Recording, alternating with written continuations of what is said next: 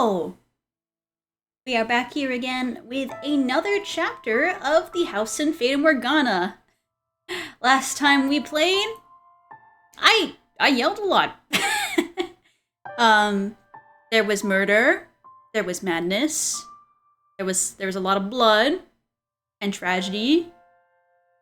And but yeah, that's not all the game is about though, so that's pretty good. The time before that, it was all about love, and then love that ended up being very forbidden and hopeless and also tragic. Well, I guess tragedy is in common, but they did warn about this house. This house is a very tragic house. Everybody who's in it is cursed. So, and they will always experience misfortune or just some sort of unfortunate end. So, today, I believe we have the third door, which, when we first entered it, this was like I saw it was in the 1800s, and, the music was kind of like 1920s swing, which I wasn't expecting for 1800s, but, who knows, it's a completely different, tone than the last chapter, which was always, like, kind of very dour throughout. Unless it was on Pauline, and then Pauline was all happy, wee, I'm gonna go, well, she wasn't happy, because she didn't know whether her husband was dead or not. But she's like, I'm gonna go find my husband. I'm sure he's alive. I have hope. And then he murders her because he thinks he's a beast. Wonderful, right?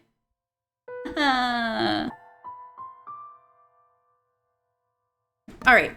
So, let's go ahead and get started.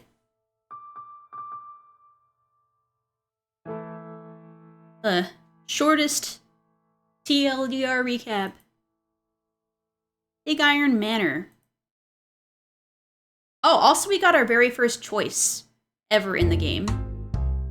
If it's a little bit too loud, it does sound a little bit too loud to me. If it's too quiet or too loud, let me know. Okay, it's still too loud. Let me see.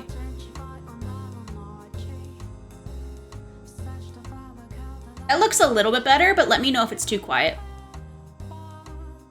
That era was a rat race of innovation and development. Oh shit. The smoke was so thick you could hardly see more than a few feet ahead of you. I could compare it to a dense morning fog, but that might give the impression of beauty. There was little of that to be found in this haze. You see the silhouettes of several men in the smoky room? The one in the middle, the one looking in your direction, Master, was the present master of the house. Hello, Jacopo. His name was Jacopo. Should we say Jacopo or Jacopo? How do you pronounce that?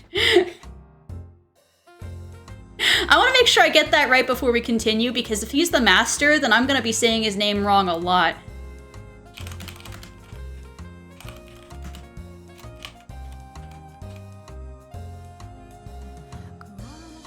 It's Italian, apparently. Hold on. Let me temporarily mute the game real quick. How do we do this? It's Italian. How do you pronounce this? Tell me. Welcome to this pronunciation video. Today we will learn how to pronounce the word. Challenging or intriguing. So let's dive into today's word. Jacopo. Italian form of the given name Jacob or James. Okay, Jacopo. I'm gonna double check that. And then I assume we're good. Pronouncenames.com. Okay, tell me. Jacopo. Okay, it is Jacopo. Okay! He will no longer have this problem. I've done my checking.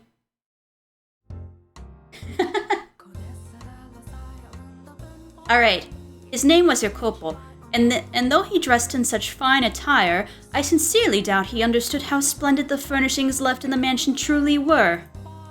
I am a faithful servant of this house, and I would not for the life of me dare speak ill of my master. However, this is a time long past.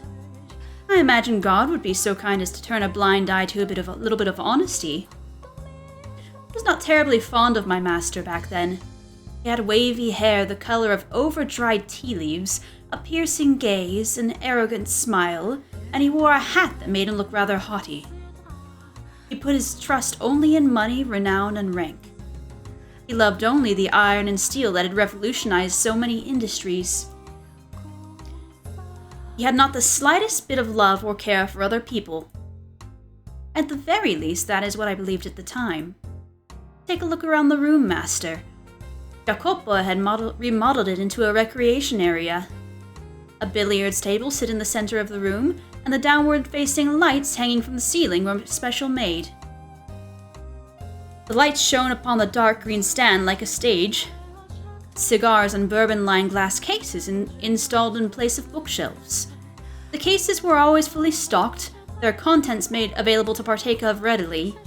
At that particular moment, as he had many times before, Jacopo had invited several friends and acquaintances, and they were entertaining themselves. His wealthy, high-ranking acquaintances had a variety of hair colors, from polished brass to the brown of a baby robin to the color of sunburnt wheat. There was also much greater variation in skin tone compared to the visitors and residents of previous eras. But that was hardly any surprise, for the mansion sat upon land inhabited largely by immigrants, the New World. Does the mansion keep moving itself?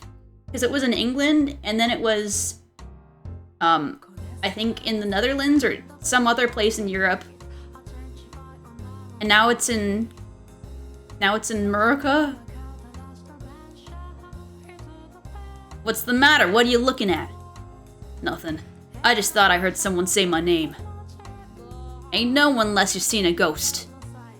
I don't believe in such nonsense. It's an old house with an old history.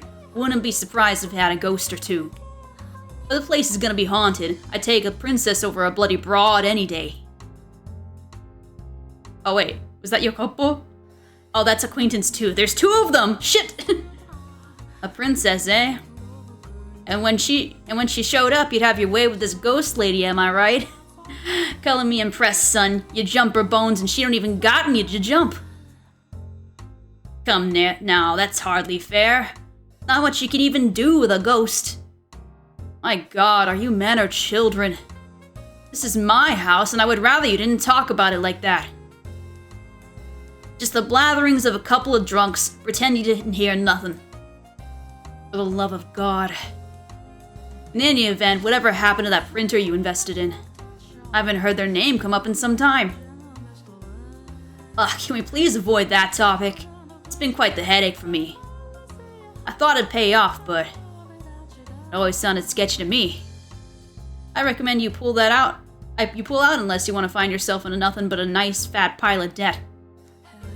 You could have mentioned that beforehand. Ugh, this is killing me. The men's deep voices resonated in the cloudy room. As they imbibed alcohol and puffed on their cigars, they conversed mostly about business and money. Jacopo and the rest of the men were a breed known as investors.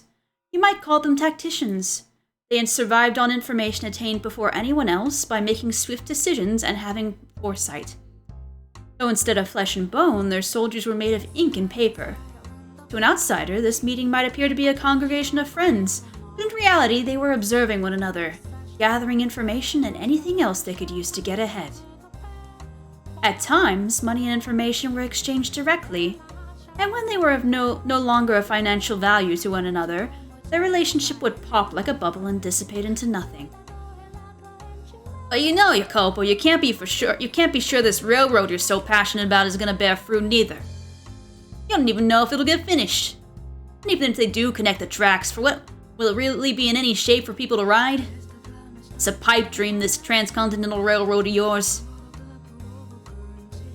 Jacopo went silent, but I am certain this was what was going on through his head. You're a bunch of damned imbeciles if you can't see the entire country's put their weight behind this endeavor. This is why you have so much trouble making even a few thousand.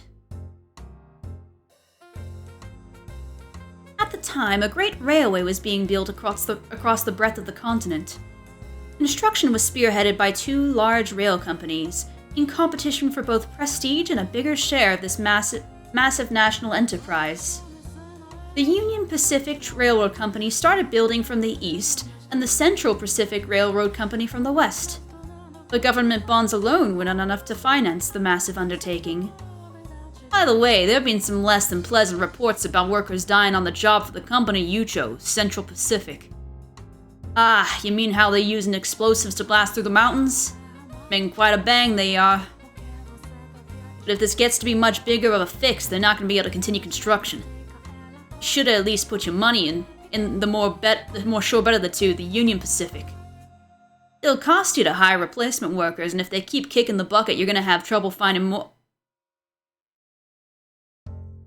My goodness. And here I thought you all had spines.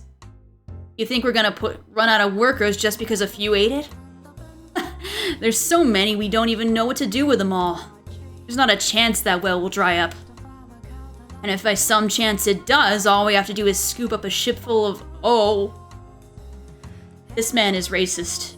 Yikes. I guess that's the 1800s for you. Yikes. You won't get anywhere if you spend your time worrying about a few measly laborers. This is an endeavor backed by the entire nation. Their deaths are honorable, in service of their country. This guy sucks.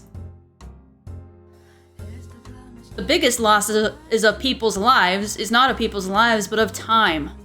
The longer a project takes, the more money it costs, and the less profit we make. What we seek is rapid progress, even if the methods to obtain it are messy or deadly. The other men in the room chuckled uncomfortably at Jacopo's distasteful choice of words. I agree with them. Yo, he's changed my mind. I mean, I didn't know if he was bad or not, but he changed my mind pretty instantly. Holy shit.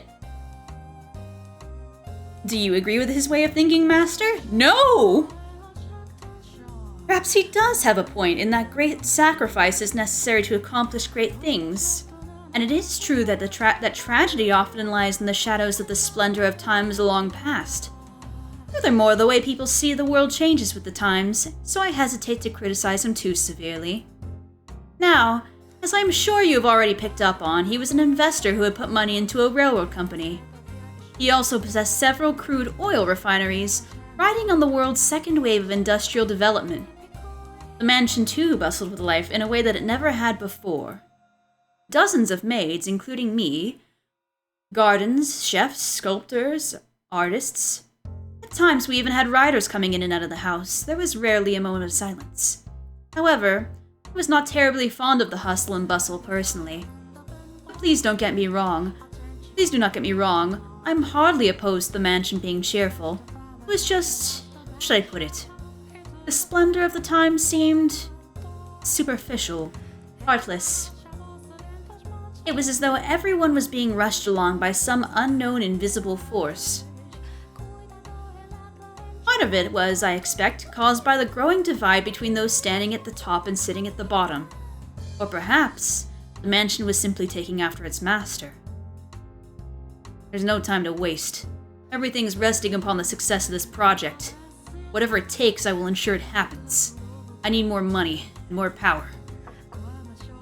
Suddenly, a restrained knock at the door stopped his train of thought.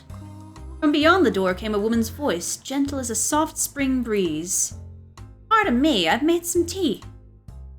May I offer out anyone a cup? Why have I made her... Oh. Oh! It's her again! You're here again! Okay, now I know what her voice should sound like. When the door opened, in it stood a beautiful woman with pure white hair. This is the prettiest her hair has looked so far. It was indeed her. Are you surprised? Or did you anticipate her appearance? I expected her appearance, but not like this early. Though she was not the same age and dressed differently, the white-haired girl, whom you saw fall into the hands of misfortune in the era of roses and the era of the beast, was also present in this era of innovation. Furthermore, she was Jacopo's wife. Tea? I don't recall asking for that. When were you asked to make it? I wasn't, but I had these leaves with the most wonderful aroma, and I thought you might enjoy... Shut your trap and know your place. What do you think we all have all these maids for? Hey now. No need to treat your lady like that. She was just trying to be courteous. These are my personal affairs. Please keep your comments to yourself. His friends were unsure how to react, but ultimately nobody stepped up to stop Jacopo. They merely shrugged, tossing glances at one another. Jacopo stomped over to the white-haired girl. He then grabbed her by the arm and dragged her from the den. This poor girl just gets screwed over every time. What the hell do you think you're doing? I've told you just time and time again to stay away from that room unless absolutely necessary. I'm sorry. But, I made tea and... Shut up about the tea already! You think we're having tea parties in there like a bunch of prissy nobles? I'm sorry. You really feel so bad, don't go in there in the first place. Get the hell back to your room. I meant no harm. It's just, I'm your wife. I thought it would be nice if I could do something. Like I've told you, that's not your job. Don't show yourself in front of the other men. I have nothing else to say to you. Got it? Now scram. Sakes alive, first them, now you. It's driving me up a wall. What is it? I told you to get out of here. Right, but, What? When will you spend time with me next? It's been some time since we last went out together. But we don't even have to go out, just having dinner together would... How many times are you gonna make me repeat myself, you worthless tramp? Are those ears only for show? Go back to your goddamn room! My apologies. Looking utterly downtrodden, the white-haired girl made her departure. I feel so bad for her! Oh my god! Such a piteous sight she was. As he watched her go, Jacopo merely snorted. Just thinking about the way he behaved then angers me. I have little fondness for men who do not treat their spouses with respect. So as you can see, the white-haired girl was in hardly a joyous situation. She was devoted to Jacopo and tried to do whatever she could for him, but he not only brushed her aside, he did so in an insulting, deliberately hurtful manner. They were far from picturesque partners. Do you wonder then, Master, why she married him? The answer to that question will come to light in time. Now, let us follow her.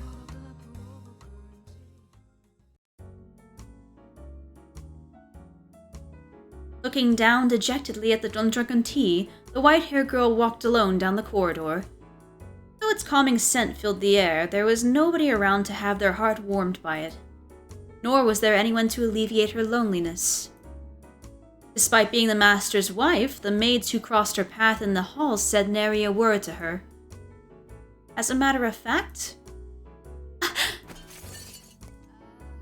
Oh dear, I beg your pardon, madam. It's fine.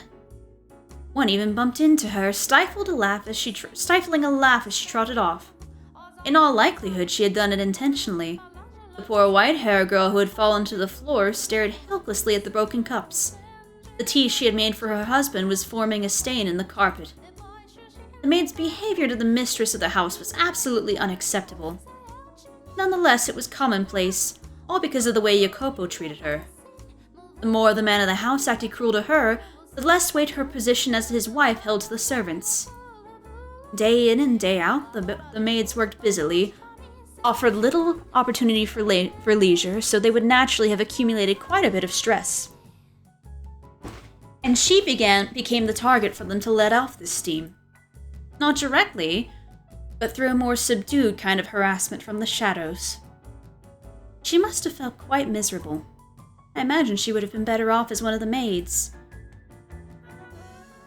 On the surface and in front of others, they showed respect for her as Jacopo's bride, but behind closed doors they acted very much the opposite.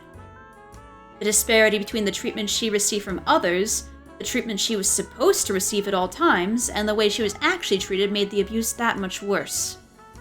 And furthermore, as you have seen through the other doors, Master, she was a very reserved young woman. She could neither raise her voice in reprimand nor raise her hand in retaliation. I have to get this cleaned up. She extended her spindly finger towards the shards of shattered porcelain. But even the broken cups seemed to have no concern to spare for her. Its shattered edge cut her fingertip when she made to pick it up. A trickle of warm red blood ran across her unearthly white skin. As painful a sight as it was, it had a sort of taboo beauty to it. The blood spilling from her fingers showed no signs of slowing down. She clenched her hand into a fist, let out a sigh, and went back to collecting the shards of porcelain. But when she did... Madam! Madam! What's the matter? Oh, what's the matter? Ah, madam, you're bleeding. While all the other maids ignored her, one came running over, shouting to the white-haired girl's side. We need to get that cleaned and bandaged up. What? I think I should change her voice. I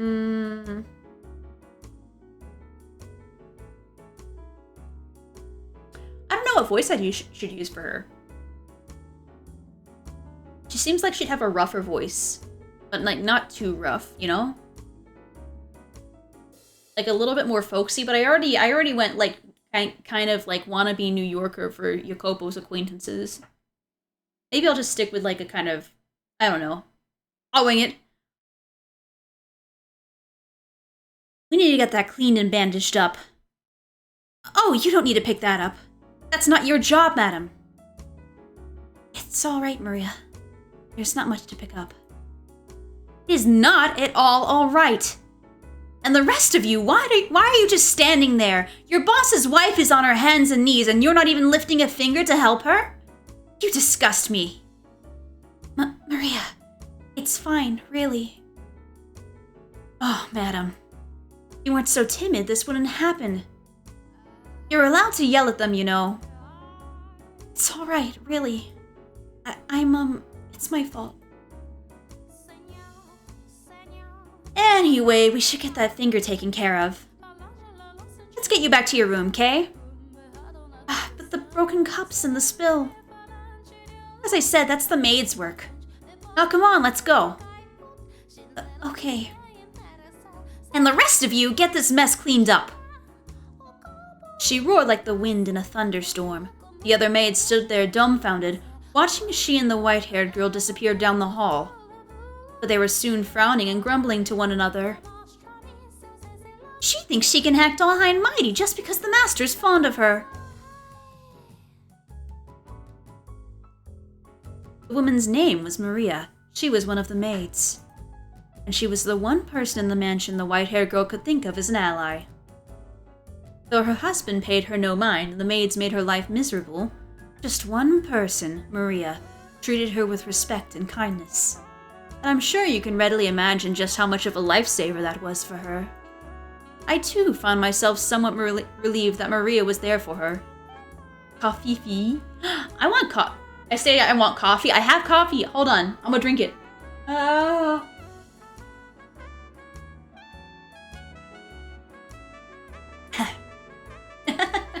Hello. I drink the coffee. Coffee. Coffee good. Yes, yes. How are you tonight, Darian? How you doing? Dead and expert last boss. Oh, very good, very good. You still need tomes for the week?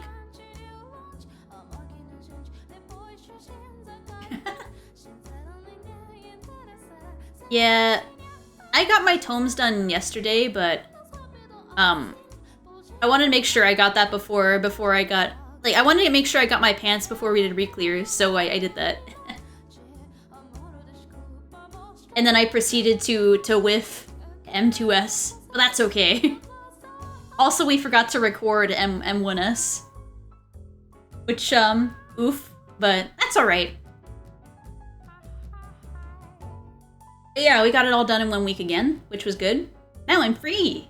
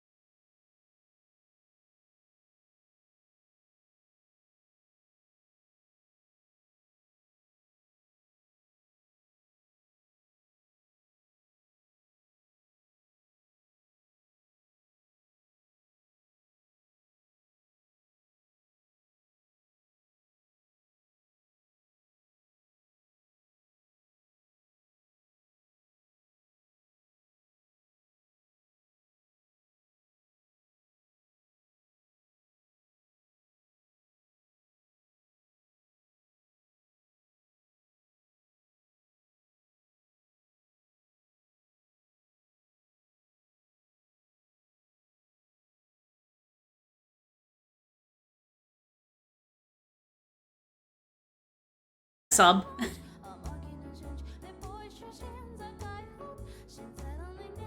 Yeah, and I could only go on Dragoon, really. Although, like, if I worked on Faerun, then I could have another alt ready to help people, but yeah. Although, I guess Dragoon doesn't really matter for, if you're just progging. So I think that would have been fine, but, anything more than that. Yeah. It would affect LB, but really, all you need to make sure is that you have LB3 for part 2. And then you don't need to care. And I think LB3 for part 2 is already ready long before then. So I think, yeah, you would have been fine. You actually, like, you're probably not going to see a second LB through the fight. So you either, you use LB for crosstail switch.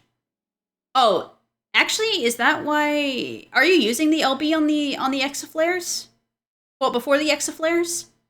Because if you're not using LB3 there, I can see why that would be extremely hard to heal. And you should be using it there.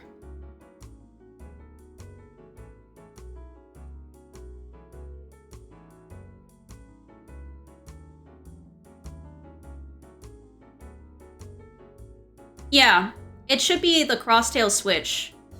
Yeah, no, definitely. Unless you're going for, like, the top-ranked speed clear, there is no reason why tank LB3 should not be used for crosstail switch, because it hits for 120k 9 times over the course of, like, 8 to 9 seconds.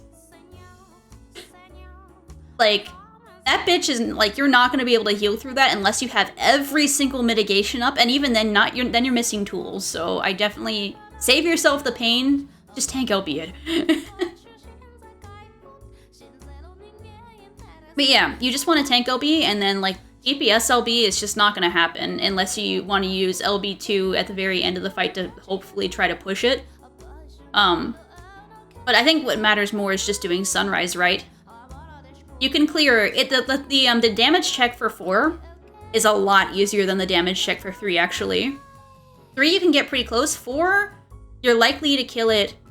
If you don't have weapons, you're probably going to clear it at the end of Sunrise, like more kind of like at the very beginning of Sword Quiver, which is the very last mechanic of the fight. But like, even when we cleared it for the first time, we cleared it during like the very beginning of Sword Quiver, so it was not bad. You can do it. You guys are goated, so you got this. All right. Being a servant at this house, I was also one of the maids working there at the time. However, I was unable to involve myself to any great degree in her fate. This meant that there was little I could do to assist her, even in times of pain and unpleasantness. The best I could do was pray that Maria would continue to lend the white-haired girl her hand. Oh! Yeah! Yeah, I was just vibing to this song and just talking about the raids because I like them a lot, but yeah, no, like, absolutely, and, like, take a look at them. Also, if people tell you to do Uptime Sunrise, do not do Uptime Sunrise. You know how much I love Uptime myself? Do not do Uptime Sunrise. It is not worth it. It sucks literal ass. Because if you're not pixel perfect, everybody dies. Yes. I had this told to me by, like, Asri and Garrett's group, and I was like, well, they're really good, so, like, I mean, I'll try it, but I wonder why they told me that they wouldn't want to do that, because that sounds like something they would do normally, and then I tried it, and I'm like, oh my god, I understand why. Hey, thank you for the bits. Oh, why is the sound alert not pick that up? That is weird, but thank you, I appreciate it. Yippee! Let me see. Control via OBS. Sound alert should work. I wonder why it didn't. Hold on. We're gonna test something real quick here because that should have made a noise. Why hit no make noise, huh? Huh? Huh?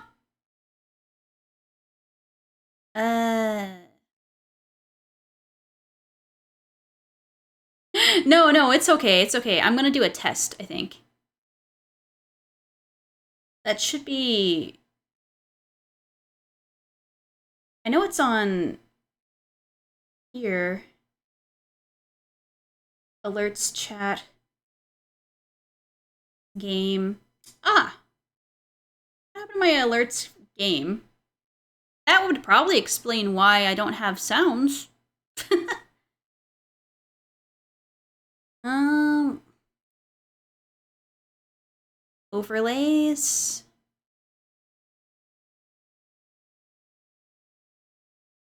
I'm gonna check it one more time. That's gonna be very sad. Why don't I have that? Alerts chat, alerts game. And then it was through sound alerts, I think. I'm gonna double check it one more time. I have surely alerts and sound alerts. Which one am I missing? I don't have surely alerts on here.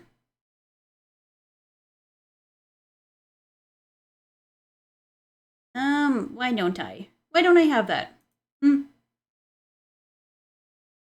Where are you?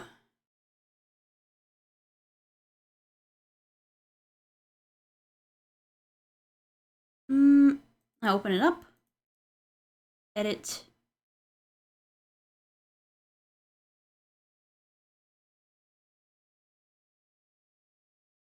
Edit and a cheer. Let me simulate it.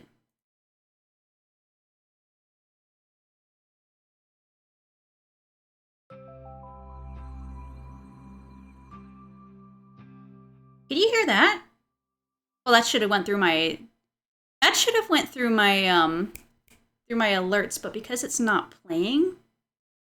Ah, one sec. I can fix this. I just need to remember how the hell I added this before. I'm feeling really silly, really silly right about now. Surely alerts chat.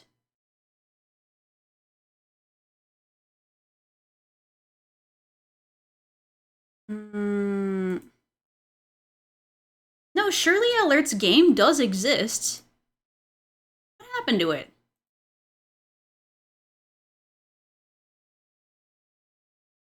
I did add it, it's just not showing up in my audio mixer.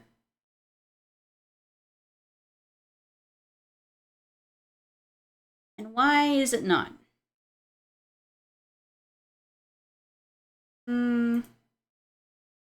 Control audio through OBS.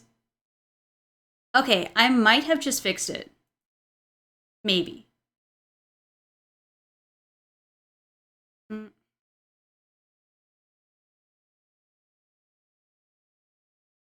Okay, let me mute through my stream. Let me know if this plays.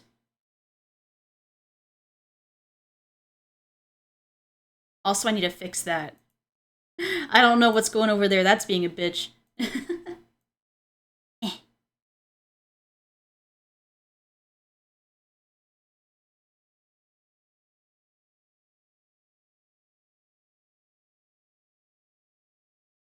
Okay, and I'll center it.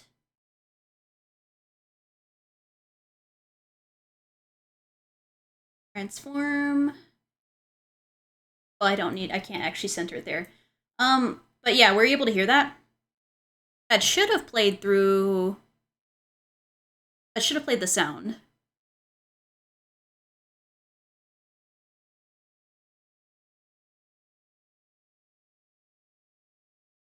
It didn't seem like it played anything. I hate it here. Oh, wait, it should be monitor and output. Maybe that's why. Okay, one more time. Did you hear anything?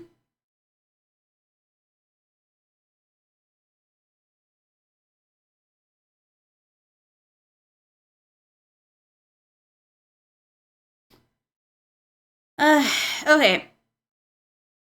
I'll have to fix it some other time, I think, unfortunately. That sucks. Oh well.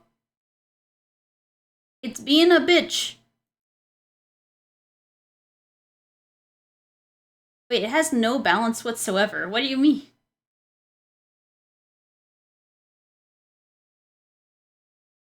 Oh well. I tried. Back to game. Back to video game.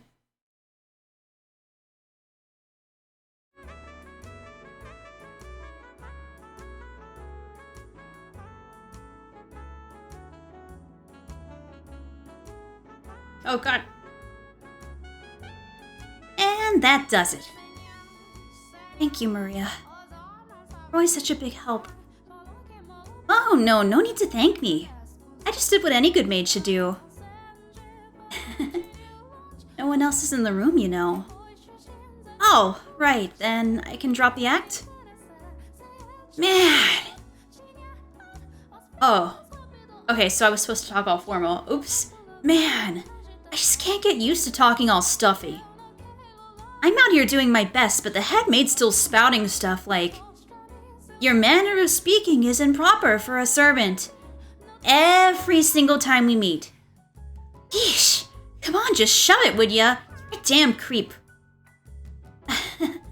Now, you mustn't speak of her like that. Sorry, slip of the tongue. She just kind of gives me the willies, you know? Speaking of, you drop the stuffy talk too, madam. Kinda awkward if only one of us here is acting casual, you know? This is normal for me. If I attempted to talk like you, I would freeze up out of nervousness. This is my casual. Fair enough. Guess that's what happens when you're raised well. I like it though, it has a very regal feel about it. I don't think my upbringing is the only factor. But upbringing is important. Worth a whole lot more than money, I'd say. I suppose. Thank you, Maria. You're always so compassionate. You betcha. They don't call me the Virgin Mary for nothing. I practically bleed compassion. That might be true. You very well could be the reincarnation of the Mother of God. No, you were supposed to laugh at that. It's just embarrassing if you take it seriously. Alone in the white-haired girl's room, Maria was acting much more friendly and relaxed as they conversed, as opposed to her no-nonsense attitude in the hallway. Two women were, as you can see, quite close.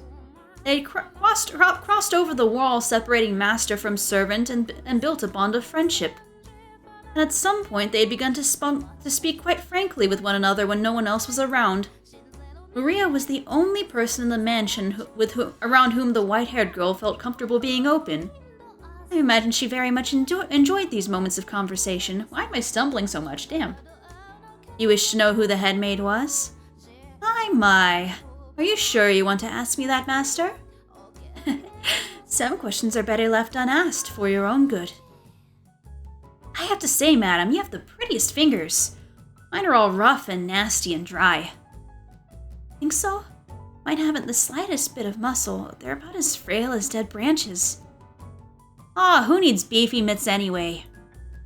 I still think healthy-looking hands like yours are far more attractive.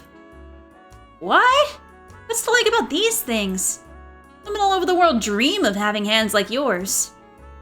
Slender, feminine, and perfectly cared for.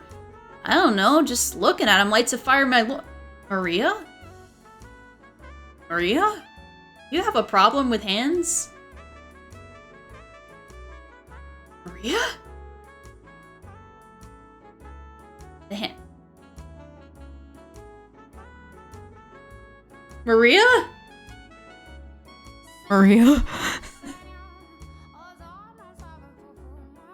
Makes me want to lick every last one of them. Ah! Why did you have have to be weird, Maria. Actually say, can I lick him? No! Ah! Why? Maria! Oh, God.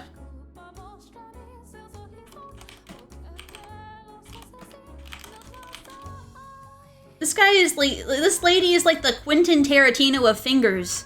Holy shit. Actually, can I lick him? Can I rub my tongue up and down all 10 of those sweet little digits? No. Why? Come on, can I? What do you say? Stop that, Maria, seriously. I'm kidding, I'm just kidding. Oh, Maria. All right. How did those tea leaves turn out, madam? The ones you imported. All the maids just adore it. They can't get enough of that aroma. I'd sure like to get a taste of it. For you, if you end up with a extra, you think you could spare a sip for me? That was, what was in the cups I dropped? Oh, that was what was in the cups I dropped. Ugh, really? Well, ain't that a crying shame? And Yokopo wouldn't have any of it? God, why does that man have such a stick up his ass? He went through all the trouble of making it for him, and he was busy. It's not his fault. Busy? You mean playing billiards, drinking bourbon, and puffing a damn cigar? It may look to us like they're just making small talk, but I'm certain their meeting has some importance to their business. It was imprudent of me to try to step into the men's world. It's just not right. I mean, you're his wife. Why shouldn't you be allowed in that room? It doesn't bother me. You don't have to pretend. Here's an idea. How would you like to have some of that tea now? We also have some orange marmalade, which you like so much. Add a scoop of that and a tray of cookies, and we'll have the perfect tea time. You're singing the siren's song, madam. But you really should be doing that with him. He would not have tea. I suspect he doesn't like it. I don't want it to go to waste, so... Madam, it's none of my business, and I have no place saying all of this, but... It's not impossible for a woman to file a divorce these days. You don't have to sit down and take it, not one bit. You're pretty well educated and still young. There's hope even if you do leave him. There are plenty of other men out there. You aren't obligated to stick around with that arrogant jerk. He's just very busy right now. There you go again. There was a time when he was kind. Wasn't like this when we first met. Back then, he was a little awkward, but a kind man. Him? A kind man? Yes, believe it or not. There was indeed a time. Say, Maria, would you mind giving me a little bit more of your time? I'll make some tea and we can talk. All right. If you're telling me about when Yokopo was decent, I'm all ears. Indeed.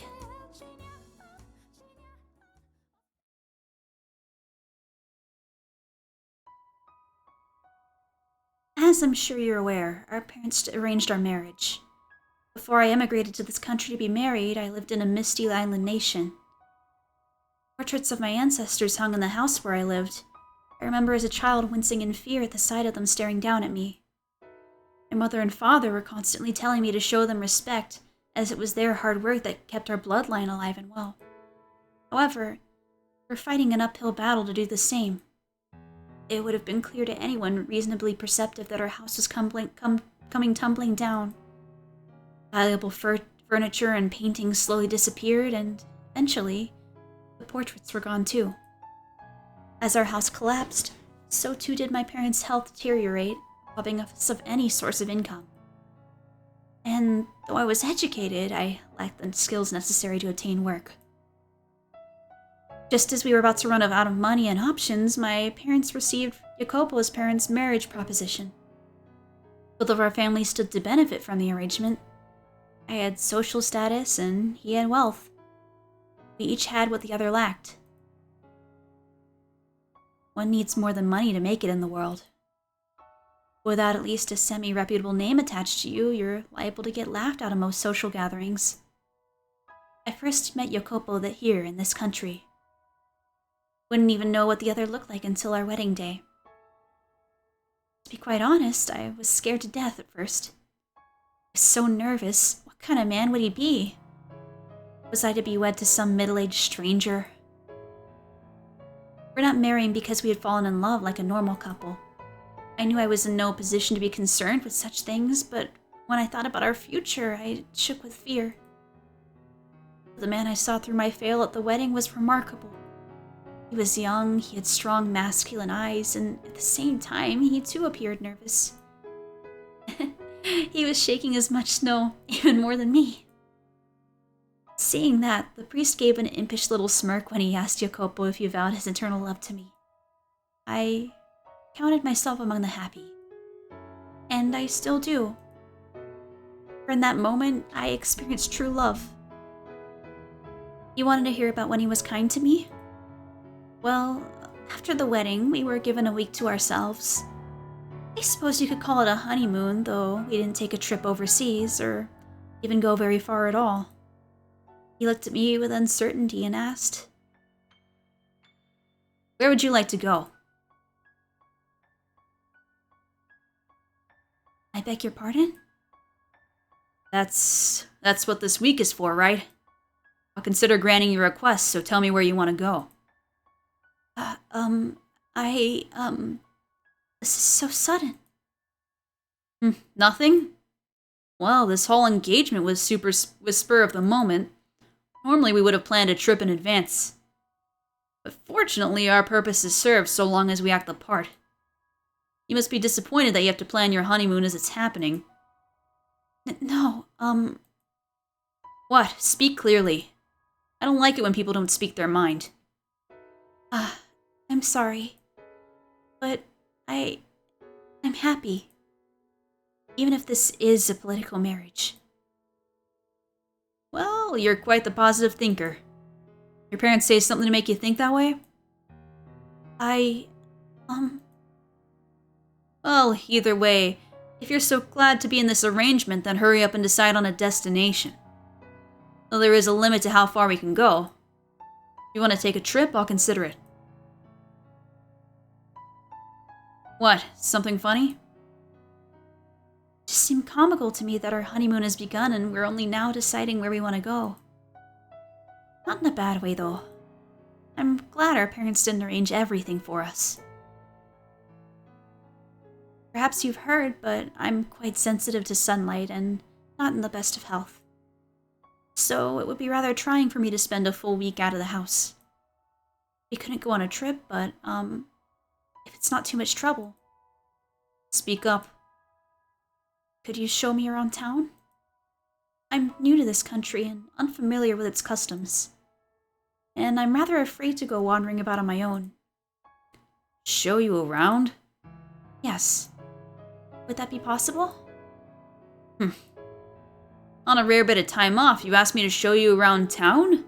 Is that really the most exciting idea you have? I'm sorry. If, there is somewhere you'd like to go first, I'm fine with that. I'll accompany you anywhere. As if I could drag someone who just professed to being sickly all over the country. My God, I've lost all interest in a trip. Hello? What are you doing? Go get ready, now. I beg your pardon?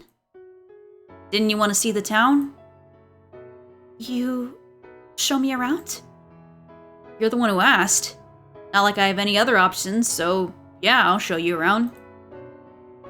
Thank you. Don't just stand there, you dullard. Get a move on. One moment. Wait for me, please. He hurriedly climbed onto the carriage he had called for, a look of frustrated displeasure on his face. And then, as if he had forgotten about me until that moment, He returned. Oh, wait, I'm talking as her. Crap. And then, as if he'd forgotten about me until that moment, he returned, grabbed me by the arm, and led me to the carriage. In retrospect, I realized he was not being very gentlemanly. But I was pleased that he was making any attempt to interact with me at all. As the carriage trotted down the streets, I saw so many new things. I'd spent most of my time cooped up inside at home, so it was like stepping into an entirely new world. And add to that the rapid industrial advancement currently taking place. I saw men shouting back and forth as they smacked newspaper articles with the back of their hands. I saw corner cafes crowded with cigar-smoking men on break from work. It was like the hustle and bustle of a festival. But every festival has its underside. I also saw overworked men, looking like they were on the verge of collapse, drinking water from a spigot on the side of the road. By way of contrast, I wore fine clothing and had a carriage at my disposal. I imagine every day was a struggle for them just to remain afloat. Had I not married the man I had, I too might have found myself on the streets in a similar situation. But it was not relief that spread through my breast at the sight of them. It was pangs of guilt. It felt to me like a life of opulence was wrong, sinful. It broke my heart to know that I was living so much better than them. Jacopo snorted disapprovingly at me. I can't speak. Wow. Disapprovingly at me, seemingly reading my mind, and then said, "The poor man who envies the rich covets his wealth and finds ambition to make the same for himself, and the rich man who pities the poor, thinking it his duty to give them offerings of philanthropy. To me, the latter is far more nefarious. Accepts that charity will ruin a man, make him come to expect handouts. And then there are those with the wrong idea of pity. Those who let themselves fall to the same place, mistakenly believing it will somehow make the poor feel better. What a joke. If you're gonna do anything for them, you might as well encourage them to climb upward. Spur on economic growth and the flow of capital. Doesn't that sound like the better option?" I say nothing, simply smiling and giving an ambiguous nod. He had a point. My sympathy and guilt meant nothing to people actually experiencing hardship. If, feeling guilty of my own fortune, I acted upon that pity in the way he had described, it would accomplish little more than self-satisfaction. He seemed to have seen straight through to my very core. This was a man who had built his own fortune through investment, which I imagine required him to be rather astute. But doesn't a world where everyone is constantly trying to climb higher and higher sound rather exhausting? I personally would prefer to be in a position where I could watch, if only from a distance, as others climbed. But obviously I could not say as much to him. Sometime later, the carriage came to a stop in front of a shop. As I looked at the building perplexedly, he gestured to the door with his chin, signaling for me to get out. Lost and confused, I stepped down from the carriage, and before me... "Oh, hi, Tib! How's it going?" "Hello!"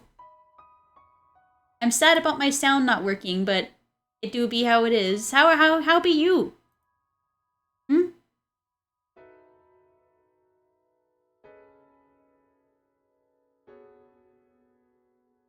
Oh no, it's my sub sound. My sub sound isn't playing. I don't know why it's not. I tried to get it to work, but it's broken again. I thought I fixed it. I did not, apparently. I'm sad about this. Much sad. I think it works with I think it works with one of my screens, just not this one. But also, thank you for the sub. I appreciate it. Thank you. Oh, the Hawkeye series? How was it? I don't really watch a lot of Marvel stuff, so... It was? Yeah! I know, like, Audra watches a lot of that. I think Audra was trying to get me to watch Loki at one point, but I'm just so, like, I haven't... I'm so out of the loop. I haven't watched any, like, thing with the Avengers or anything, like, really since, like, the first movie came out, like, so long ago. Oh, good! Yeah. Hawkeye was always one of the cooler ones, personally. I know that he was just Bowman, But Bowman is pretty cool. We like Bowman. Yeah. But yeah, good to hear. Good to hear it was a good time.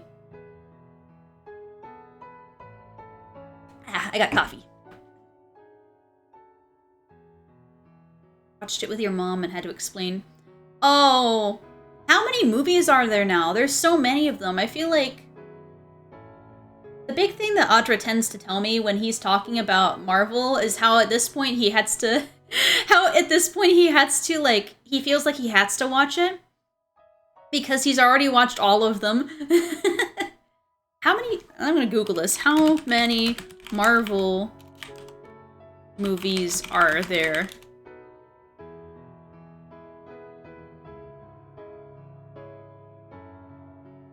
"34 films. And that's not even the shows. Oh my god.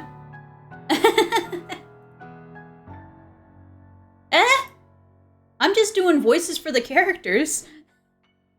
But yeah. Thank you.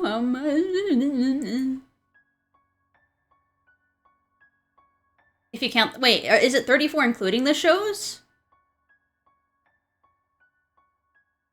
Hold on. That's still too many for me to catch up on if I ever wanted to watch it, I feel like.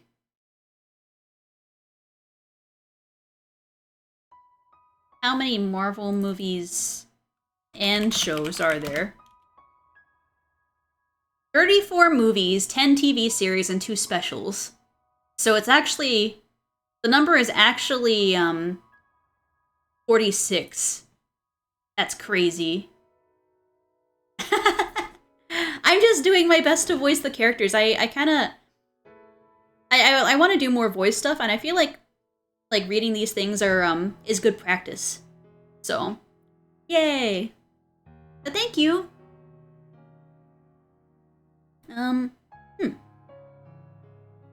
Let me see. Lost and confused, I stepped down from the carriage, and before me spread a showcase behind a large glass window. However, lined up in the case were not precious metals or expensive clothing, but machines. At first, I had no idea what kind of devices they were. Have you never had your photo taken before?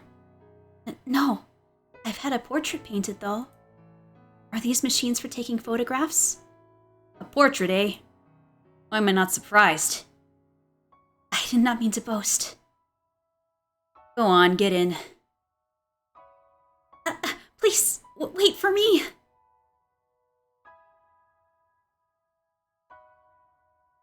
The owner came out to greet us with a wide smile as we entered the shop.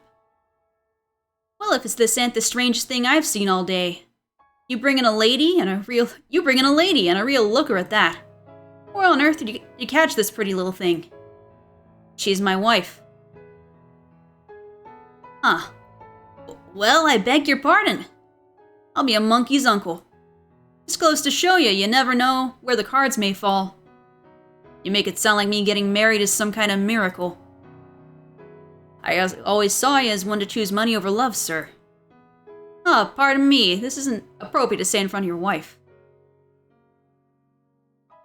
Do you often come to this shop? On occasion. I need some things here from time to time. I see. There you go, smirking again. What's so funny? We're gonna have our photo taken, yes?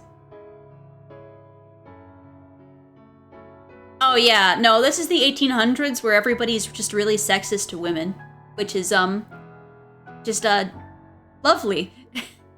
They said some really, like, this guy's kind of a piece of work. And right now she's trying to talk him up into not being a piece of work. But honestly, she's like, he was nicer to me. She's like, he was nicer to me back then, and now we're in the flashback, and I'm like, girl, he was still not nice to you. This man at no point was ever nice to you.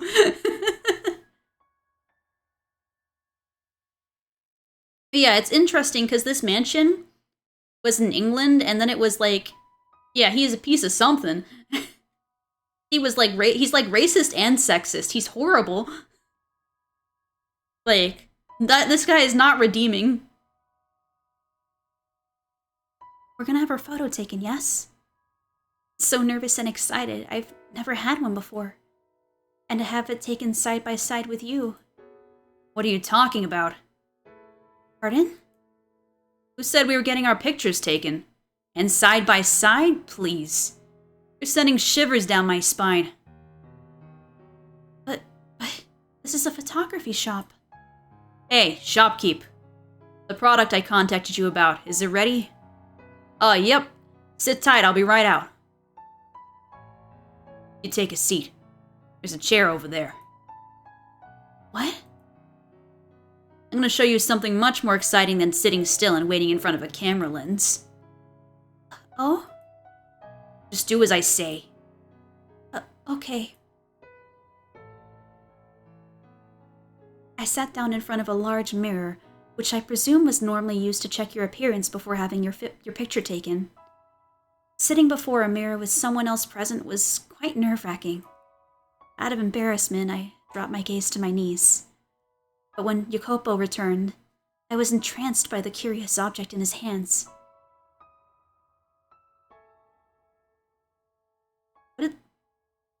Is that film? Is that a film? Like an 1800s like era film? What is this? You know what persistence of vision is? Huh? The human eye does not perceive the world 100% accurately. This is especially true for objects in motion. It remembers images for a short time, so put a new image in the same place, your eyes perceive it as in motion. Seeing it for yourself will be faster than explaining it. You see the slits in the disc? Look through the bottom one and into the mirror. Yeah, it's like when they were very first, like before they properly learned to animate things in the 1800s, like when they were just on the cusp of it. And they like took things, you know how you would like kind of like spin something, like basically it would just spin the wheel and it would be the people dancing when you look at it through the lens. So very, very early film ideas. Good, just like that. Bring your head in close. Here goes. Standing behind me, he slid his finger across the top of the peculiar toy, causing it to spin gracefully. And then...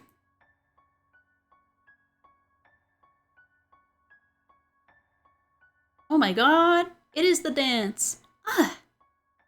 So, what do you see? They're dancing.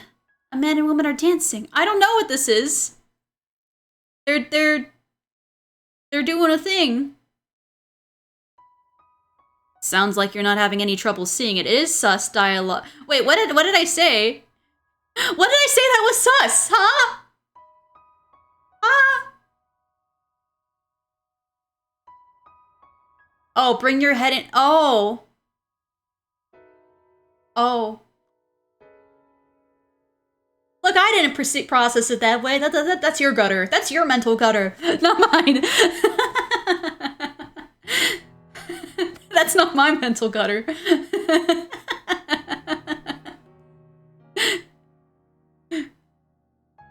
I was fine.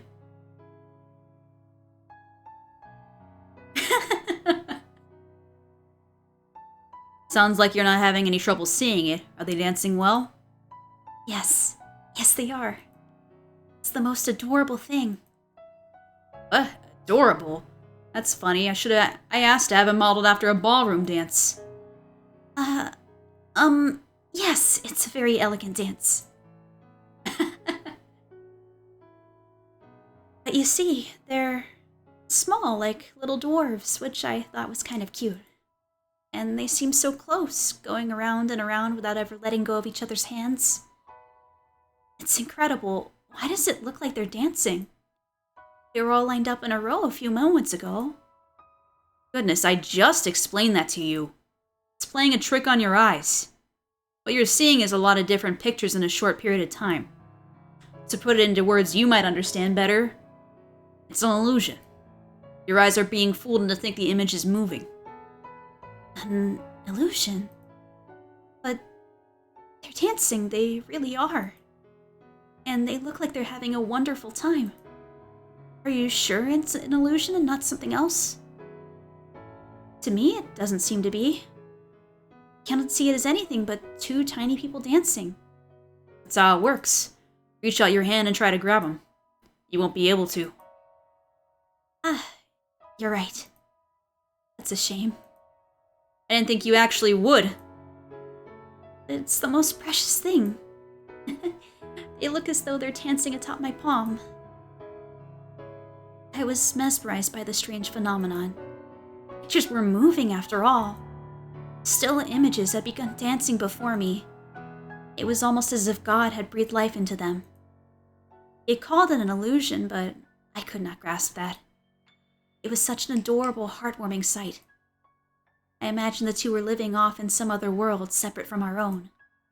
They looked so happy. I was almost certain that they were off dancing in their own joyous world, free from all the sorrow and loneliness and pain of this one. Eventually, the speed at which they danced began to slow, as if they were resting their legs. I almost thought I could hear the sound of their feet with each step.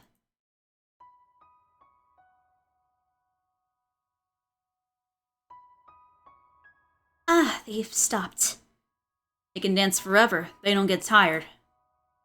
I see. I'm amazed such an incredible device exists in this world. It makes me wish I'd gone outside sooner. Sure, someone from a distinguished house as yours has seen plenty of amazing things with your family. Hardly. I barely left the house. I'm ignorant about the ways of the world. If you'd not told me, I would have probably never known about the moving pictures, the illusion of moving pictures. Do you like it? Yes. Of course, until video games. Wait until I show you the video games. To be fair, we still have, like... I did look up how many doors there were in this game. We're at door 3 out of 8. And, like, door number 1 was in the 1600s, door number 2 was in the 1700s, and this is in the 1800s. So, we have plenty of time to make it to the video game era. I wonder if we actually will make it there. Are we gonna go into the future at some point? We just don't know.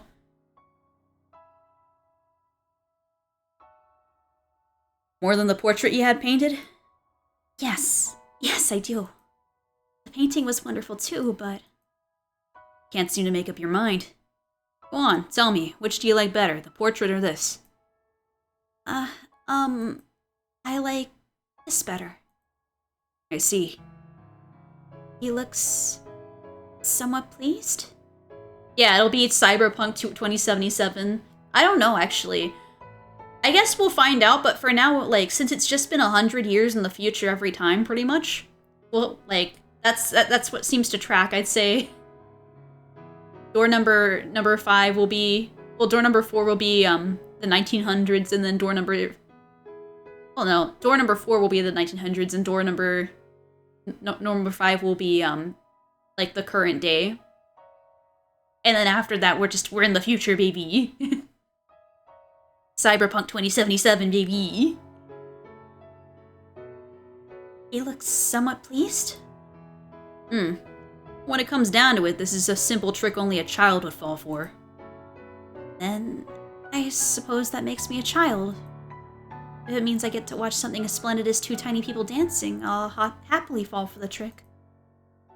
Quit describing it as two tiny people dancing. You're gonna lose your head that far up in the clouds. What's a good idea? Oh, I'm sorry. I do not know how else to describe it, though. It's a toy called a... Oh god. Phenakistoscope? It's a toy called a phenakistoscope. Phenakistoscope? Phenakistoscope. Phenakistoscope. Close enough. It was invented around 30 years ago. I had the shopkeep make one modeled after the original design. So the shop owner drew this? He did. A lot better than you'd expect, isn't he? Yes, indeed. I'm surprised he could draw something so cute. Say that to his face and he'll go red as a beet. What I'd give to get a load of that. You should tell him the next time you see him. He's a sweet man. Despite how he looks, you mean? It's not right to judge people based on their appearance. I'm just kidding. Don't take it too seriously. Shopkeep here loves new technology. The phenakistoscope is one such invention that caught his eye. You can trick the eye into thinking drawings are moving. Using a sequence of photos, you can perhaps make it seem as if real people are moving too. If it becomes possible to show those images to many people at once, these developments could broaden into the options artists have to express themselves. Not drawings, but photographs? Yes, photos. By taking hundreds or perhaps thousands of photographs, it would be possible to reproduce the world as we see it. This room, the people walking down the streets. There's no point in recording boring everyday life, though. If you're gonna leave a record of anything behind, it should be the objects and enterprises that move nations. A phenakistoscope? Hold on. Kistoscope. Oh, I think they just misspelled it, but it's spelled with an I.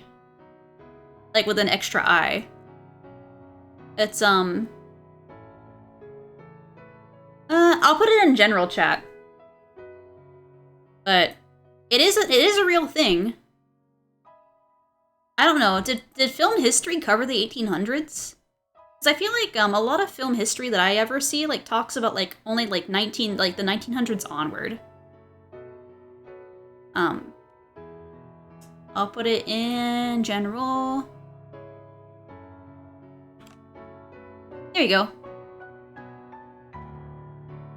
Bam. That's in the Discord. Say, for example, moving record of the opening ceremony of the railroad. Yeah, I feel like the very, very early times of film get skipped out on, and that kind of sucks because, like, I mean, it does have a history, you know? It'd be kind of cool to see, like, it's weird that it doesn't get talked about, you know? That would be something worth watching. And then in time, it would expand beyond a mere record-keeping technology and find its way into the hands of artists. Is such a thing possible? Must remain still for a long time just to take a single photograph. Right now it isn't. But eventually it will be. I'm not simply fantasizing here. Is that so? It sounds so very futuristic. Do you... What? Do you want to support people who work on that sort of thing? Is that why you're friends with the owner? It has nothing to do with my wants. I merely think there's money in it. The rich starve for entertainment, and artists create that entertainment. I have no interest in their pretentious self-expression. I just want their money. What? What's so funny? You look like you're enjoying yourself. Honestly, it's just about the money.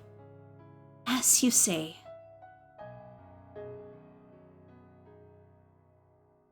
Alright, let's get moving. Next is dinner. I know, right? This guy just sucks. And she's like, he was so nice back then. And I'm like, this guy was literally still saying money. Fuck the poor. Women are tramps. He did say the word tramp. He's a real bastard.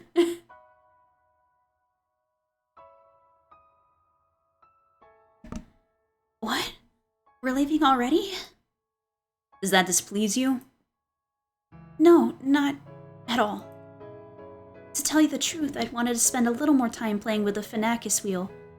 Phenakis wheel, but I couldn't bring myself to say as much. Reluctantly, I approached the owner to return the wheel. Don't bother. Bring it with you. What? But... If you don't want it, that's fine too. Just make your decision quickly. You're making the driver wait. Having said that, Jacopo exited the shop. I alternated between looking at his back and the Phenakis wheel, debating what I wanted to do. And then, with a smile, the owner whispered to me, "You're allowed to keep it, really. Your husband out there hadn't made it as a gift for you." For me? A little while back, he came to my shop asking if I could make a phenakistoscope. Now that about knocked me out of my chair. He's the man who never asks, well, almost never asks for favors. He's pretty damn brusque and he's got a tongue sharp enough to cut steel, but he's not wicked to his core, I swear it. So please, ma'am, be a pillar of support for him.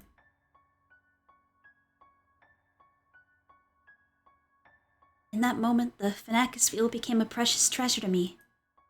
We'd only just married days earlier. And yet, he commissioned it for me without even knowing what I looked like. I was filled with a warm, pleasant elation.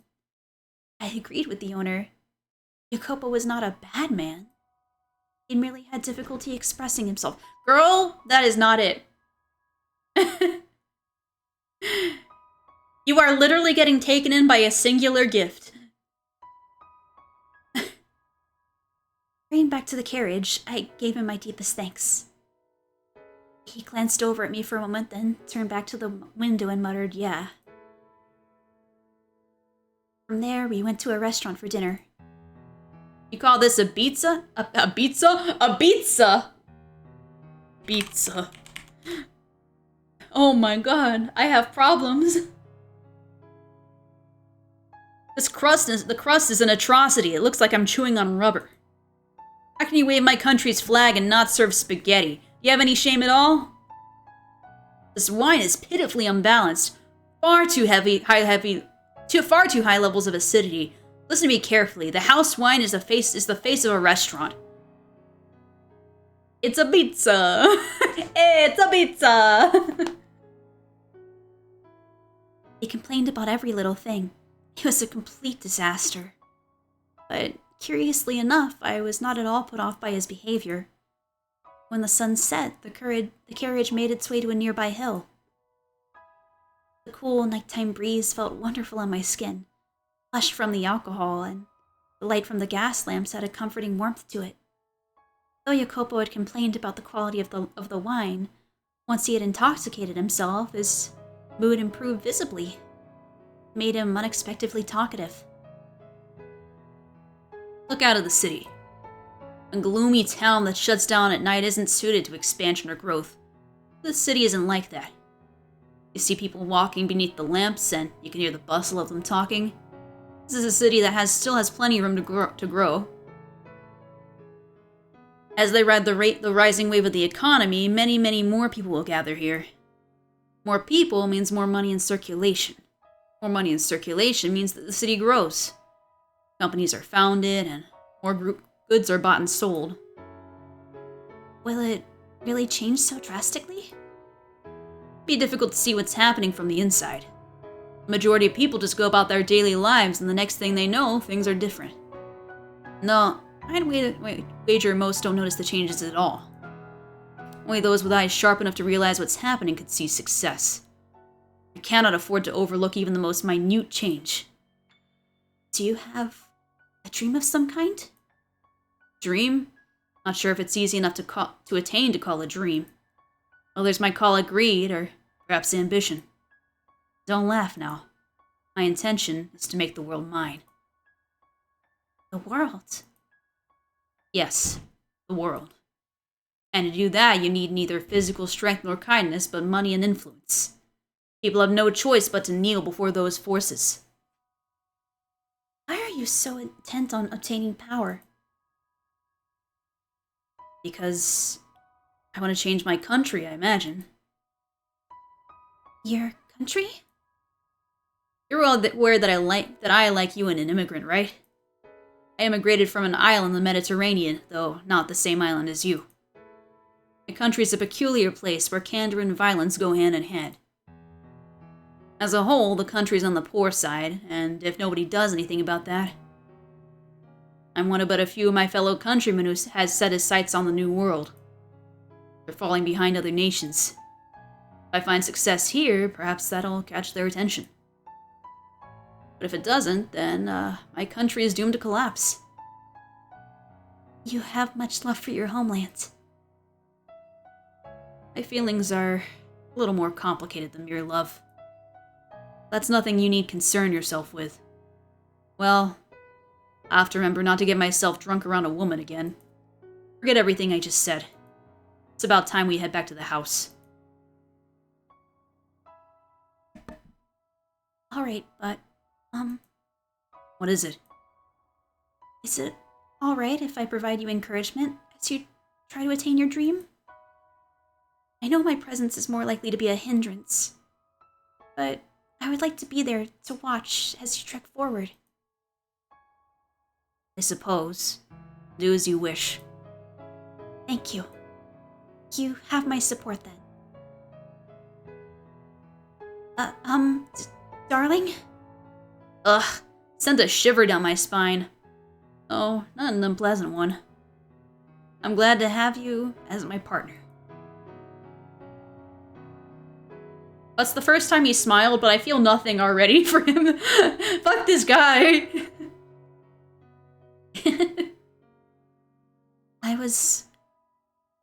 Oh, she has not had it. The funny thing is, this girl is particularly interesting in that she has been a main character of every chapter, but her name has not properly been said.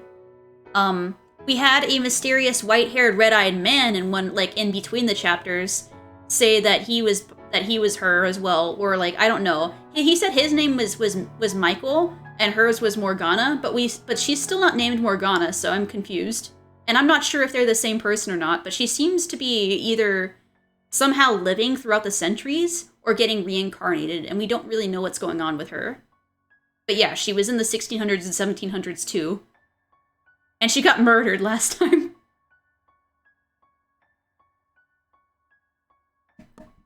So we don't know what's up with her. It's the same with the maid, who we haven't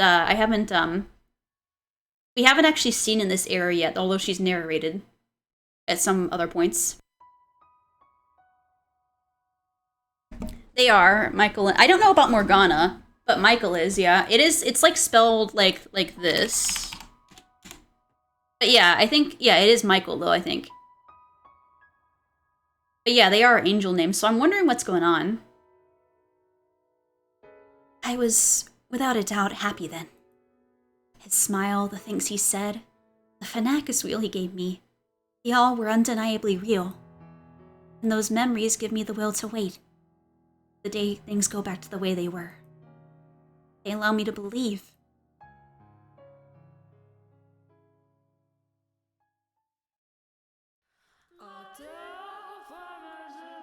What is that one?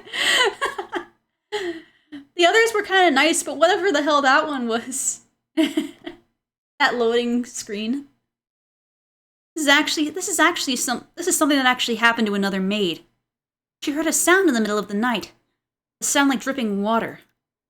At first, she thought it was raining, so she looked through the window, and there wasn't a cloud in the sky to cover the stars. Maybe it's a faucet, she thought. So she stepped out of her room and into the corridor. Compared to her room, it was unearthly chilly. The maid regretted not bringing something to cover herself with. That didn't make any sense. Normally, the temperature wasn't that much colder outside her room. Her night clothes had always been more than enough for a trip to the lavatory. Wondering what the reason could be, she made her way toward the sound, but then she realized something. There were no faucets in the direction she was going. Rather, she was headed towards a hall. The mansion where she served had many halls, but this one was off in a far corner of the house, the least used hall of them all. It had a high roof, but not a lot of space, so it was difficult to make good use of. It also had a somewhat heavy air to it. Very curious room. It was the kind of place you might assign someone to clean as part of their hazing. Anyway, when the maid realized the sound was coming from that particular hall, she, as you might expect, let out an uncomfortable sigh. But there might be a leak, and having noticed, she simply couldn't ignore it, you know? So, as much as she hesitated, she opened the doors to the hall. There was nobody there, and it didn't look like anything was leaking either. There were no puddles or water stains anywhere to be found. She could still hear the sound, drip, drip, getting louder and louder. Slowly stepping further into the room, looking left, then right, then left again, she searched for the source of the sound, coming to a stop in the center of the hall. She stood there still, quiet, and then a chilly spot on the nape of her neck. With a little yelp, she reached back to feel her neck, but it wasn't wet. Confused, she slowly, warily tilted her head backward. And there hung a bloody skeleton from the ceiling! Ah! That's rich, amazing! Oh my god, you scream like a little girl! Maria, you little... My god, are you men or children? This is my house, and I would rather you didn't talk about it like that. Whose words were those again? Shut your mouth. What do you know about that? Were you eavesdropping? And another thing, I do not care for the stupid fantastical tales you women so love to pass around. Because they scare you? Ah, you've never been able to handle anything scary, Jacopo. Ugh. Whoa, don't glare at me like that. You're gonna destroy my sights.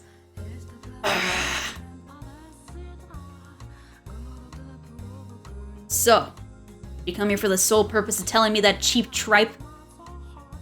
Acting tough after the fact just makes you look like twice as much of a wuss. Well, I mean, I did make up a good half of it, but the maid really did hear a sound in the middle of the night. And it came from the back of this very mansion. Did you know they say it used to be a chapel?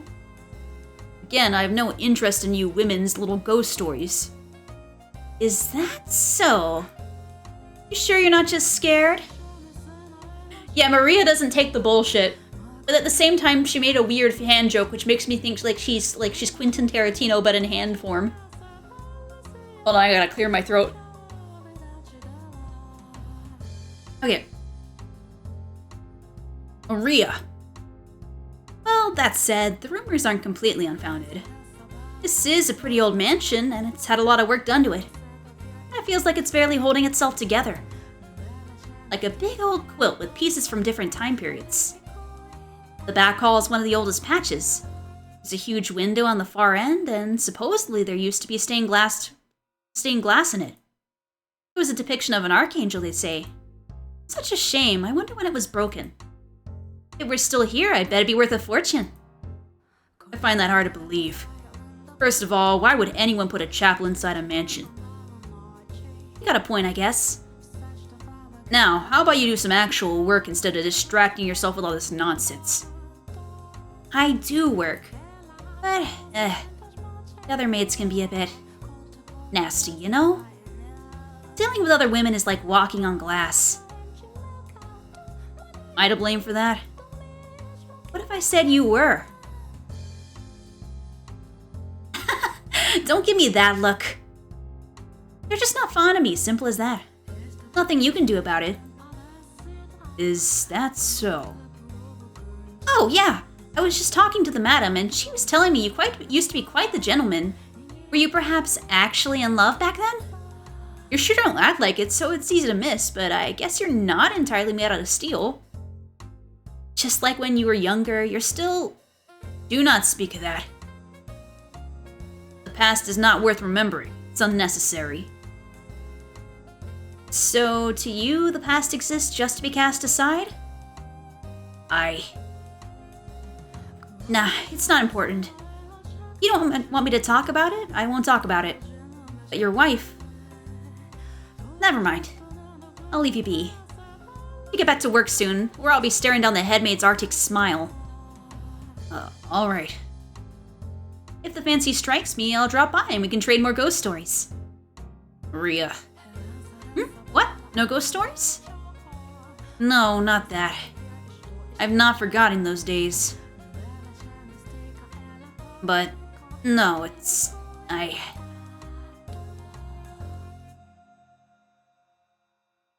I'll be off then. Alright. If the fancy strikes you, drop by and we can trade something other than ghost stories. What'd I tell ya? I'll consider it. Goodbye. Did they have an affair? What's going on there? God damn it. I can't escape anything.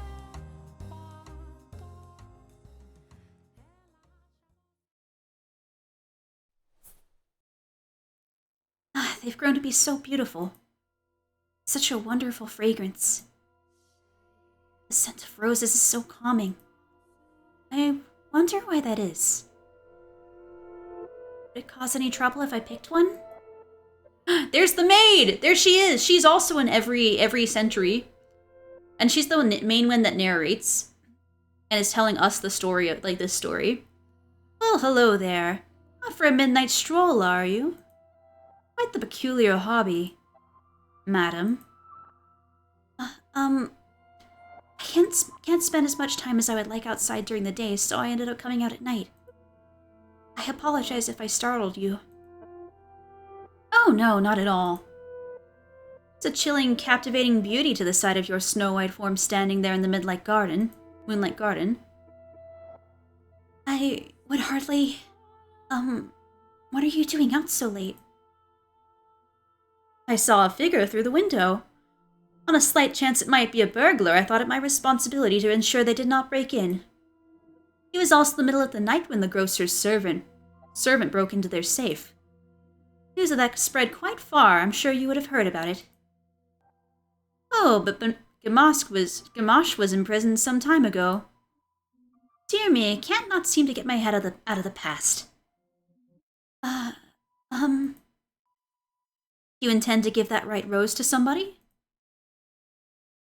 Yes. I was thinking about giving it to my husband. While I expect he has little fondness for such feminine tastes, the scent of flowers has a truly calming effect. He might find it relaxing when he needs a reprieve from his work. Oh, is that so? You are very kind-hearted. Speaking of white roses, the rose he meant to give you is the same shade of white. Oh yeah, because basically in the 1600s, she was the white-haired girl was like the love interest of like the original master of the mansion, and then after all of that, they turned out like there was like a massive fiasco, and then the old master like found out that his sister liked him, and then he was like, what the fuck? Why are you a crazy ass bitch? Because that girl, like, his sister cut off the white-haired girl's hair and then wore it as a wig. And then was like, oh, by the way, I found out that you're also, like, the white-haired girl is also your sister, LOL. Guess what? You have problems with incest, lol, now like me anyway. And he was like, what the fuck, this is the worst ever. And it ended on a tragic note because this poor guy can't catch a break and just chose the wrong person. That poor guy. He didn't know. It was an Oedipus situation, unfortunately, kind of. I know! It wasn't a moment, because it was basically this moment of, aw, they like each other. Oh no, they're related. And he was like, it's not true, right? We're not related, right? And then he was distraught, and then never married, and then never had kids, and then his family line died out.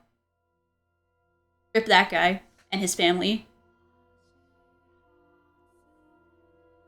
But yeah, that guy originally gave the white-haired girl a rose in the 1600s. Oh, he? When you touched it, it turned a deep shade of red.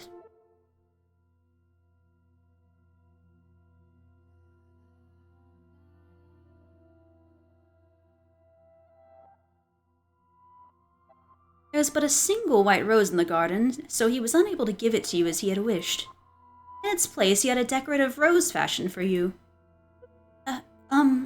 What exactly are you referring to? Oh dear, do you not remember? Then I had to assume you've forgotten what happened to the rose accessory as well. He was unable to give that to you either. But that time, because you rejected the gift. I'm not criticizing you for that decision, of course. You had a perfectly good reason for not accepting it. Heartbroken from having lost you, he buried the rose in this garden. Over the years, the roses in the garden withered away, and in their place grew a thick, unsightly nest of weeds. Many, many years later, that accessory was dug up by a beast, and this is referring to what happened in the 1700s, where the beast gave her the white rose instead. Where the beast was actually just a man who'd been driven mad and thought he was a beast, and then just couldn't decide for the entirety of the story whether he was actually a human being or not. And also murdered a whole bunch of people. like a murder hobo, and then the people stormed his house and killed the white-haired girl because that was like the one time he happened to not be home. Poor white-haired girl. And curiously enough, it had not a speck of rust on it. A beast? You do not remember him either? Yeah, tale as old as time. The foreign man who, through his interaction with you, almost regained his humanity. I'm sorry. I have no idea what you speak of. The only gift I've ever received from a man is my Phenacus wheel. And furthermore, I've only lived in this mansion for a year.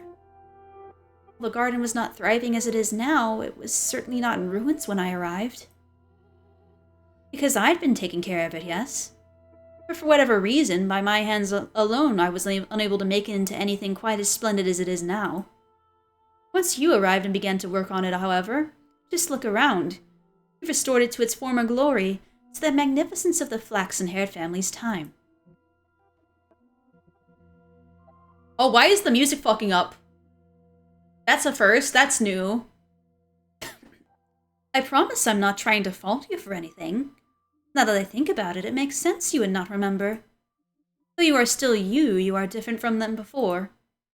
Different, though not in the sense that you are a wholly distinct person. Tell me, is your name... again? My name is... Yes, but you should already know that. Again? More proof that you are indeed you. Did you know that your current name is pronounced the same as the name of the person you are waiting for?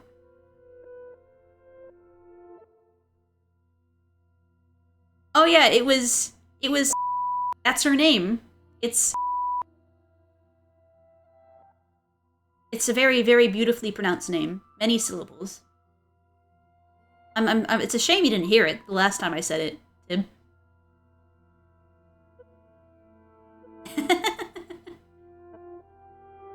Wait, you know your current name is pronounced the same as the name of the person you are waiting for.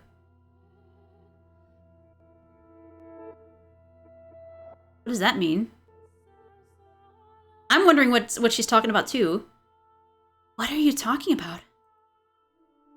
I've met you many times and I know of your past, events that transpired long, long ago. I'm telling you the truth. I first came to this mansion just a year ago. Until then, I'd never left my country or even set foot out of my own house. We did not have any servants either. So where then are you saying that we met? This mansion, of course. But I'm telling the truth. It was a year ago, shortly after my parents fell ill and received an offer for my marriage. I knew something had to be done. I knew it, and I'm telling the truth. If that is what I remember, then I do not doubt you. But I also suspect I know why you seem so flustered. Are there moments when your memories seem hazy? When it seems like most important details have fallen through the cracks? You needn't fret. One day, eventually, you shall remember all. One day.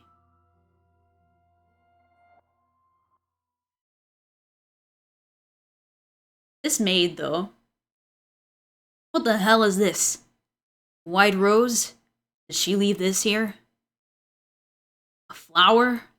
What does she think she's doing? Is she trying to aggravate me? That garden. The damn rose garden is the whole problem. Flowers serve no purpose but to deceive. Is he gonna burn the poor rose garden down? Just because she tried to be nice to him? That garden is a sign of weakness. It has no place in this house.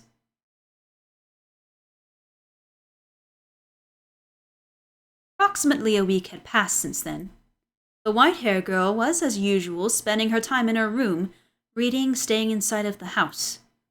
Then Maria barged in. Madam! Madam! Oh my, you're out of breath. What happened? What happened is we have a big problem. The garden. The rose garden.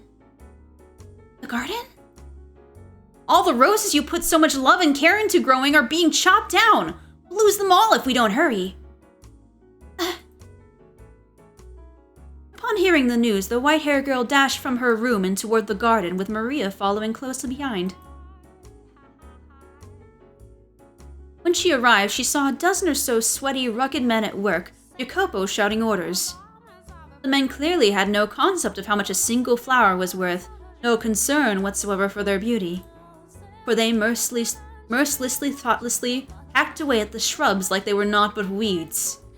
Each flower they tore from the earth extinguished another of the many lives the white-haired girl had put so much time and effort into tending for. Jacopo, what are you? Ah, hello, Maria. Didn't expect you would come with her. Why? Why would you two? Why? Why, it goes without saying. This house has no need of a garden. Damn flowers have no place here. Might as well do something worthwhile with the soil. Miniature railroad would be a better use of the space. Certainly has a great deal on the eyes. I could even get my hands on some genuine wheels. Same wheels being used on the revolutionary transcontinental railroad. 10 or 20 years down the line, they'll be worth a fortune. Jacopo.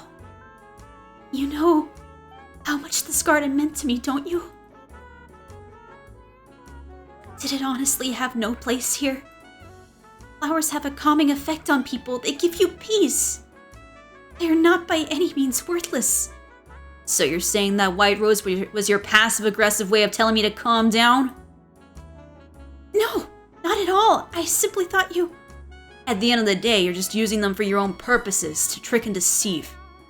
To you, this rose garden was nothing but... Jacopo! You've gone too far. This isn't right. Gone too far. This is my mansion. What I do with my property is my business. With that rose arch out of the picture, we'll have a much better view. There won't be anything blocking the sun any longer. Weren't you supposed to be sensitive to sunlight? Spend too much time out here and you're liable to fall ill. Get back inside now. You too, Maria.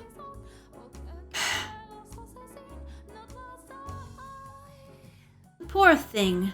Though she did not say a word, she was surely thinking, are you truly that determined to rob me of my sanctuary? The words twirled around in her head, unable to make a final journey to her lips. She stood there, looking down at her own feet as her husband marched off, and listened to the scream of the roses being reaped. After being torn down by Jacopo, the garden reverted to a state of ruined desolation. A shame, after all the work that went into restoring it to the beauty it had under the flaxen-haired family. As Jacopo had said, in its place went scraps of metal, train wheels, prototype models, carbon rods. These items may have had value for him, but I certainly do not think it was worth robbing his wife of a place that made her feel comfortable just so he could store them there. Besides, I was rather fond of the rose garden myself. The roses seemed to have evoked a sense of nostalgia in me. I felt as though somewhere beyond the edge of my memories I had seen another garden of roses, modest though it may have been. But I cannot remember when it was. Does that come as a surprise to you? I'm quite sure there are periods of the mansion's history of which I am not aware. But in any case, Jacopo had caused many people great pain in order to repurpose that garden for himself. And he continued to walk all over his wife.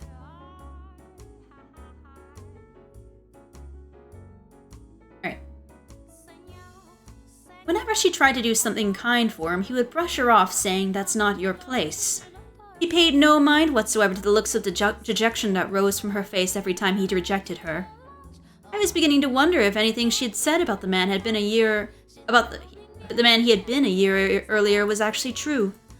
And if it was true, could a person really go through such a drastic change of heart in such a short time? What do you think, Master? No, I've spoken enough about me already. I seem to be talking a lot about myself this time. That is hardly appropriate behavior for a maid. Now, let us return to our tale. That evening, the white-haired girl sat in her room staring sorrowfully at her Phenacus wheel. A small mirror before her, she tried spinning the paper disc, but it was just not the same as before. Her husband was not there at her side, and even more critically, there was not a smile on her face. And then she heard a faint knock on her door. Who is it? It's me, madam, it's me. May I come in? Oh, Maria. Of course, come in. What are you doing here at this time of night? I was just wondering how you were doing. Should I have left you alone? Oh, it's no trouble at all. I'm always glad to have you. You're making me blush, madam. I got the feeling you were a little down in the dumps. So, I'm not here because I need to be. I just kinda ended up here, I guess. Maria. Sorry, I'm not making any sense. I can be a bit of a busybody, you know? Trouble with boundaries, I guess. Never been able to fix that. No, I don't consider you intrusive at all. I cannot count how many times your bright smile and cheerful energy have shone a light on me when things were dark.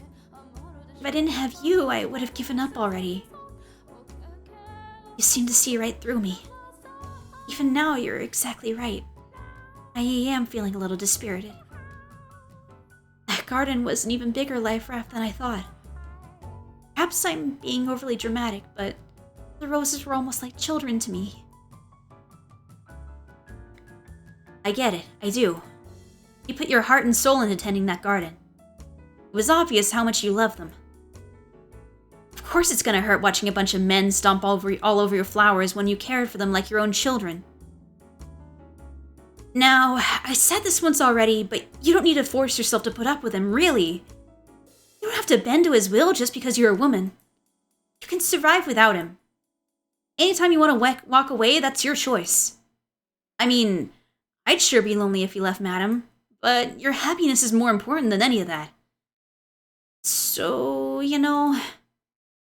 Thank you, Maria. I truly do appreciate it. But I would still like to wait. The day I can see his warm smile once more. If you say so. Well, in that case, I guess I'll just have to be there to back you up. It'll be alright. You leave everything to this holy virgin. I'll have a stupid grin on my face no matter how down you're feeling. You really are the running reincarnation of the Mother of God, aren't you? Oh, you. I told you, it's just a joke. Whatever. So hey, madam, how about a dance? A dance? At this time of night? Yep. And since it's so late, no loud music. All you get is a little whistling courtesy of me. But this room is too small for... We'll use the Great Hall. Didn't that put us in everyone else's way? You would probably complain about the noise, too. No need to worry. Jacopo's out inspecting some factory or something today. After all, he's got a meeting, so he'll be staying the nights elsewhere. The rest of the maids are in their rooms chatting away. No one will notice. Where I come from, we dance all the time. We take, eat, drink, and be very merry to heart. No food or drink for us, but we absolutely can dance. Dancing is a great way to forget all your cares. I am not much of a dancer. No big deal, no one's watching. Come on, put on a little fancy perfume and let's have some fun. I don't have any perfume, though. Didn't think so. You got all the right ingredients, madam, but you don't try to make anything special out of them. You got so much potential, but not even a decent-sized wardrobe. At the very least, you should wear some perfume. Which is why, ta-da! I brought some with me. The maids are in love with this stuff. It's a big hit with women all over the country. The base is vanilla, and it's got several other fragrances mixed in. Give it a try, it smells divine. But Maria, Come on, what's the harm?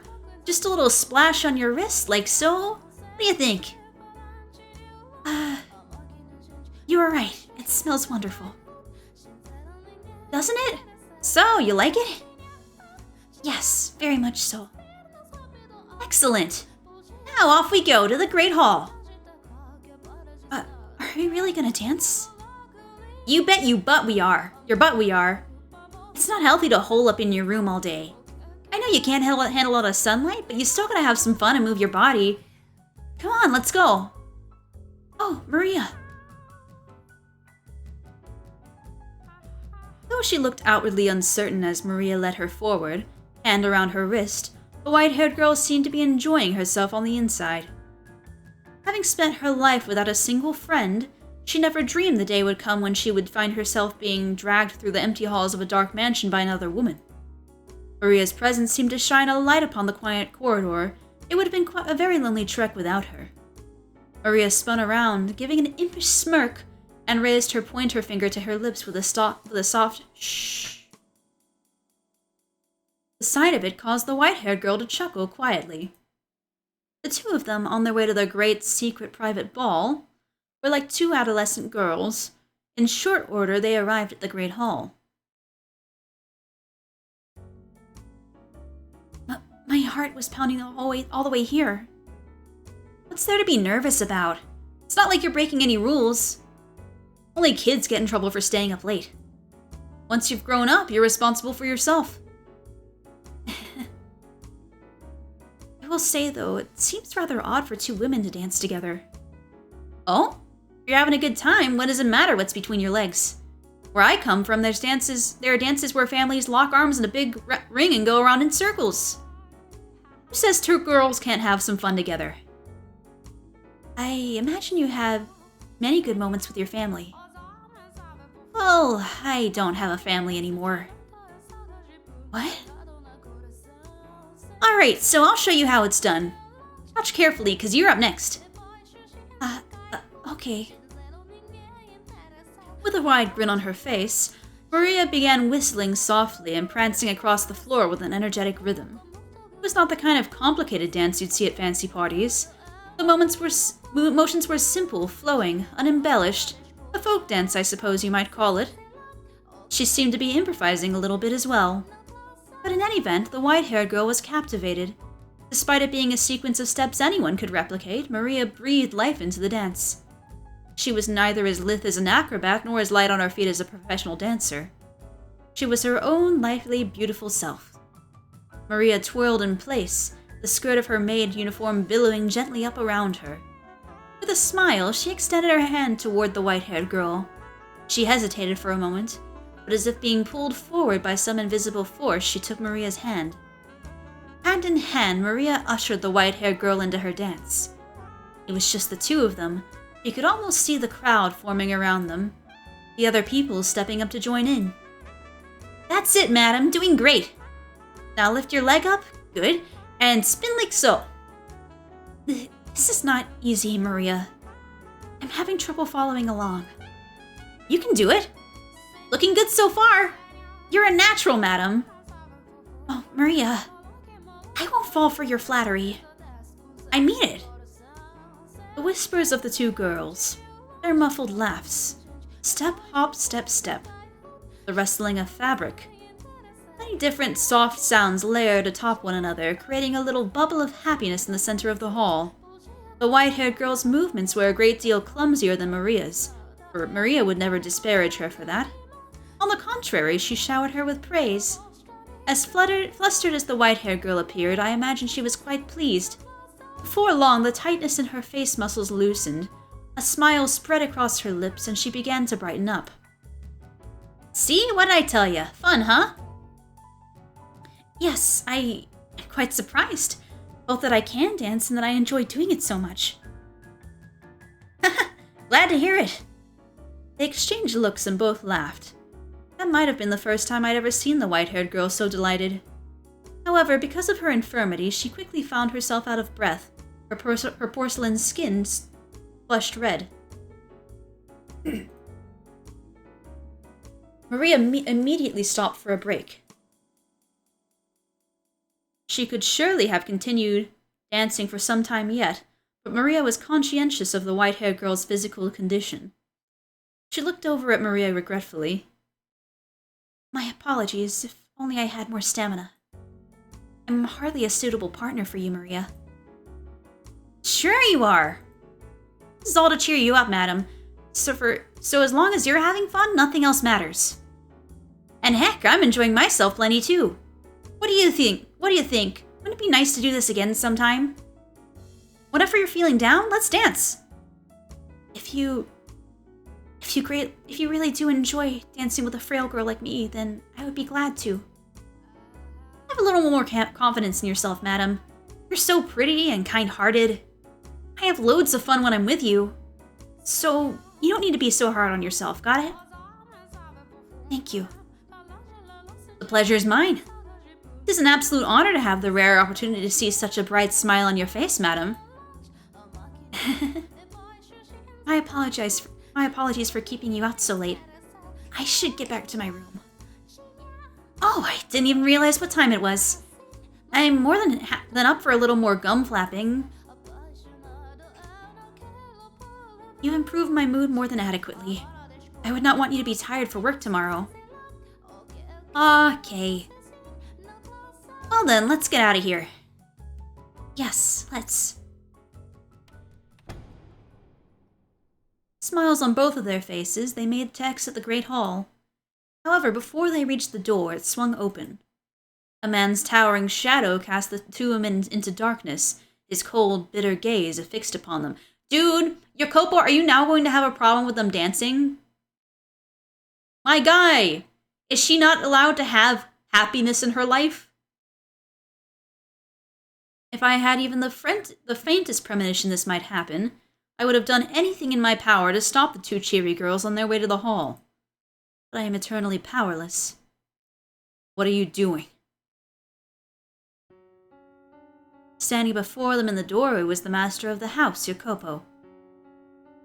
I thought you would not be back until tomorrow. And how would you know that?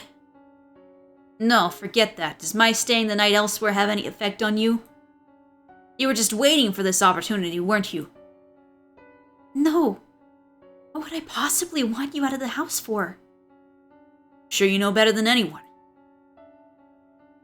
What? What is that smell? Perfume? When did you get perfume?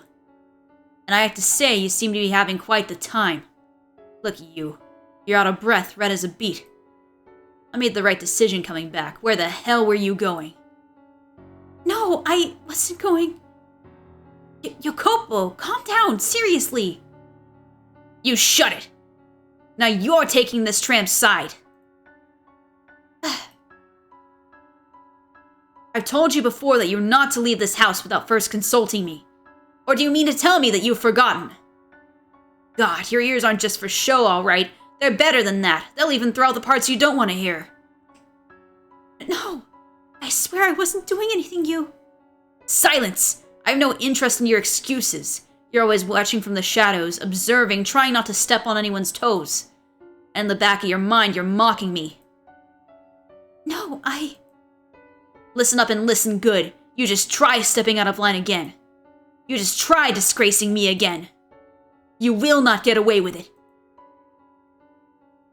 For the love of God. Get back to your room now. You too, Maria. All right. God, what is this? Is this sickeningly sweet smell? How utterly infuriating. It'll take forever to get this off me. I always thought you had at least some sense of taste.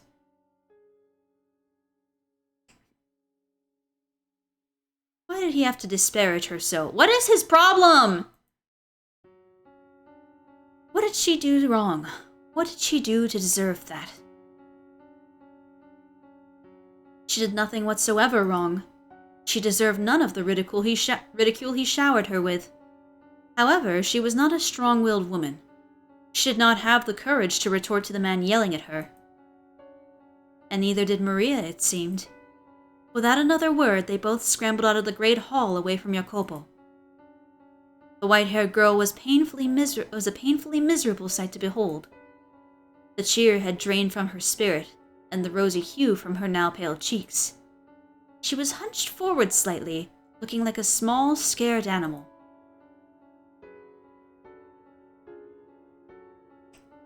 Say, I'm sorry. This is all my fault. If I hadn't asked you to dance, And me bringing the perfume only made things worse. No. You need not feel bad about anything, Maria. Everything you did was with my best interests at heart. So, don't worry. I'll be fine. So, madam, I'll clear everything up. I really am to blame, after all. He wouldn't even give you the time of day if you tried. He's a stubborn little shit when he's mad. I'll talk to him. He's more likely to listen to me. I'll make sure he knows he was just jumping to conclusions, that I'm the one who dragged you out there to dance. And also that I forced you to wear the perfume. I'll clear everything up, okay? So please, you cheer up. It would be best if I could tell him myself. But yes, you're right. He would likely not listen to me. He rarely ever listens to me. I would be ashamed. I cannot even hold a simple conversation with my own husband. These things happen, you know.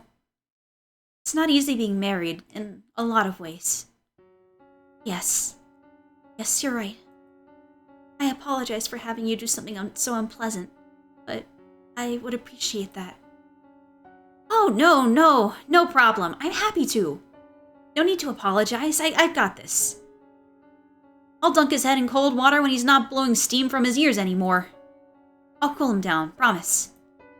And you never know, maybe he'll be open to listening. You could be back to the way you were a year ago in no time. Don't you worry, I'll take care of it, madam.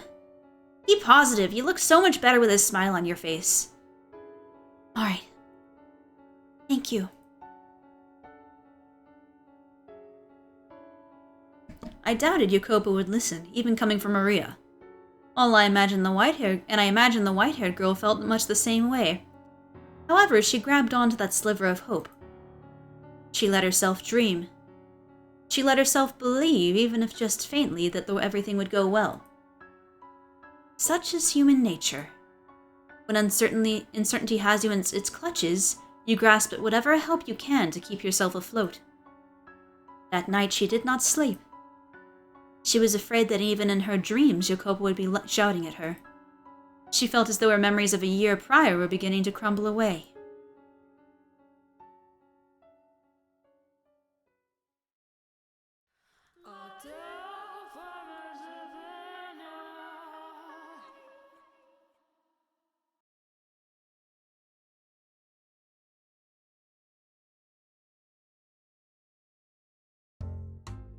The next morning, Jacopo stood alone in the den by the billiards table.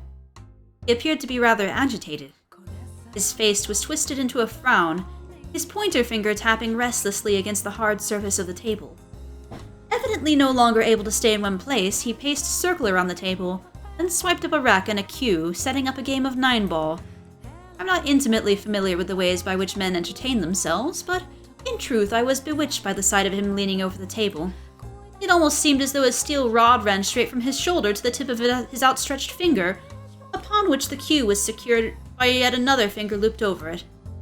With a smooth, flowing motion, he thrust the cue forward slightly, pulling it back and repeating the process once more, before ramming it into the cue ball, sending it rolling down the diamond of colored balls. A chorus of clicks and clacks emanated from the center of the room. Balls collided with one another, and ricocheted off the cushioned walls, a few landing in the pockets situated around the edge of the table. Jacopo appeared to have accomplished this with little trouble, but I imagine merely striking the cue ball with a stick would be rather difficult for someone inexperienced. But despite his accomplishment, it seemed to only exacerbate his agitation. Lousy positioning, he muttered, although I hadn't the faintest idea what he was talking about. What should have been a game for his enjoyment, he went about with a constant look of exasperation. I suspect he was using it as a way to blow off steam, and as a result, the tension in the air was palpable. I felt it would be improper to intrude on him, even considering my distaste for the man. There was an undeniable beauty in every motion he made, every perfectly audible clack of billiard balls bouncing off one another. It was an enchanting sight.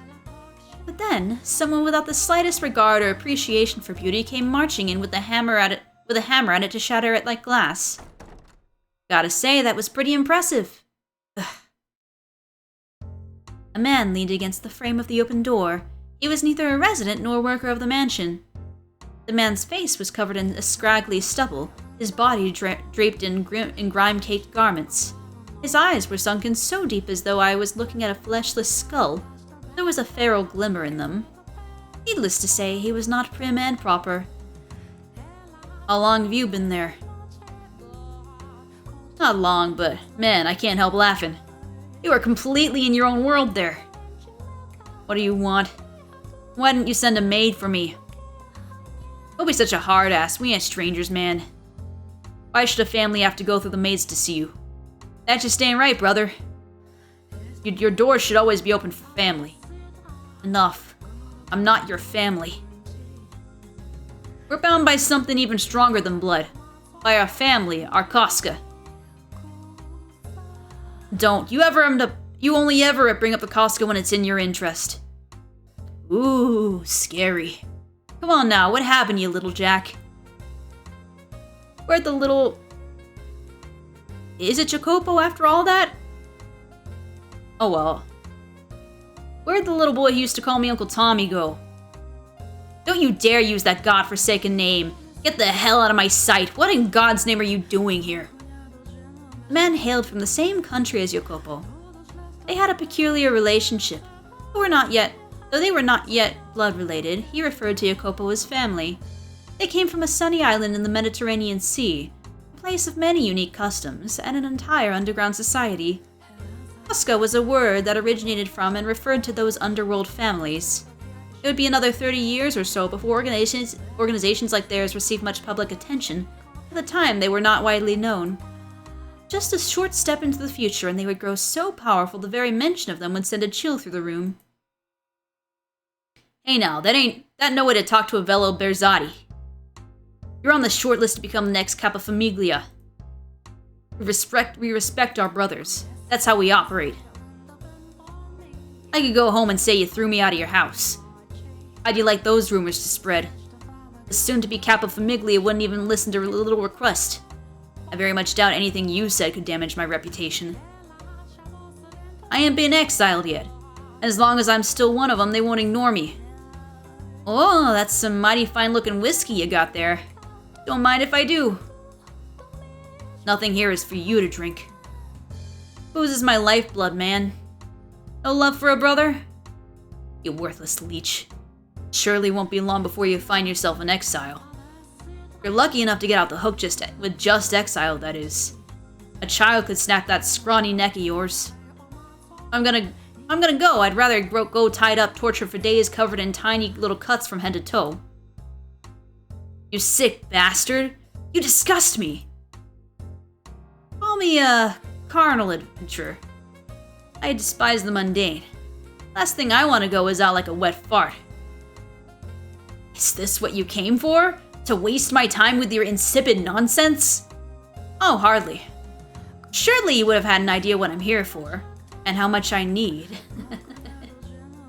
You damned maggot. A worthless leech, a sick bastard, and a damn maggot. What other names you got up your sleeve for me? Son of a...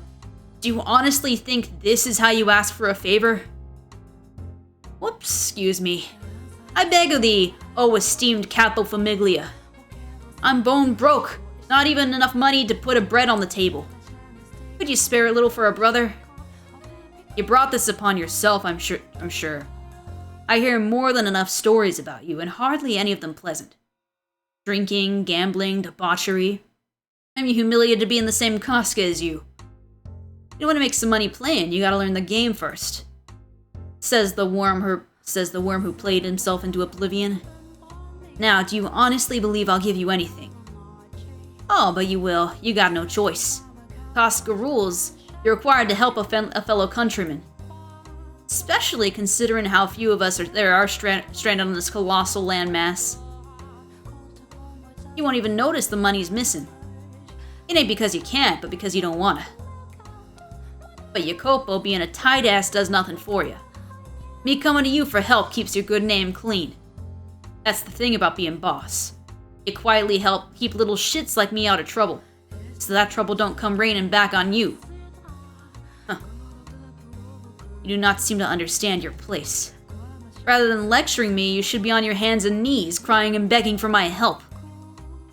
That's what you want, I'll gladly comply. Happy to kiss your boots while I'm at it. Is that... Okay. Uh-oh, my phone's hot apparently. It died! How long has my VTuber model been dead? Hold on. It feels okay. Well, I'm gonna assume my phone's fine. Don't even think about it. Know this, there won't be a second time. I will be reporting your conduct to the family back home. I look forward to seeing how they deal with you. Just try to have a little mercy, would you? Hey, is there a maid around? It doesn't matter who. How may I serve you, master? Get a single stack from the safe. Here's the key. Goes without saying, but don't touch anything else. Give the money to that man as you're escorting him out the door. As you wish. Is that all you needed? Yes. Now get to it. Very well. Excuse me. Well. That's one looker of a maid you got there. But there's something, I don't know, eerie, strange about her. Can't see that. We agree on something. How long's she been working here? Couldn't tell you. As I recall, she came with the house. Is that the kind of woman you fancy? Gal you can't read will always be interesting. That's so. Now that he mentions it, how old is that woman? Well, I suppose it doesn't much matter. Oh yeah, Jacopo. One other thing I wanted to talk to you about. What is it this time? If it's more of your blather, I'll shoot you dead where you stand. Now, no need for threats. This one's about your, better half. What about my wife? Well, to put it simply, yeah. She came to me asking for advice, looking a little distressed. My wife asked you for advice? Yup. From the sounds of it, you're pretty rough on the little lady. That just ain't right, man. You managed to snag yourself a broad that pretty? You ought to treat her at least a little better, you hear? She looks good with a smile. You ought to make her show it to you every once in a while. Why would she come to you about that? Don't ask me. Maybe she ain't got no one else to talk to? And you know, for whatever it's worth, I am part of the same Casca. Guessing she thought I'd get through to you easier?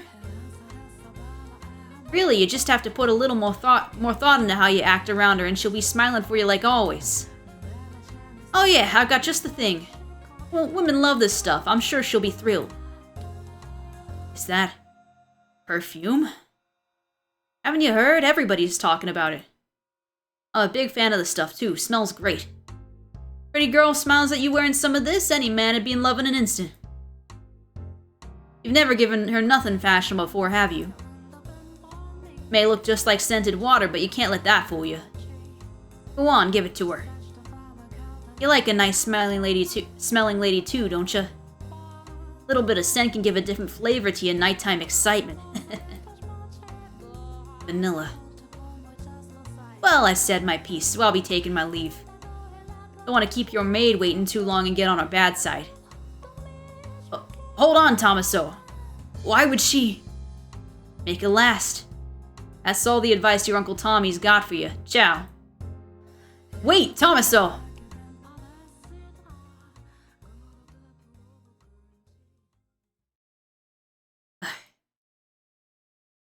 I could go after him. It would be a simple task to catch him, grab him by the neck to make him tell me. Tell me where he spoke with her and what she told him. But why? Why will my legs not move? Asking him for advice, fashionable perfume, her smile. She looks good with a smile. She'll be smiling for you like always. That can't be. She hardly ever smiles around me. But she'll smile for him? Last night, when she was short of breath, having such a grand time wearing that perfume. Do not think that she is cheating on you. Holy shit! getting ready to leave the house. Just who is that smile for? God damn it! Don't you think I'll let you run free any longer? His eyebrows were furrowed, creating deep creases on his forehead. Several servants stood off to the side, watching their master attentively as he stomped past them down the corridor. However, no one said a word to him. Had I not been preoccupied attending to his countrymen, I likely could have prevented it. Oh no. The look on his face would have made it obvious something bad was about to happen. Something that would serve only to further her misfortune. She was already in a less than ideal situation, and it was perched on the edge of a hill, soon to begin rolling down into even worse territory.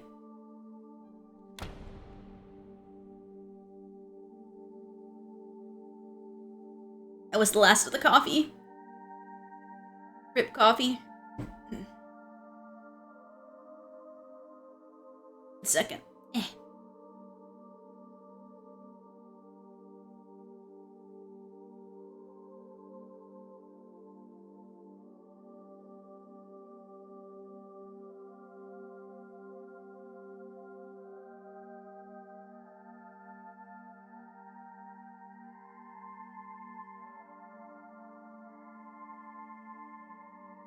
Alright. Jacopo? What's the matter? If you wanted to visit, you could have said something, rather than coming in without knocking. Is that really necessary? Pardon? Is there something you so desperately want to keep from me that I must knock before entering? That I should have to let you know in advance that I'm coming? Holy shit. What are you? Well, is there? You went to talk to him behind my back, I'm told. What'd you tell him? You moaned to him about my behavior?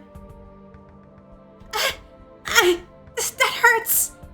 You told him I'm rough with you? You cried on his shoulder because I'm not nice enough? Him, of all people. What? Wait, Jacopo, you're mistaken, let me... Silence! Not a word! Not a single godforsaken word! The only thing that comes out of your mouth is excuses. Lies and fabrication. You put on this sweet, innocent little girl act, but what's really going through your head? Maybe I should just rip that mask off your face. Stop, Jacopo. You look down on me, your nobility, and I'm just a nobody who married into it. No, stop. Let go of me, please. When did it start? How long have you been seeing him? Who else have you been seeing? Covering yourself in fashionable perfume and smiling, even though you never smile around me. Please, let me go. I can see it in your eyes. He's just a worthless commoner. Why would you think that? Why will you not listen to me? Silence! It's all your fault! Every last thing! I tell you not to leave the house, but you do. I tell you to do what I say, but you ignore me. Every single last thing you do drives me mad. I don't have time right now to deal with this, to rack my mind over you, over a woman. I don't have time for it. Why do you not do as I say? Do you not have enough already, huh? Will you not be satisfied till you've taken even my arms and legs? I've given you money, clothing, everything. You have an incredible life. Look around you. That life of luxury you and your parents wanted, it's right here. You have it. What more could you possibly want? Why do you insist on being unfaithful? Unfaithful? You think that what I'm doing is unfaithful to you? How else should I describe it? You leave your room despite me ordering you not to? Don't think I don't know. When you came to the den the other day, you had your eyes on the other men. No, I did not. I had no such inclination. Enough! Not another word from you. I have no interest in your excuses. If that's how you're gonna act, then say goodbye to your freedom. You're forbidden from leaving the mansion, or your room for that matter, or even speaking to the servants. Oh, I know what to do. I'll make you a new room. Too many people to come out in and out of this one. It'll be somewhere quieter, out of the way. You like the garden, how about I put it there? You leave that room without my permission, this time, I'll kill you. Why? Why will you not listen to me? Jacopo, the master of the house, likely loved the white-haired girl. That is what I saw in their exchange. Normally, love is supposed to be a sweet, warm, wonderful emotion. It makes you care, value that person even more than yourself. But it was the exact opposite for him. I never knew that love could be such a painful thing. How did his love end up being so twisted?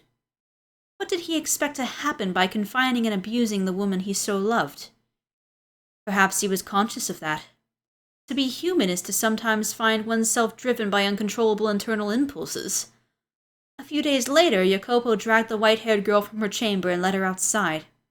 The garden she had once loved was now a thing of the past.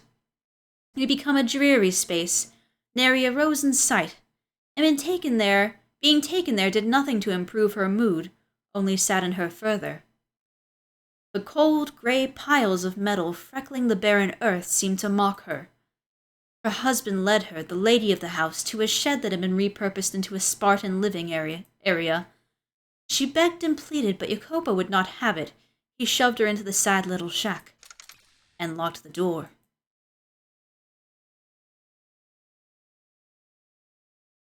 This poor woman is going to die.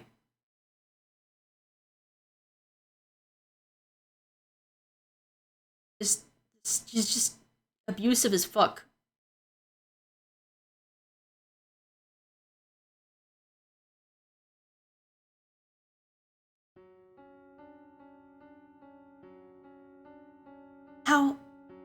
How did things end up this way?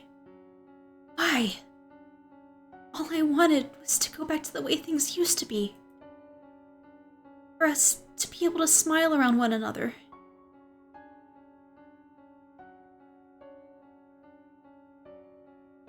It had been several days since Jacopo had locked her in the shed, and her day-to-day life was only growing more arduous. She was under constant surveillance. The door was only unlocked to deliver her meals 3 times a day. And despite what an unfortunate situation their employer's wife found herself in, the maids chattered and gossiped and giggled freely. Not even in the shadows, out of her presence, the tactless young maidservants whispered directly to the white-haired girl when they brought her meals. "Look at you, madam. Caged away like cattle." I could almost hear the sound of cracks forming in her heart. I imagined she had gotten to the point where she was having difficulty merely holding herself together. She had done nothing wrong, and yet she was forced to live this life of insults and mockery. Of ridicule. The only reason her tenuously held together spirit did not completely shatter was because she still had her one and only ally. The maid Maria volunteered to attend to the white-haired girl. Maria took over the duty of delivering her 3 meals, meaning the other maids stopped coming by. And that relieved the white-haired girl's mental and emotional stress considerably. Maria became her sole conversation partner, her sole companion. She did not leave as soon as meals were finished, instead remaining in the shed with the white-haired girl for some time.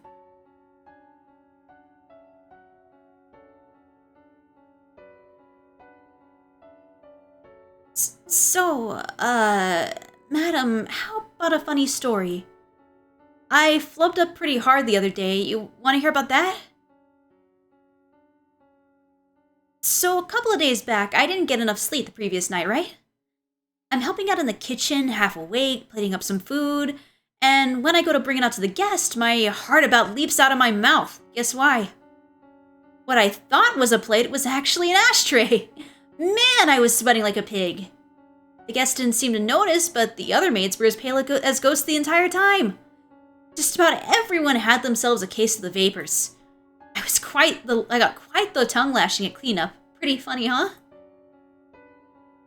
Oh, did you... Sounds like it was a pretty bad day.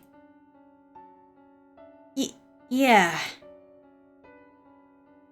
Hey, madam? I know there's not much point in telling you to cheer up right away, but I'm sure he won't keep you locked up forever. He's just a bit crabby for now. It'll be alright. Although, I guess this is a bit drastic for a temper tantrum. I'm sorry, madam. If only I'd pushed him a bit harder. only I'd had a little more influence, you might not be in this situation. I thought I could be of some help, but I guess I'm not doing a great job of that. Of course not, Maria. You absolutely are. Just your being here takes a great weight off my shoulders. Still, though, I feel so worthless. Because I'm just a maid, I can't set you free. It's okay. I'm used to being imprisoned. What? What do you mean you're used to it? You never locked your door before. You're right. I'm not sure why, but I feel as though I have been in a similar predicament before. Lacking freedom and contact with others for a long stretch of time. I'm sure it's simply the exhaustion getting to you, madam. No one should ever be used to living like this. Yes, I agree. And I pray things go back to the way they were soon. Has getting mad at him never crossed your mind? Getting mad? Yeah, when he yells, you yell back. You let him know he's in the wrong. Never considered doing that? I guess you're not one to get angry, madam, which would mean you're a better fit for the Holy Mother than me. Oh, no. I do sometimes want to get angry. To tell you the truth, it's almost always going through my mind how, if I did raise my voice, perhaps he would listen to what I have to say. But when I'm standing there in front of him, if he starts shouting at me, I freeze up and end up not saying a word. I'm just such a pitiful woman. Everything about me. When I need to speak up most, to stand up for myself, I cannot. Oh, don't look so down. That's not a bad thing, it's just got you in a bit of a pickle right now, but I'll clear up everything to him. You hear me? With him, you hear me? In my mind, your modesty is a virtue. The more I think about it, I can't even imagine you screaming. I like you better the way you are, reserved and ladylike. You can leave all the yelling to me. I'll do whatever I can to help you, madam. Were you able to clear up his confusion about the night when we were dancing? Oh, about that. Sorry, he just wouldn't hear it. I see. But I'm not throwing in the towel. I'll keep trying as long as it takes. So... Say, Maria, could I perhaps ask another favor? Yeah, sure, let me have it. I would like to write him a letter. A letter? Someone who lives in the same house? Yes. As things stand, I cannot simply go visit him on a whim. And I feel as though I could calmly express on paper things I'm unable to say to him face to face. I suspect I might have more luck that way. I also believe he would be more likely to maintain his composure reading my thoughts in a letter than hearing them from my mouth.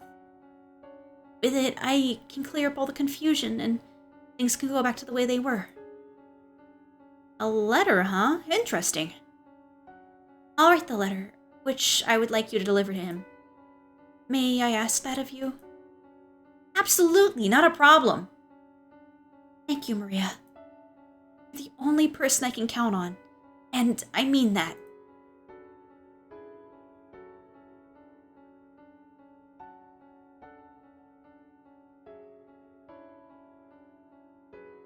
Why? How did this happen?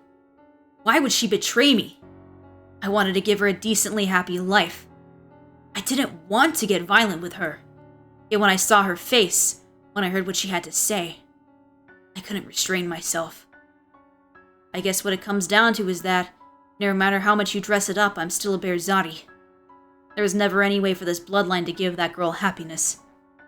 God damn it. Why am I fretting over this nonsense? I'm supposed to be the future head?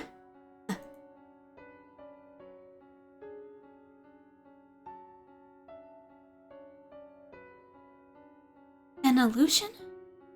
But they're dancing, they really are. And they look like they're having a wonderful time. Are Are you sure it's an illusion and not something else? To me, it does not seem to be. I cannot see it as anything but two tiny people dancing. That's how it works. Reach out your hand and try to grab them. You won't be able to. Ah, you're right. That's a shame. I didn't think you actually would. But it's the most precious thing. They look as though they're dancing atop my palm. It's almost frightening how much innocence rests within those hands. It's as if they've been completely cut off from all the world's filth. My hands, however, are soaked in blood. I fear that bringing her into my world may taint her. Am I capable of protecting this woman's purity? And yet, as I watched her so joyously playing, I felt as though I'd gotten close to her. I was the one being a child that day. Jacopo, it's me, Maria. Is it alright if I come in? Maria. It's fine, come in. Alrighty.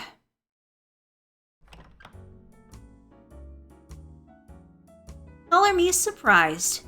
I didn't think you'd let me in. I ever denied you access to my room? Nope, but you've been looking pretty glum lately. Never exactly been a cheery man. True enough.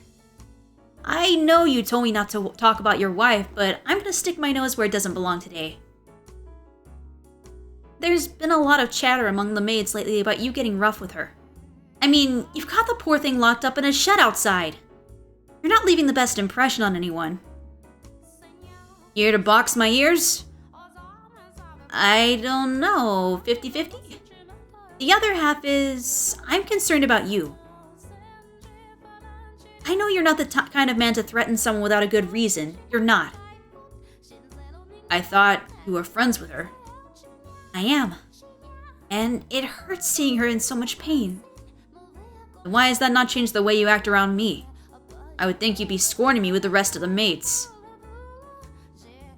Oh, I see how it is. You don't trust me. And we've known each other for so long. This isn't a question of whose side I'm on. You're in pain too. I can see that. I've always bottled things up, kept them hidden. You're too proud to rely on others. But you should probably vent to someone before it reaches the point where you no longer can. Say, Jacopo, you remember the promise we made a while back? How far back? Back when you were still shorter than me. You were 14 and I was 12. I had to leave town and you came to see me off. Quite frankly, I didn't think you'd come. Wait, hold on. I was surprised even if I didn't show it. Okay, so they've known each other a long, long time. No, Cat! You're okay, Cat. Wow! He's expressing his discomfort, his distaste, and everything in this house. Jacopo? Where's your dad? Or are you here alone? He didn't even tell me. There's no reason you have to leave town. My old man says the Campanellas have more power. I should be the one leaving. It's not that simple. Grown-ups have a lot to consider. So don't give me that look, Jacopo. We were kids, but we both just started kind of started to catch on. To the situation with our families and to the bonds. Am I talking as Jacopo or am I talking as Maria? I think I'm talking as Maria. We were still kids, but we both kind of started to catch on to the situation with our families, to the bonds that the land held on us. But we didn't know any of the details at the time. My grandpa... Wait, so is it Jacopo? I'm so lost! My grandpa owned... I'm gonna treat it as Jacopo since they said my grandpa, unless we're talking about... You know what? I'm just gonna talk normally until we figure out who it is. My grandpa owned all the land the city was built on, but he was a very conservative man. He didn't try to spread his influence, instead opting to fortify what he already had. I don't know exactly when it first started, but organizations were used to administrate cities. And when we were kids, my dad was the Okay, so I am speaking as Jacopo. Unless Maria's dad was also the Capo Famiglia, but I'm gonna assume it's Jacopo for now. And when we were kids, my dad was the Capo Famiglia, and my grandpa his consigliere. Just because he was an advisor didn't mean he was powerless. While my dad made the decisions, my grandpa was the only one allowed to fight him on them. Your father was the Capo Decana that served under my dad. He wasn't especially happy about that. But parents quarreling doesn't affect their kids. Or at least, that's what I thought at the time. What you probably thought too. There was still a chance we would be caught in the crossfire, so my dad decided to send me and my mom away. Off the island and to the north. Okay, it's Maria. I'm so confused! Because it said that, like, she went somewhere else, right? I don't know who is talking. Off the island and to the north were some more prosperous areas. He thought that by sending us there, we could live our lives clean regardless of where we came from. There's no changing what's in your blood, though. You could have told me, too. Or were you planning on leaving without saying anything? No, it was just... Okay, so... I think it's young Maria. I think I've shifted like 3 times. I'm pretty sure it's Maria, but they could have clarified this a little bit better. And then her dad used to be the Capo Famiglia, and now he's the Capo Famiglia. Okay. No, it was just all decided just so quickly. Why do you sound so accepting? Adults have a lot to consider? You bet they do, but you could at least let them know you're opposed to it, Maria. But no, your tail went straight between your legs as soon as you were told. You just gave up and accepted it right straight away. I thought you were better than that. You think? You think I don't know that? But I'll just be my dad's way if I stay. I'm a kid, a girl. I wouldn't be of any help if something happened. And I don't need somebody to protect me. Never once thought of you as a girl. Hey now, that's mean. Oh geez, thanks Jacopo, now you're getting me all mushy too. If anyone should be sad here, it's me. I'm not sad. Oh really? You sure you're not actually torn on that I won't be around anymore? You're a huge crybaby after all, Jacopino. Hey, when have I ever cried? And don't call me that. I made you mad. Short-fused as ever, I see. You gotta learn to keep your head. You're a man and heir to the Berzati family. Don't you lecture me. So pig-headed. You could at least listen to me this once before I'm gone. Hey, Maria. Got a little time to spare? Yeah, sure, but not much. The carriage is gonna be here soon. Do you have enough for a trip to the hill and back? Yeah, I should have time for that. Because of our families, we weren't really able to get along with the other kids in the city, so we played a lot at the top of the hill. It became kind of like our little secret lair. There was an abandoned house up the hill, I guess an old farmhouse or something, and kids love that sort of thing, you know? We called it Casa Nostra, our home, and we pretended it was actually ours. We drew circles on the wall in chalk and used it for target practice. We brought up a bale of straw and used it to make makeshift beds. When either of us got into fights with our parents, we'd stay the night here instead of home. In retrospect, I'm sure they knew where we were going and just let us do our thing. Oh, yeah. There was this one time we were playing and a huge storm rolled in, trapping us up there. The wind wasn't just howling, it was screaming bloody murder. It was blowing so hard I thought the house might fly away. As I recall, you were crying that night. Hey, Nero, you here to see me off too? Ah, there you go, wagging your tail with that dumb look on your face. You have no idea what's going on, do you? It wasn't just the two of us who had made Casa Nostra our home base, though. There was one more, a stray black dog. I'm pretty sure it didn't actually have black fur, though, and it was just really, really dirty. Of course he doesn't. He's a stupid animal. don't talk about him like that. He's one of us. What were you planning to do about Nero? Just leave him behind? Nothing else I can do. Can't bring a dog in the carriage. Besides, you're here, so it'll be fine. You take care of Nero, alright? He doesn't like me. You're the only one who can take care of him. Maybe so, but I'm not coming back. He'll starve to death if you don't figure something out. He's a puny runt. I doubt he could win in a fight for scraps. Come on, do it for me. You said you won't be coming back. Did you mean that? Are you absolutely never returning to this town? There's no telling what may or may not happen, so it's best not to get your hopes up. Better than the pain of getting let down. Well, I've turned into quite the cynic, huh? Maybe if I'd been born into a more normal family, I'd be in my room in a pile of dolls right about now, my head in the clouds. Can't imagine you doing that, nor do I think that's normal. Well said.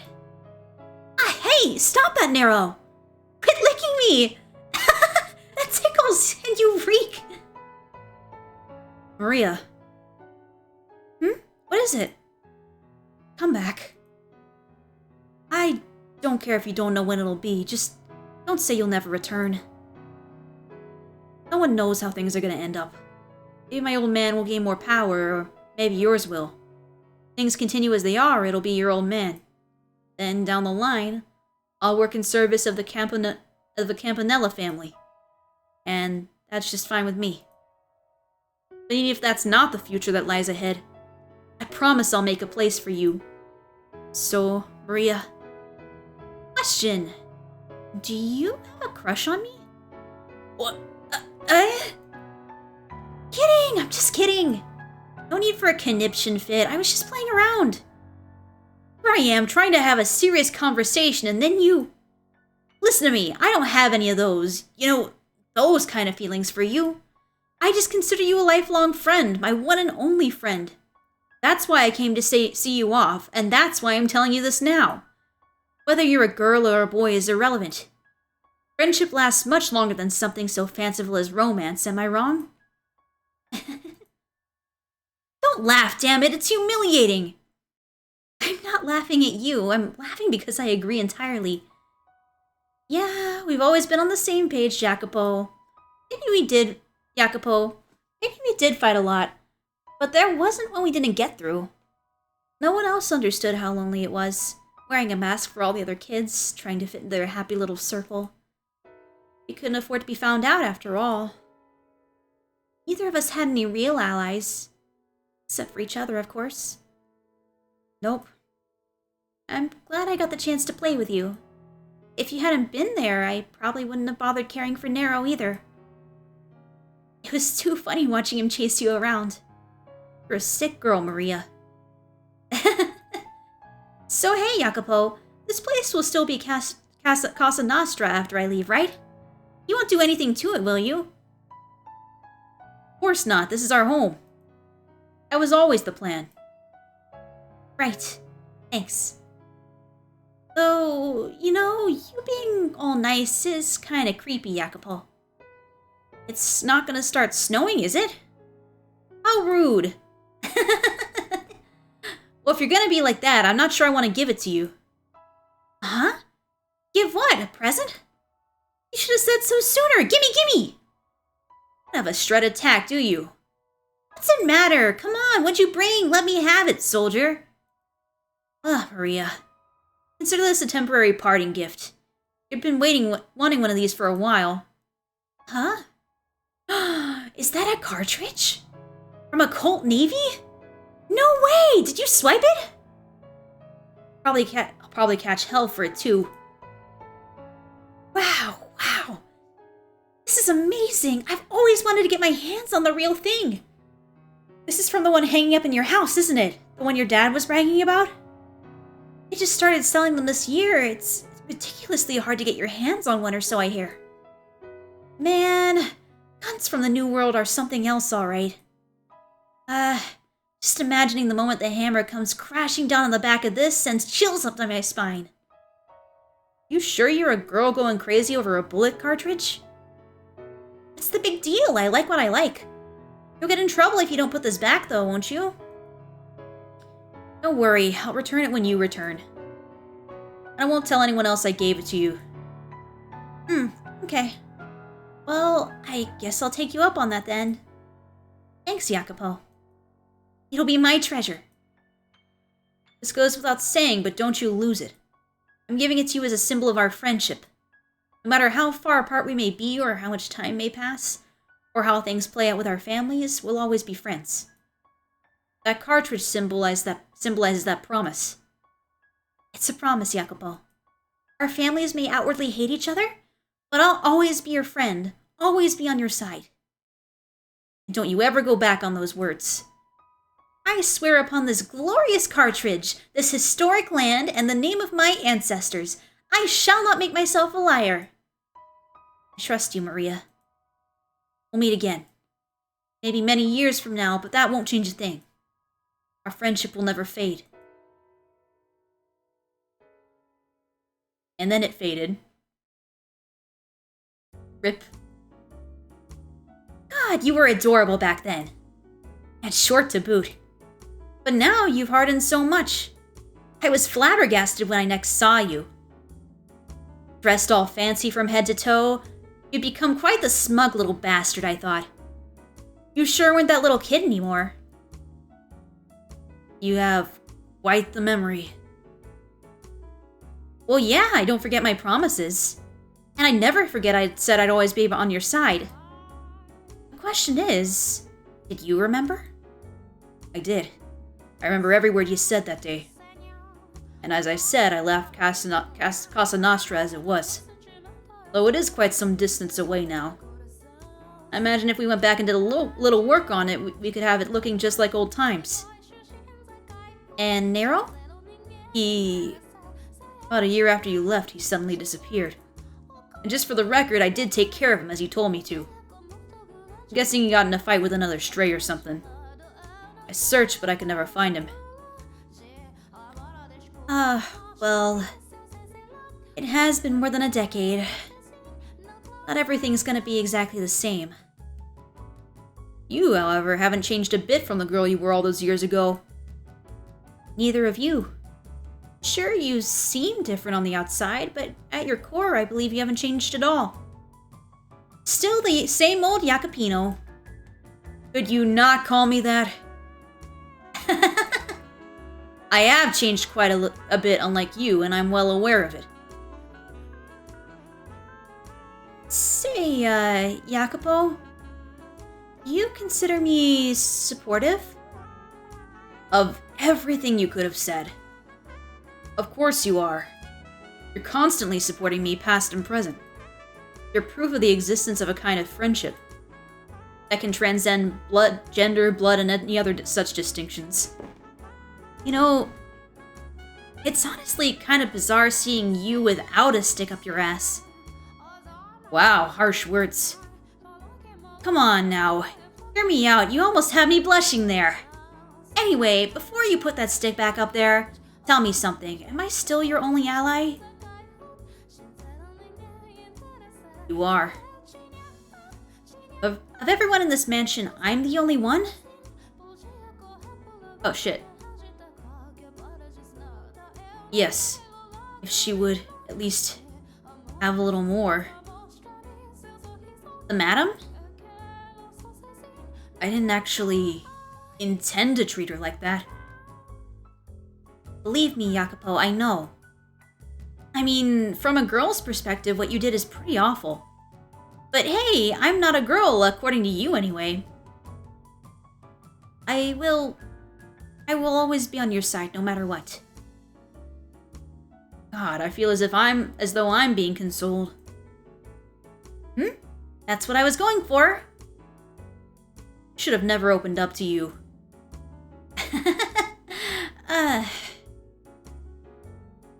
Huh? Hey, now's probably not the best time to bring this up, but I have a letter. A letter? Written by the madam, here. A letter from my wife? Let me see it.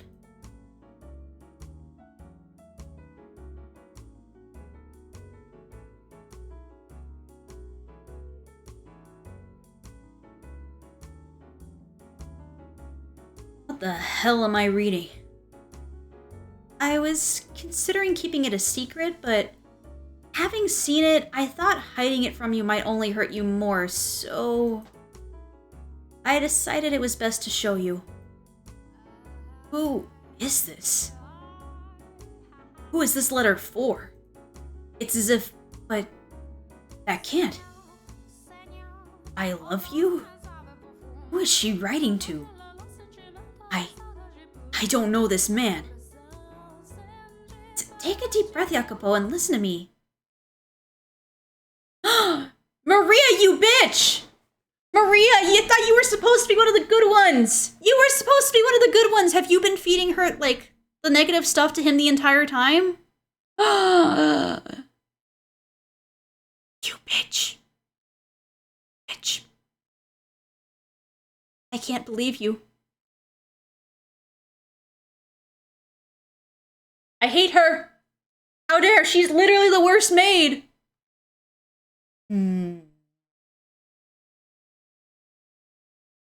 The madam's having an affair. She's been feeding him poison the entire time.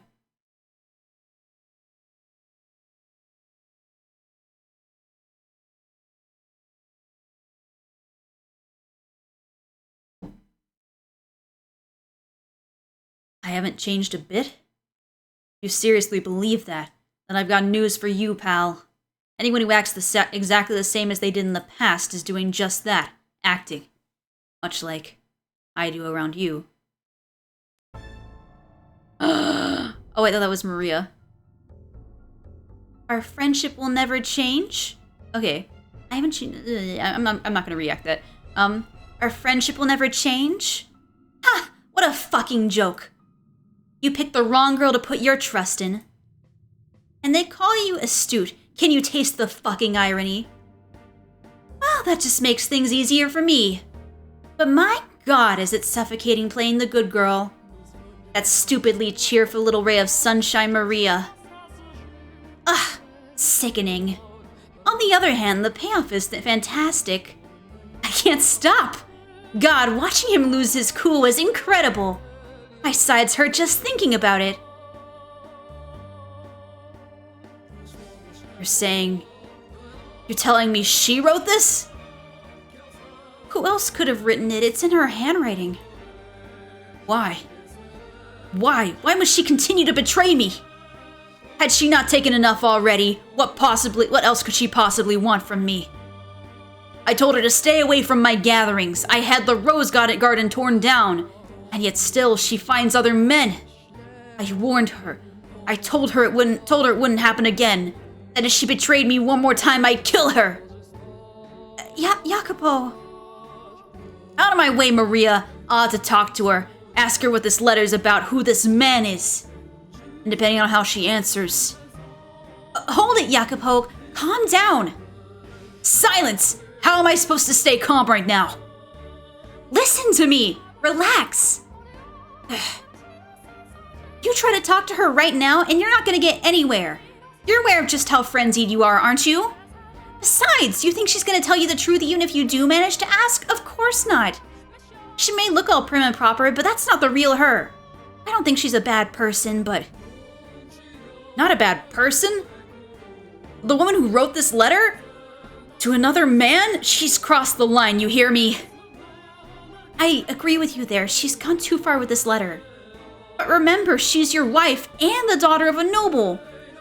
You know exactly what will happen if you lose control of yourself and do something to her. It's not gonna look good for you. She may be nobility, but I have the Casca. We have our own way of taking care of these kinds of problems. Still, it's as plain as day. It'll only make a bigger mess. No one else knows about this yet. Are you telling me to act like nothing's happened when she so blatantly disrespects me? Jacopo, could you let me take care of it? I'm friends with the madam, you know that. She'll listen to me. I'll make sure it gets through to her. Just how much you care about her. I couldn't ask you. It would be disgraceful. That's nothing to be ashamed of. What did I tell you? I'm on your side and you're on mine. We're in this together. You can ask me things you couldn't ask others to do. I have tight lips. Anything you ask, I'll keep absolutely under wraps. Damn it. You're right. Yes, you're right. I'm well aware that I always lose myself in her presence. If I try talking to her now, I probably will do something rash, yes. I'll make sure everything works out, got it? You and the madam can go back to the way things used to be. You said so you don't have to suffer anymore. I'll take care of it.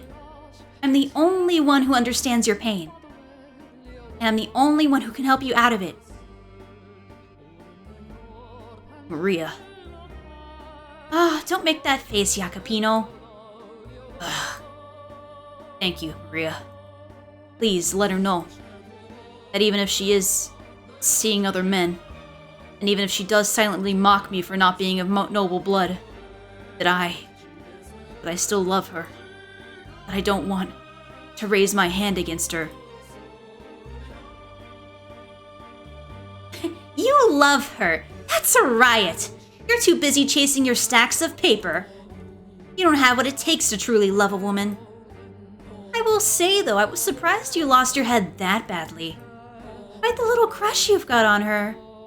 You could just sit down and talk to her like a rational human being, and presto, all your problems would be solved. But you can't even manage that, which is why you're in this predicament. Once you're convinced of something, Jacopo, you never let go of it. And she's too timid to speak up for herself. Sorry, madam. I got nothing against you. I just didn't expect things to go quite this well. There's no stopping now. Not when I've got this much momentum. Also, watching a pretty girl like you break down gives me goosebumps. You're still convinced I'm the only person you can trust.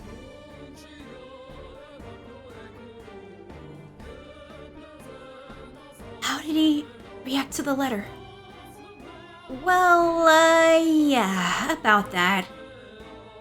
Would he not take it? Oh, no, he took it. Just, don't feel too bad about this, madam. He said he's too busy with work and tossed the letter aside. I told him to make sure he writes you a reply, but he hasn't gotten around to it at all. I see. That's a shame. It kills me to see you like this, madam. I don't get why he has to be so heartless. Not even taking a little bit of time out of his day to read the letter you poured your soul into writing. It's unacceptable. I'm sure he really is busy. He did not throw it away, though, did he? I imagine he means to read it when he has more time. Madam, after everything he's done to you, you still think he means well? I have faith. My timing was poor, that's all. I believe in him. I believe that the day will come when he gives me his attention again as he did before. Madam, so could I ask you to believe with me, Maria? To have faith that he will once more show me his love, and that mine will reach him. Something tells me that it will all work out if you pray for it. Yeah, okay. If you're fine with me praying, I'll pray. I'll get down on my knees for you, madam. I'll have faith. Thank you. I would like to write another letter. When it's complete, can I ask you to deliver it to him? I'll give him as many as you want. As many as it takes for you to get through to him. You really ought to learn not to be so trusting, madam. Take a real close look, and you'll see exactly who it was that ground your happy little life into dust. Thank you, Maria. That I'm the reincarnation of the Mother of God. Oh God, I can't hold back the laughter. This is a stage of my own creation. We didn't have enough actors, so the playwright had to take on a role herself. But that only adds to the excitement. Yes, this is all my masterpiece. You're just ignorant puppets dancing to my tune. From the first shot to the last, blind to whose finger it is sitting on the trigger. Listen to me, Jacopo, and try to keep your head. I saw the madam meeting with another man behind your back. You know the arch in the rose garden? The far side, it's out of sight from the mansion, making it the perfect place to hide. I saw her back there. And from the looks of it, the madam is having her meetings with one of the men who comes to your business gatherings. And they don't act like they're just friends. But just to be clear, I don't have any solid proof. So it'd be best if you didn't mention this to her yet. You wouldn't want her to start throwing around accusations only to find out it was too late. It was all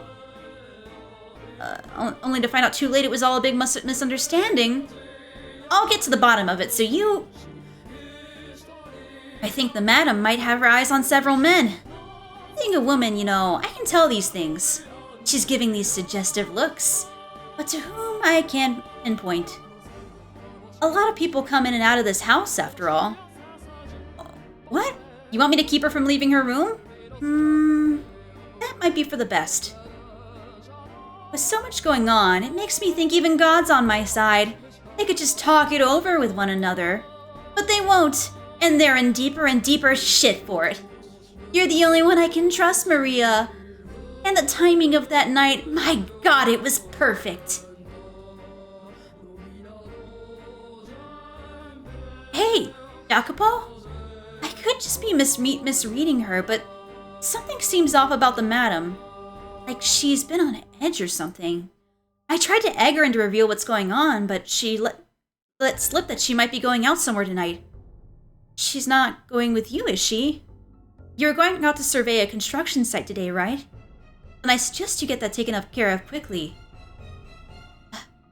Dance at this time of night?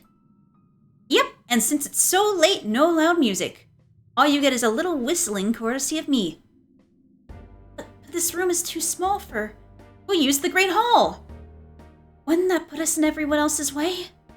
He would probably complain about the noise, too. No need to worry. Jacopo's out inspecting some factory or something today. After that, he's got a meeting, so he'll be staying the night elsewhere. I thought you would not be back until tomorrow. And how would you know that? No, forget that. Does my staying the night elsewhere have any effect on you? You were just waiting for this opportunity, weren't you? No. What would I possibly want you out of the house for? I'm sure you know better than anyone. What? What is that smell? Perfume? When did you get perfume? And I have to say, you seem to be having quite the time. Look at you. You're out of breath, red as a beet. Made the right decision coming back. Where the hell were you going? I'm sorry. I'm sorry. This is all my fault. If I hadn't asked you to dance, me bringing out the perfume only made things worse. No, you need not feel bad about anything, Maria. Everything you did was with my best interests at heart. She doesn't even suspect me in the slightest. And I was able to put that perfume to great use. That money-suckling leech Tommaso showed up at the perfect time, too. I'm pretty sure that's when Jacopo started getting actively violent. A jealous man is a wonderful thing, always imagining the worst and making matters worse for it. Wow, is that you, Tommaso? It's been so long. What brings you here? Ah, look you it is, little Miss Campanella. There's a surprise. Didn't expect to see you on this side of the Great Blue. Oh, you know, I've been giving Jacopo a hand. Ah, what color me impressed. After what happened, I wouldn't have thought you'd want nothing to do with him. That was between our parents. Jacopo didn't have anything to do with it. Well, would sure be nice for all your younger generation to go through life without nothing to spark that kind of powder keg. Not that it's my place to talk. No need to worry yourself about any of that. So, what brings you here, Tommaso? I'm a little, You know how it is. Having a bit of trouble staying afloat. Ah, I see. So you're here to beg for offerings? Pretty shameless, Tomaso. No point in having shame if it ain't making money. Toss that out with the chamber pot. Hell, might make things easier if I just quit being human altogether. Are you that hard for cash? Unfortunately, numbers were supposed to go up, but for some reason they ended up going down instead. Might be best if you kick the gambling habit. Now, that's like Tom telling me to go off myself. I bet. So, say, Tomaso, maybe I could pitch in a bit too? Oh, you mean it? That'd be a huge help. There's seriously not a scrap of shame in you. However, in exchange, I'd like you to do something for me. Someone whose face needs a visit from my fists? Depending on the number, I could possibly cut him into chunks and toss him into the ocean. Whoa! Keep it clean. I'm not asking you to do anything like that. What is it then? Something a lowlife like me can do? It'll be easy. And it's nothing bad either. You're gonna go talk to Jacopo, aren't you? Well, there's something I'd like you to tell him while you're at it. You know how he's married, right? He can get pretty nasty with his wife, though. That's so. Sounds like she got it rough. She does, and she's religiously devoted to him, too. I've been trying to nudge things in the right direction to get her back on good terms with him, but I haven't had much luck. And that's something the two of them should work through? Normally, yes. But it's reached the point where I can't bear to sit and watch anymore. I don't like seeing the two of them in pain. I want to do something for them.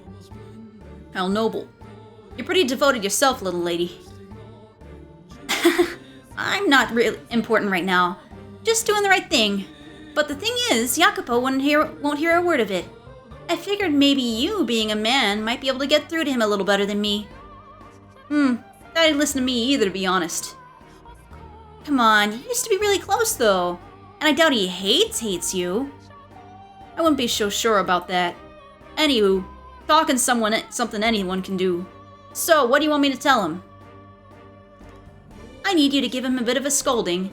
Tell him the madam came to you asking for advice and that she accidentally let slip the way that he treats her day-to-day causes her grief. I never met this wife of his before, you know? It works out even better that way. She's so downtrodden she can't talk to anyone about it, and so she thought that maybe you, being family, might be able to help. She's never met you, but she's still latched onto the ray of hope. And I'm sure when Jacopo finds out she brought it up with the family, he'll know he can't keep mistreating her. Things like this, they hit home harder when they come from someone from the outside. You make a decent point. Just remember, little lady, all I can do is bring it up with him. Can't guarantee it'll change nothing. That's all I need you to do. Thanks a bunch, Tomaso. Oh, right, one more thing. This is some perfume that's grown quite popular recently. Ask him to give it to the madam as a gift. If he won't take it, you keep it. Give it to another woman and sell it, whatever you want. Perfume, eh? Very thoughtful of you. Women do like getting gifts like that. Yes, we do. If Big Bad Jacopo gives her some of that, they'll be lovebirds again before you know it. I'm sure of it. Never thought the day would come when I got to play Cupid. Now I'm starting to get kind of excited about this. Stay focused, Tomaso, and thanks. Also, you didn't hear any of this from me. I'm just fine pulling the strings from the shadows. Their relationship's in complete shambles, and Jacopo still insists he fucking loves her. And the madam says she still believes in him. Seriously, how stupid could you be? Poor Jacopo, poor madame. Now then, let's see where this boulder rolls to next, and how far it keeps rolling. Naturally, I will be nudging it along the way. What a bitch! Because after all, a play lives or dies by the director's hands. What a bitch!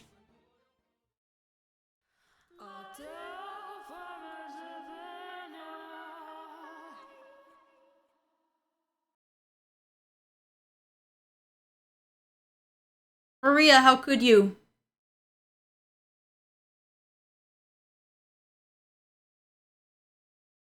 Master? Master? Are you shocked? Or do you instead lament this development?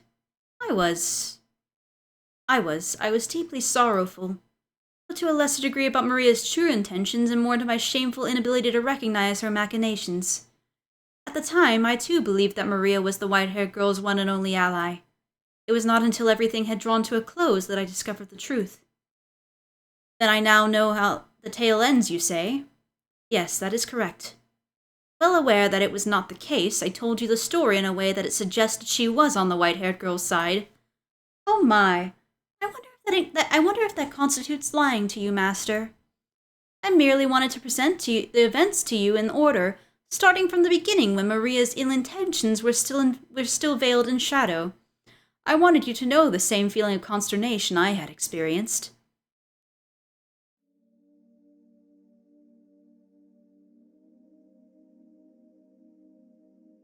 The white-haired girl continued to write letter after letter.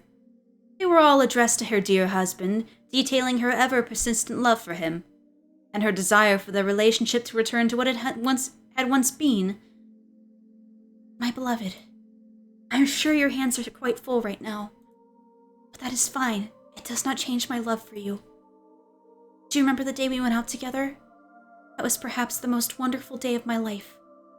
I had a truly incredible time. I still treasure the gift you gave to me, for it is the one and only present I have received from you. That reminds me, Maria tried to teach me how to dance. I doubt I will ever progress beyond being laughably bad, though. It would be nice if someday you and I could dance together. Perhaps when you have a little respite from work, we could go out again. Maybe take a carriage somewhere a little farther away. And we could dine at a restaurant more to your liking. Though, I think the cuisine at the other restaurant was exquisite personally. Do I, perhaps, have an unrefined palate? Maria altered the letters before delivering them, however. She changed the addressee from Jacopo to another man. She would cut away the top of the page with Jacopo's name on it, and in the space below write a different name. She could not have mimicked the white-haired girl's handwriting for the full length of a letter, but Maria could make a single name look adequately similar. And it would, after all, be quite difficult to notice minor discrepancies in such a small quantity of text. Oh no. Again. Another letter? Why does she keep writing these? To Jacopo's eyes, the modified letters looked like professions of love for another man. The more she inscribed her feelings for Jacopo, the greater the turmoil grew within his heart. Even though her love was directed towards him. I can't believe what I'm reading. A restaurant more to your liking? I knew it. You have been going out with other men, all the while pretending to be chaste in my presence. I still treasure the gift you gave me. God's sake! You have to be fucking kidding. But I've ensured she can't leave that room. She'll never see this man again. In time, she'll let go. And so will he. Listen to me. Resigning myself to the hope that everything will fix itself. How did I end up like this? Such a pitiful man I become. On the surface, Maria acted quite heartbroken at the sight of their suffering. But when she returned to her room, the walls echoed with her cackles. She derived a great deal of entertainment from their squirming. The more they writhed in anguish, the deeper her satisfaction grew.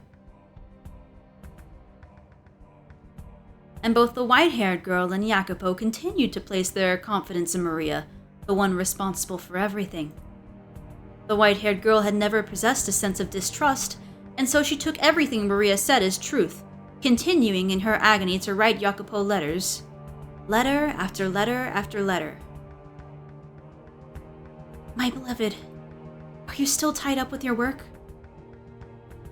It has been some time since we last saw one another, so I know not what you've been doing of late. I only hope you remain in good health. I would, if possible, prefer to tell you everything in person, but I do not have the courage, so these letters are my only option. Am I adequately expressing my feelings, my love for you? If you have the time, I would appreciate a response. You're never gonna get a response, though. Not as long as I'm intercepting them. There's no way I'm allowing these or your love to get to him. Could you stop reading them? It would certainly make things easier.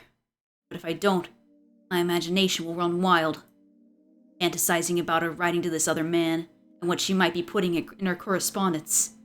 I'd be better off knowing the truth than torturing myself with fantasy. It's the better option. Jacopo accepted every letter Maria delivered without fail. He would merely nod as he accepted it, his face contorted in discomfort, and then pore over the text when he was alone. I assume he did not want her to see his heart sinking into darkness. Had he put trust in his wife rather than Maria, he would have almost certainly been able to realize the letters were directed at him despite the altered recipient name.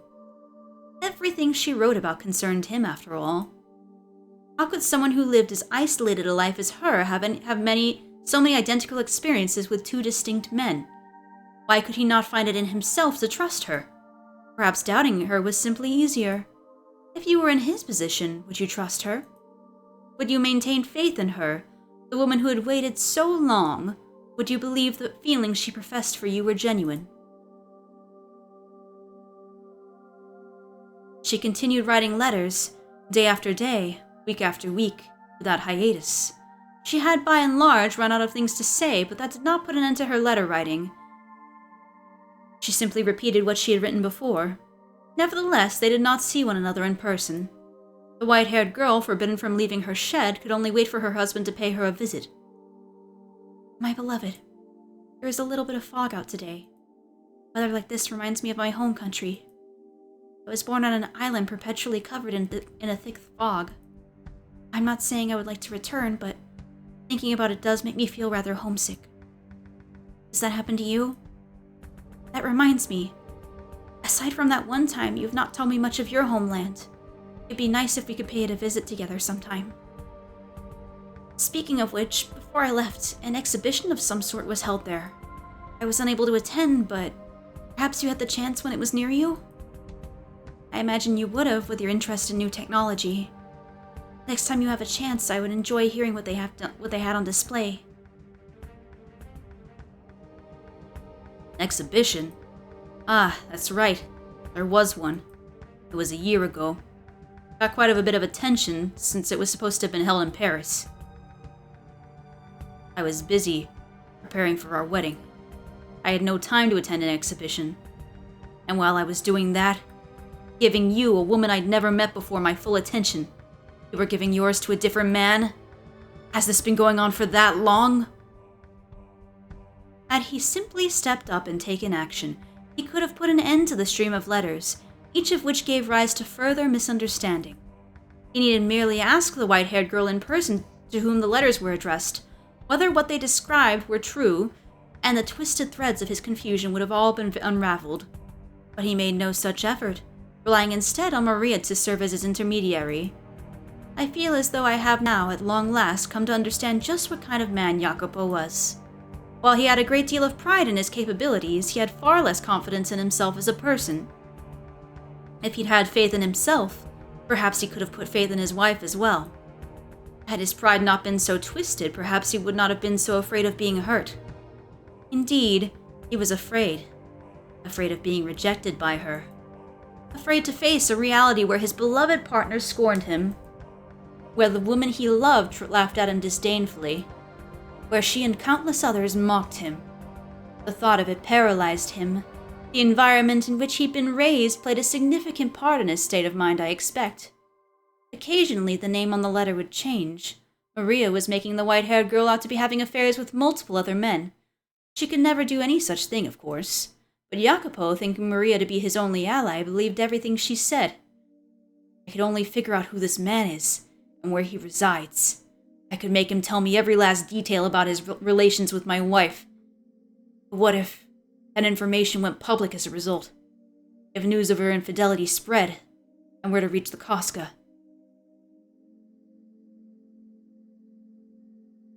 The fate of the Baronzinis is in your hands, son. There's a limit to what we can accomplish on this tiny island. If we don't turn our attentions outwards, we will wither and die. And not just this family. This whole land will find itself famished and emaciated, defenseless against invasion as we waste away. I won't stand by and watch my homeland crumble. Sure, our methods may be cruel and not always worthy of praise, but they produce undeniable results. The unfortunate thing is, the previous Capo Famiglia was an incredibly reticent man. It took all he had to merely preserve his small chunk of the world. But I'm not like that, neither are you. The most I can do is lay the foundation, to make it easier for you to work, which means everything rests on your shoulders. Both the future of the Berzati family and the future of this country. It all falls on you. The marriage is happening too quickly? It'd be madness not to hurry given the circumstances. You should be well aware of that. We need the Berzati name climbing the social ladder in short notice, or we're gonna have everything ripped out from under us. If the woman isn't to your liking, you can find another one that is. She's only gonna be your wife in name. Listen to me, son. You must not allow her to fool around. What are the most vital things to have in our society? Money? Power? Yes, those are important. What matters most is respect. No one's gonna follow a Capo Famiglia they can't respect. They'll try to undermine your authority. Once someone deems you weaker than them, courtesy goes out the window, and that's a judgment that's near impossible to overturn. Betrayal spreads like fire through a forest. And once the flame's lit, the both of us come crashing down. You must not let anyone look down on you. You must not let anyone think that you're the kind of man a woman can walk all over. If, by any chance, your fiancé is ever unfaithful to you, kill her before anyone else finds out. Your place is above others. Climb to the top.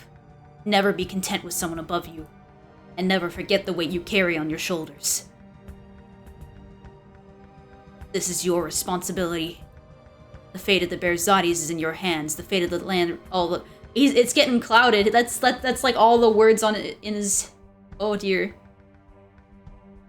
I'm beginning to understand a little bit now why he feels like how he became such a kind of a terrible person himself. I must keep intercepting her letters. I must keep her locked up. I still have work to do. I cannot allow anyone to learn about how she's disgraced me. Kill her. That's how my old man says to handle it. That's the last resort. It's not. Not yet. God damn it. It's downright wrong. For me to be even having these feelings for someone. Fuck.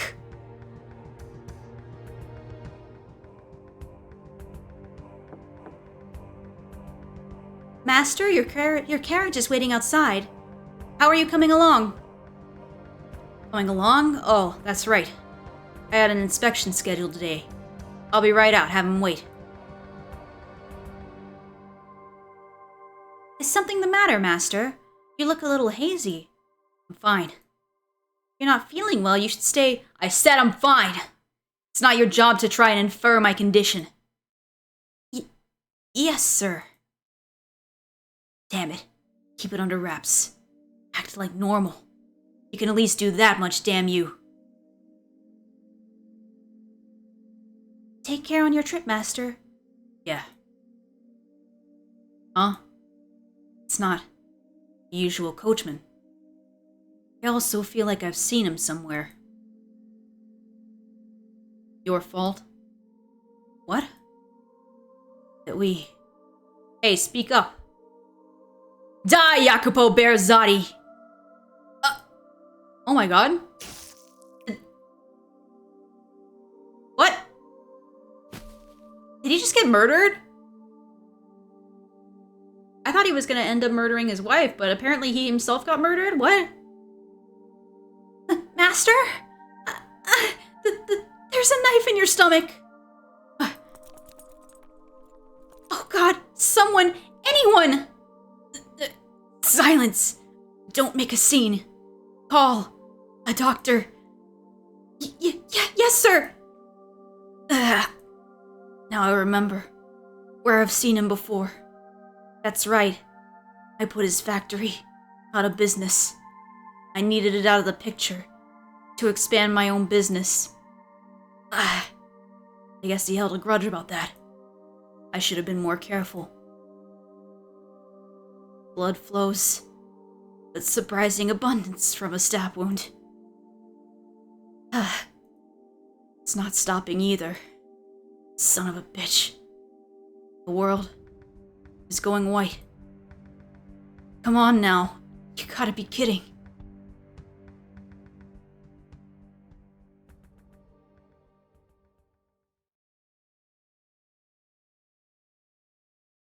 I know very well what kind of man you are.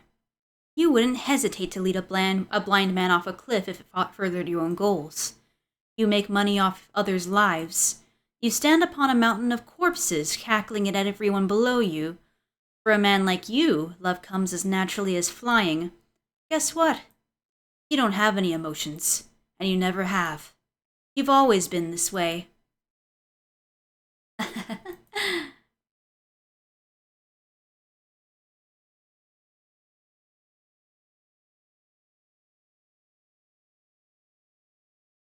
My childhood. Once again, I don't know who we are. Are we Maria? Are we Jacopo? Are we white-haired girl? We'll find out. I'm just gonna read until we find out. Was day after day of mockery. You're just a bunch of nobodies trying to pretend your name means anything. They would say, sneering and glaring.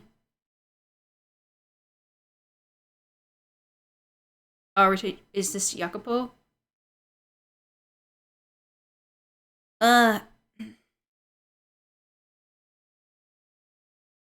Maria treated me as an equal, but she was the only one. I wanted to show him up, and to do that I had to rise to the top. Or at least high enough that I could laugh at them. My old man wasn't the only one who wanted to do that. I did too. I had to make them acknowledge that I had value as a man. Who actually wants to go through life being laughed at? I had to make them recognize that what I did had value, and I needed neither love nor compassion to do it.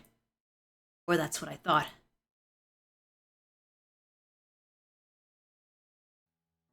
In the beginning, I only ever intended to use that woman. I simply needed her to build a name for myself. When she served her purpose, I could simply cast her aside. That's what I thought.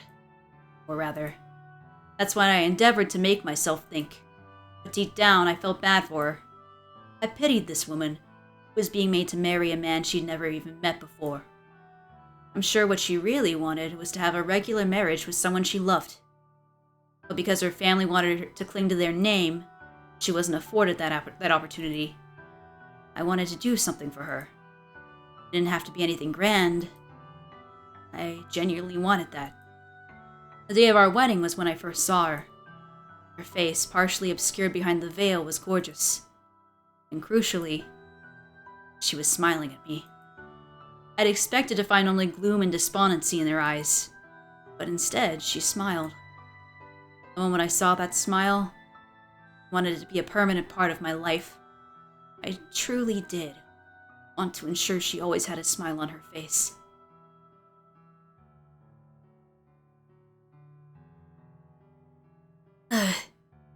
Is this my room? I'm alive? Damn it, I feel nauseous. What time is it? The world's a blur. It's so hot. You mustn't get up. The doctor said bacteria entered your body through the wound. Because of that, you have a very high fever. What are you doing here?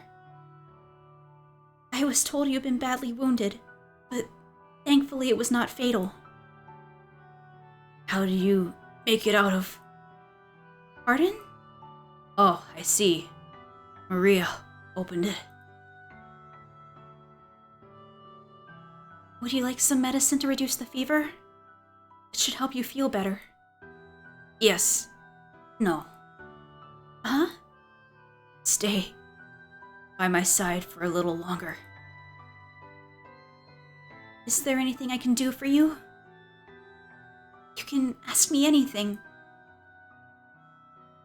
My hand. Your hand? Could you hold my hand? If you don't want to, that's fine.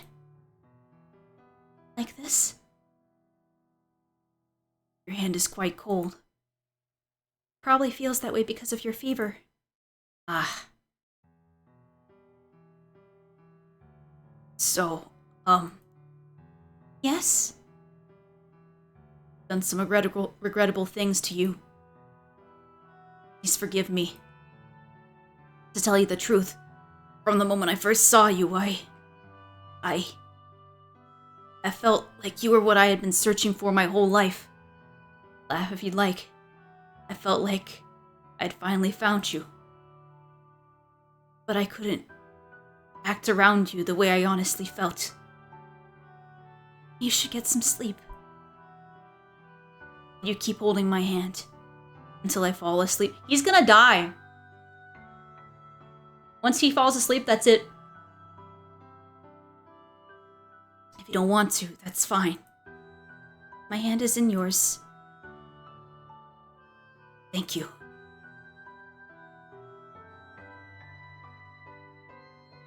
You appear to be quite delirious, Master. Those are things you should be telling your wife, not me. Oh. It was not... Oh dear.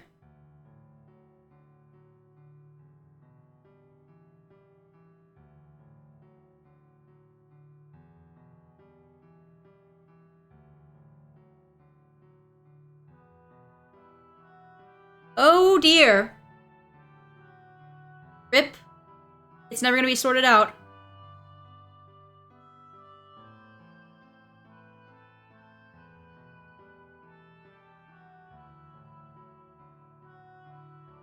It was all a dream. Of course it was. It wouldn't be that easy. And she would never come to my room. She's involved with other men. Jacopo, may I come in? I have another letter.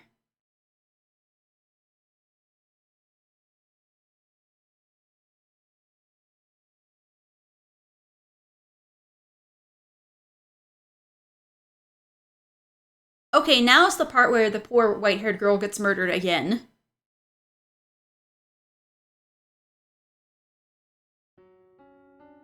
The white-haired girl's persistent letters did not improve anything, but simply stoked the flames of misunderstanding.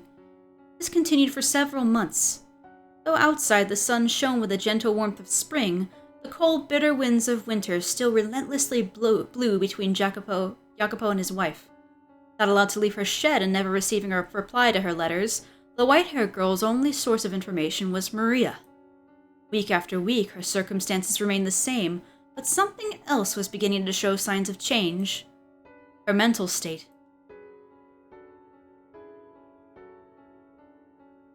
It's pointless, madam. You're only wasting your time at this point. I saw him throw your letter into the fireplace. He's not going to read anything you write no matter how much of your soul you pour into it. He cares about money and more about money and work than love. That's the kind of man he is. Just give up and file for divorce already. No. I will get through to him. I kind of want to see what her dress looks like underneath of the cog and everything. It's kind of hard to see. Hold on, can I look at that? It's kind of got red on it. That's nice. Too bad she's gonna get murdered, unfortunately. Fuck you, Maria. Man. Everything will go back to normal. I have faith. My letters may go up in flames, but my faith will not be lost with them. As long as I keep writing, eventually I will get through to him. So I cannot stop. I cannot. Do you have any idea what he says about you, madam? Jacopo doesn't trust you in the slightest. He goes around calling you a witch, a man-eating devil woman. It's awful. There's no one as pure and beautiful as you. He says, I am a witch. This is the third time she's been called a witch as well. Poor white-haired girl. She can't catch a break even when the rumor dies. Listen to me, madam. He never for a second actually loved you. He just wanted the influence attached to your name. Wanted to mingle with the upper class. He used you. Last year, when we went out together, he gave me the Fanacus wheel at the the photography shop. He had the owner make it especially for me. He was just trying to win you your favor. If he really cared for you, he wouldn't have gotten you a paper toy. He would have gotten you something like a ring or a necklace or some perfume, a nice dress. Something women really like. Has he ever given you anything like that? He doesn't have any feelings for me. I'm sorry. I just couldn't stand to see you going through this, and I don't know when to shut my fat trap. I went too far. The last thing I need to be doing is hurting you worse. You know, for everything I've said, your unwavering dedication is really impressive, madam. I know I've suggested you get a divorce, but to be honest, part of me really kinda doesn't actually want you to split up. Despite knowing you staying with him is just causing you pain. You made it this far, I'd like to see you make it all the way. Maybe he will actually start paying attention. Your sweetness can melt even his heart of steel. Yes. Yes, you're right. I keep writing, and I will not divorce him. Yep, all right. So please, keep delivering my letters to him. You're my only remaining connection to the outside world. Oh yes, one more thing. If it's not too much trouble, could you tell me how he's been and what he's been doing lately? I do not have much else to write about. So if I could at least relieve him of some of his work-related stress. I am his wife, after all. I should be able to do that much for him. I am his wife. Her dedication to him was perhaps closer to an obsession, but she did not seem to be conscientious of the fact that her obsession was killing her. She was visibly losing weight and her spirit was breaking down. It's said that emotions fade with time, but the opposite can also be true. The act of waiting, of fervently believing for so many months despite the object of one's affections not returning them, can tear apart a person's heart, crush their soul, shatter their spirit. No matter how radiant, how thick-skinned they may be. With enough time, it will wear anyone down. No one is immune.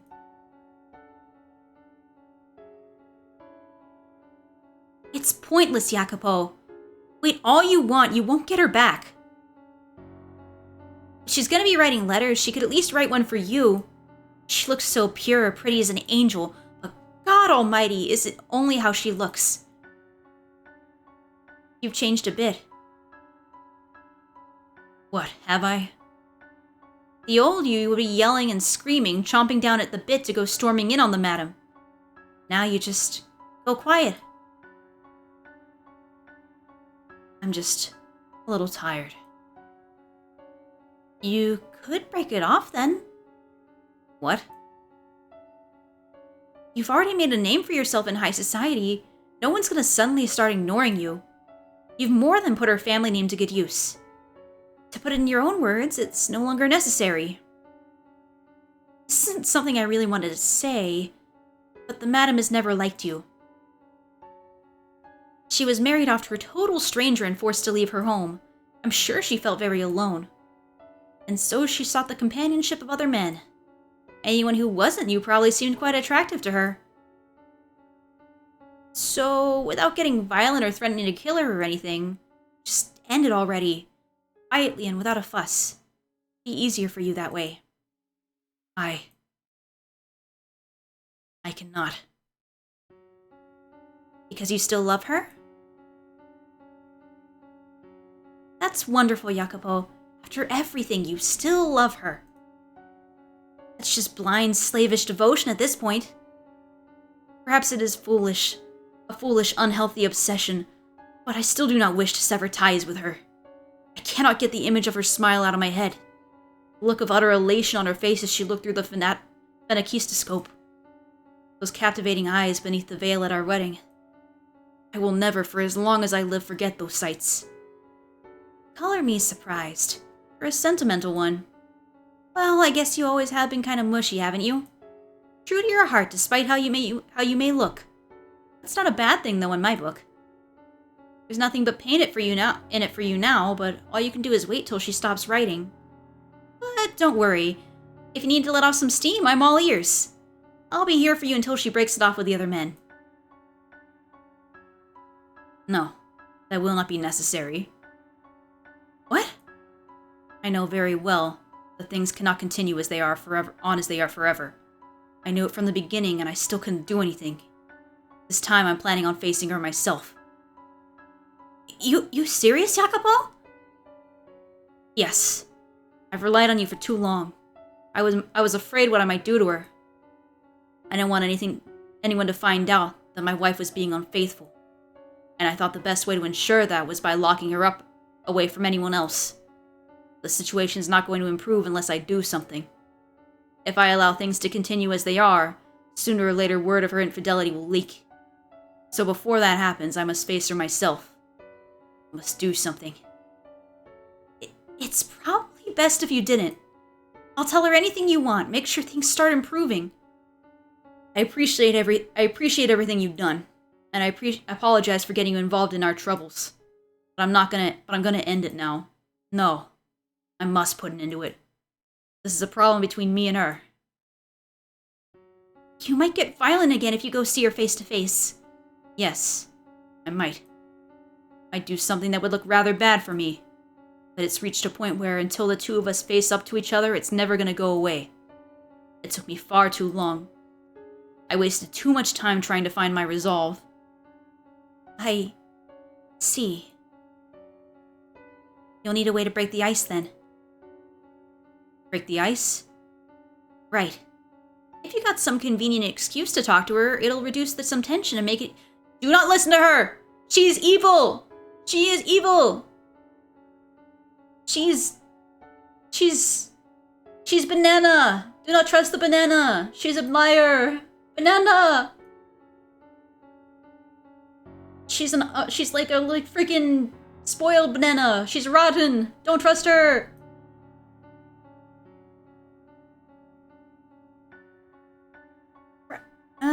Right. If you got some convenient excuse to talk to her, it'll reduce some tension and make it easier to bring up what you need to bring up, right?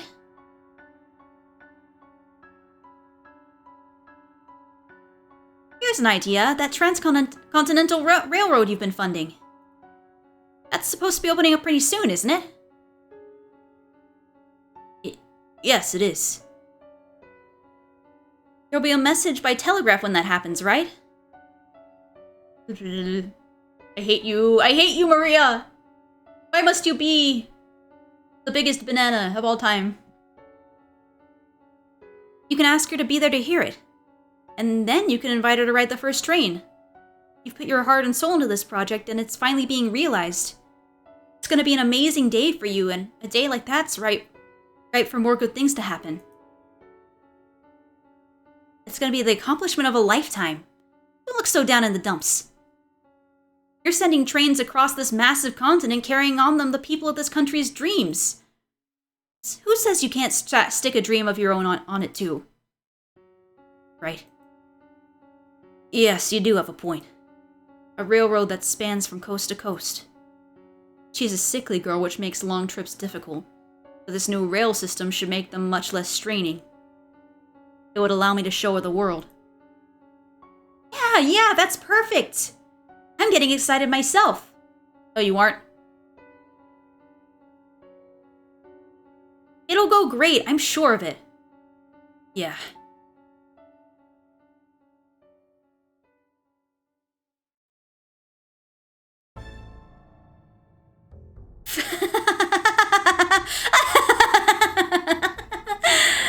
Oh god, my fucking sides. Seriously, they're a goddamn riot, the both of them. They keep on trusting me and keep on getting hurt. They don't have to be going through any of this. Ah, my god, Maria, you're terrible. And these people call me the Holy Mother. I bet the real Mary is rolling in her fucking grave. Now, I must say I wasn't expecting you to make a move, Jacopo. A shame that. The squirming loser paralyzed by insecurity is a better role for you. If they do end up figuring it out, tough shit. Doesn't hurt anything, just takes away a bit of my fun. I don't understand why he's so infatuated with this railroad. I mean, I do sort of get romanticizing steel, but my kind of steel's a little smaller scale. Oh god, she's gonna shoot somebody! She's got a gun!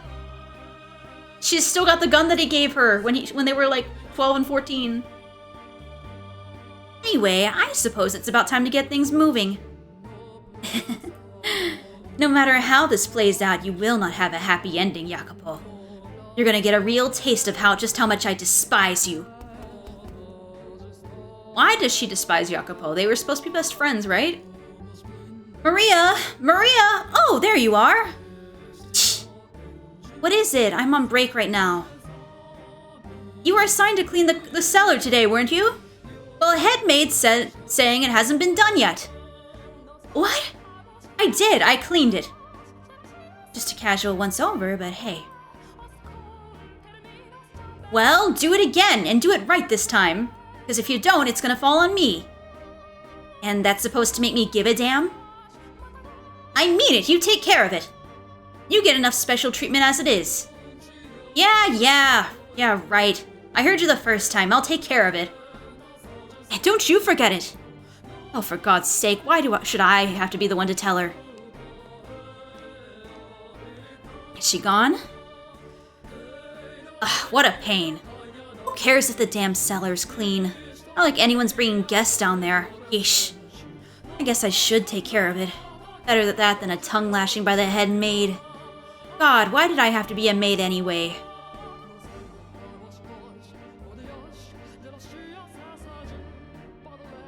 What a dank place. Ah, it's so dark and humid down here. Makes me feel gross.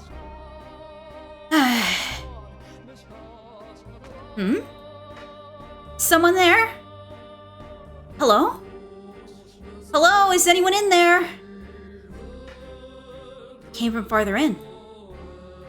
Whoa, it's seriously dusty back here. Who was supposed to clean this last week? Well, clean the whole thing next time, damn it! Just makes my job harder. Disgusting. Ah, damn cobwebs! Oh God, oh dear God. I do not want to clean this. Huh? Ow, ow, oh, for God's sake, stack this stuff properly! Now I've got to fix this whole mess. For the love of... What's this? Something carved into the floor. Never noticed this before. Someone get bored one day? What do we have here? It's mostly illegible. Let's see. It's not written in English, but my native language. But it's not modern, it's really archaic. Why on earth would an old form of my country's language be carved into the floor of a mansion built here in the New World? Most of it's illegible, but I can make out one section. Our lives. Our lives shall be forfeit to the witch's curse. Nevertheless, we must lay bare those with sin upon their souls for the redemption of those whom are pure. Should you mean not to dispel your curse, we implore of you, O witch, to mark it with only their bloodlines. The blood of the sinners flows through those who dwelt within this house, but not I. What in the... A witch? That's crazy. That's crazy. But why does the handwriting look like mine? Is Maria like Pauline's reincarnation? But Pauline was nice. Maria sucks. Let me reread this again real quick.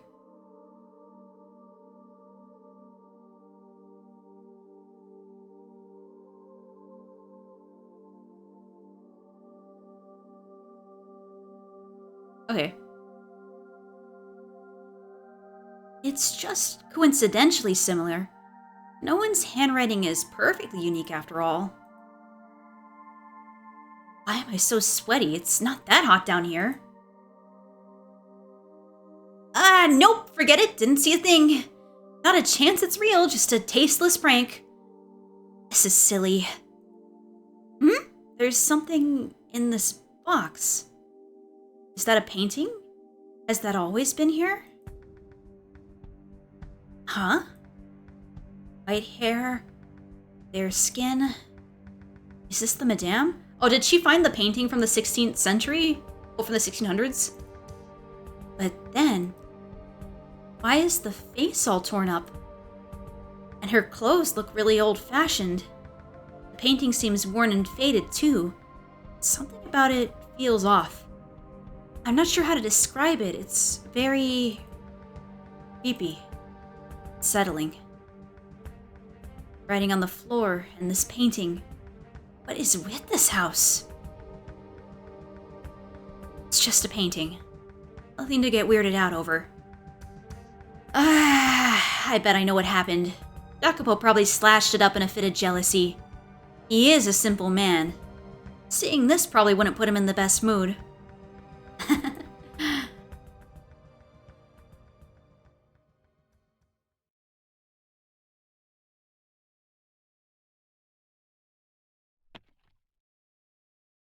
What was that? Is someone there? The door. It's open? Nobody's there. What's this? A painting? Who could have left it here? Uh-oh. Is she gonna remember for the first time? Is that me? Why? But my face, it's been cut. No. Why would someone have this painted? Just to do this? Who would do such a thing? You're like a witch, my dear. Like a demon. Your very presence brings misfortune upon others. You're cursed. No. I'm not. I'm not. Was it you, Jacopo? Did you have this painted so you could destroy it? Do you really despise me to that extent? Why? Why do you... What did I ever do to make you hate me so? Why? Why? All I'm doing is waiting for you. You worthless tramp. Are those ears only for show? This house has no need of a garden. I always thought you had at least some sense of taste. Silence! It's all your fault, every last thing. And say goodbye to your freedom. I'll kill you! Does the mere act of waiting impose on you? Does my mere presence pervert you? Would it be better if I were gone? Would it be better if I left this mansion? If I left you? I don't think I can wait much longer. There's no end in sight. I can't take it any. There is no end. No. I will set a deadline for when I give up waiting. When the project you pour your heart into and soul into is complete. When the railroad opens, I'll be finished waiting. And then it's over. So he's never going to be able to talk to her in time.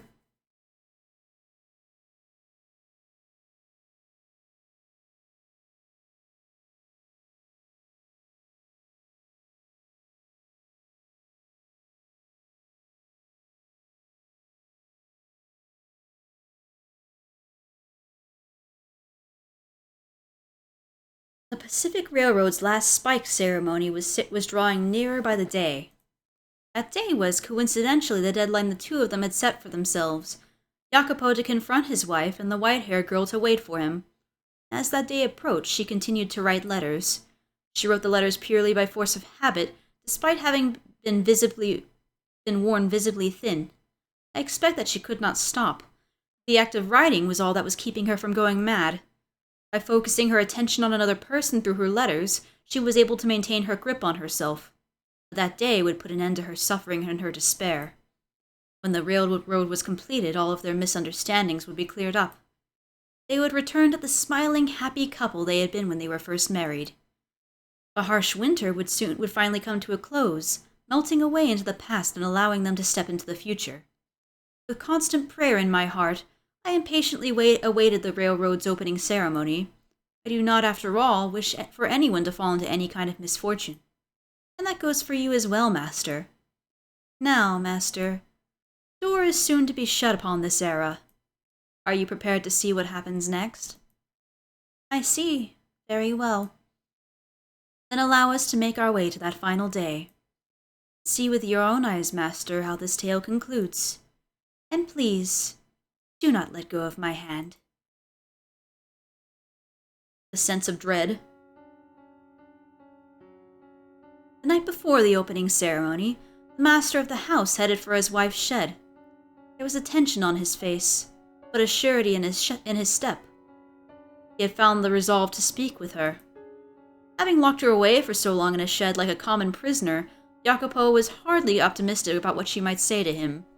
He had undeniably mistreated her, said heartless and cruel things to her, and even gotten physically violent with her. His actions were inexcusable, even if they were in response to her infidelity. Of course, the very infidelity which had driven him to such behavior had in fact not taken place, but he was unaware of that. There was a chance they would never reconcile for their misunderstandings, and that this predicament would not have a positive resolution, but still he clung to a tiny fragment of hope. He wanted to start over with the white girl, to make a white-haired girl, to make a new future with her. Oh my god. With that desire burning strong in his heart, he stood before the door to her shed and called out to her. Are you awake? It's me, Jacopo. May I come in? I won't hurt you. I will not raise my hand against you again. I swear to you I will do you no harm. I just wish to speak. I would like to have a calm, rational conversation. And as such, I will not enter your room until you have given me your permission. So may I please come in? You won't even give me a response? All right. Considering how you must feel about me, I shouldn't be surprised. Fine, then you don't have to let me in. Good night, Darian. Rest well. Sleep goodly.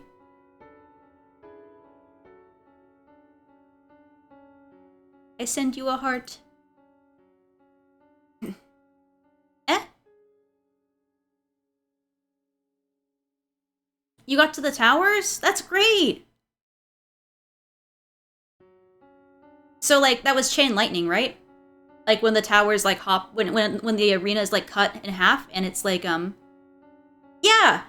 I think if you've seen towers, like, you're almost there. I think it's not the last wall of the fight. I think towers are pretty easy, but, like, Sunrise, if you study Sunrise, you should be good. You just gotta be really, close with your positioning, is all.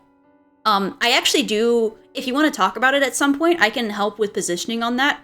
Because I think we have had a couple issues with it. So, yeah. Yeah, if you study up on Sunrise, you should be good. Just Sunrise is harder than Chain Lightning, but Chain Lightning you should be good too. You just need to make sure you stand on, like, a very exact position so you don't kill everybody. Also, like I said before, make sure you don't do, like... I would fight against uptime if I were you, because it just ain't worth it. Yeah. Yeah, I wish you luck. You can do it.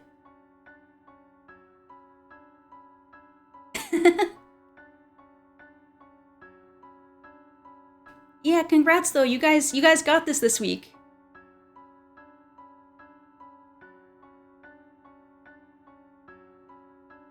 Do I have my light stick? I do have my light stick. There you go. Take my light stick.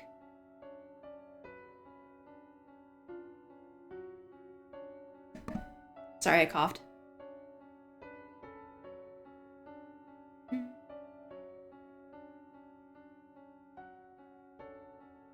Yeah. I hope you have a good night, though. What are you staring for? What are you bonking for and staring? Hmm?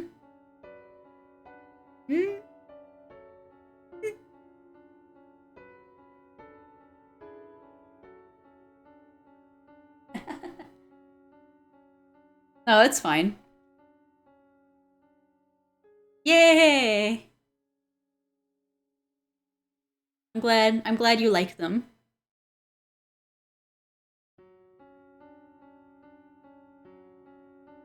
Are you bonk? Huh? Are you bonking? Hmm? Hmm? Hmm?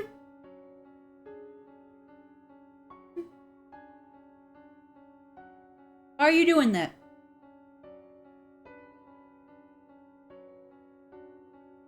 I triggered like 5 of these at once that I had to get rid of. No, you, no, you.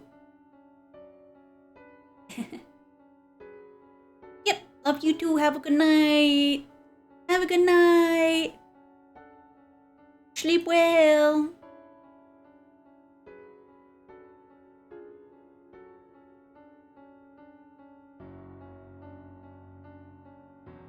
Bye-bye. Fine then. You don't have to let me in. But please at least hear me out. Do you remember the day shortly after we met when we first went out on our honeymoon? If you can even call that little walk we took a honeymoon. I was unable to do anything nice for you then either. I had no experience, no idea how to interact with an upper-class woman like you. I didn't know what I should do for you.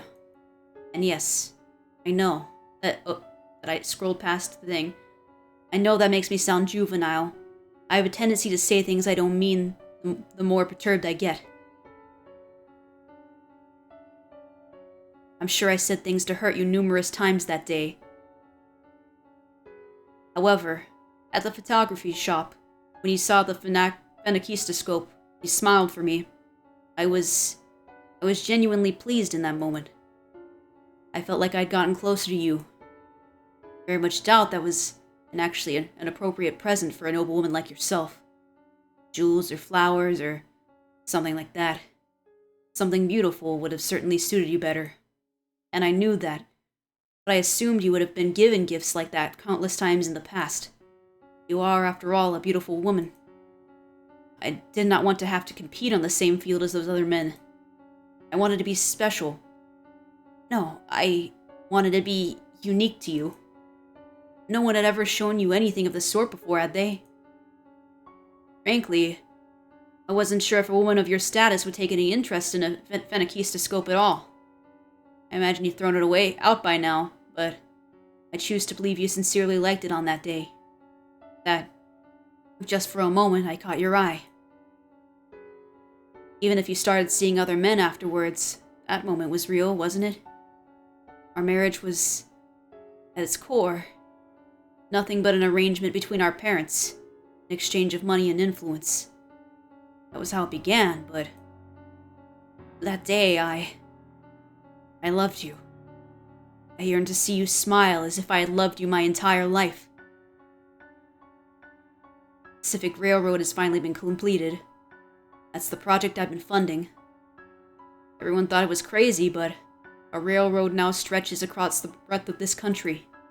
A joining ceremony will be held tomorrow. It's going to be a grand event. Locally, they're planning on doing a gun salute. And the gun's going to be shot by Maria and it's going to murder somebody. And the sound of the last spike being driven into the ground will be transmitted across the country via telegraph. I've procured a telegraph so we can listen to it here in the mansion. In your condition, you'd probably have trouble handling the crowds in the telegraph station. But here, you could celebrate in the comfort of your own home. Suppose what I'm saying is, I want to celebrate this with you. I've made arrangements to make that possible for you, but because I wish to have you there with me. Would you be willing, tomorrow, to celebrate the completion of the Pacific Railroad with me? Would you be there at my side? Is she dead already? Ugh. Please, say something. I want to start over. I know very well what I've done to you. You may be at fault yourself, but what I did is unacceptable. But what I did was a consequence of my overpowering love for you. I swear it. Why? Why will you not answer me? Say something, anything. Please, please. You can hear me in there, can't you? If you don't want to, you can just say no. If you do reject me, I'll set you free. I won't hurt you, I promise. The door is not locked? Who opened it? Hello? A humid spring breeze brushed against his cheeks. The drawn lace curtains appeared to glow in the gentle moonlight. The white-haired girl was not in her room. Where? Where have you gone? Stupefied, he glanced about his wife's chambers. To my eyes, the neatly organized room appeared no different than any other day. But to his eyes, it was pale and hollow. For the one who was supposed to be there, who was supposed to be waiting for him, was not present. He could not hear her voice from anywhere in the shed. In its place echoed a dry rustling, a sad, pitiful, empty whisper of a noise. It came from the lone object left abandoned atop her desk. The phenakistoscope.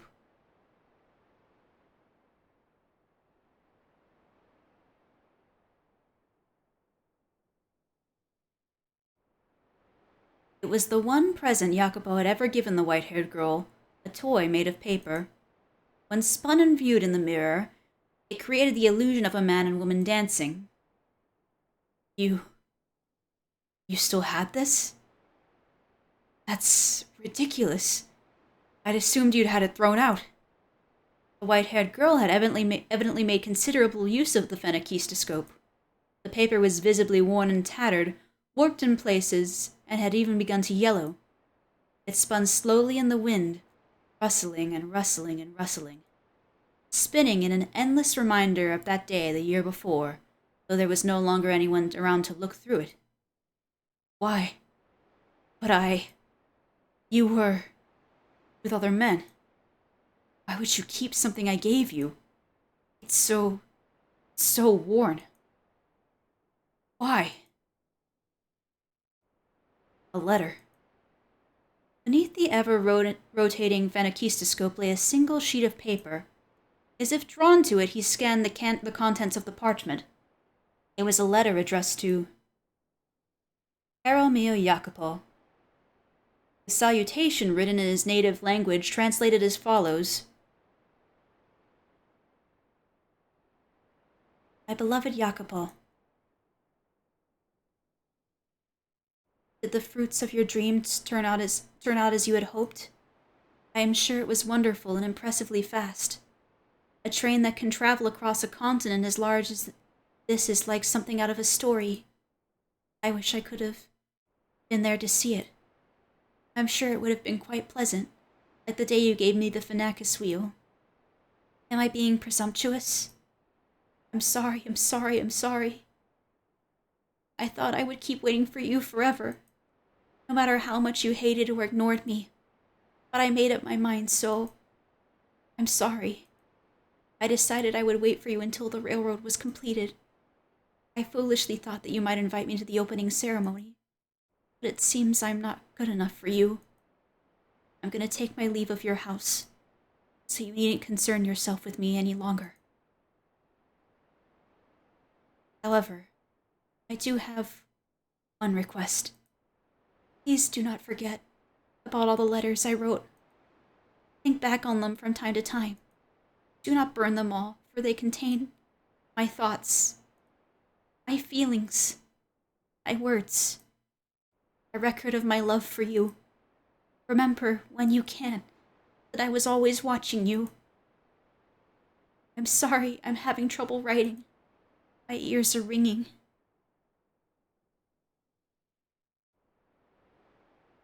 There's a voice whispering to me, calling me a witch. Maybe it's your voice. My vision is blurred. I'm not even sure what is going through my mind. I'm sorry. This was all I was able to write for you. Truly sorry. I will leave the Phenakis wheel behind. It was my dearest treasure. Farewell. I loved you. May 8th, 1869.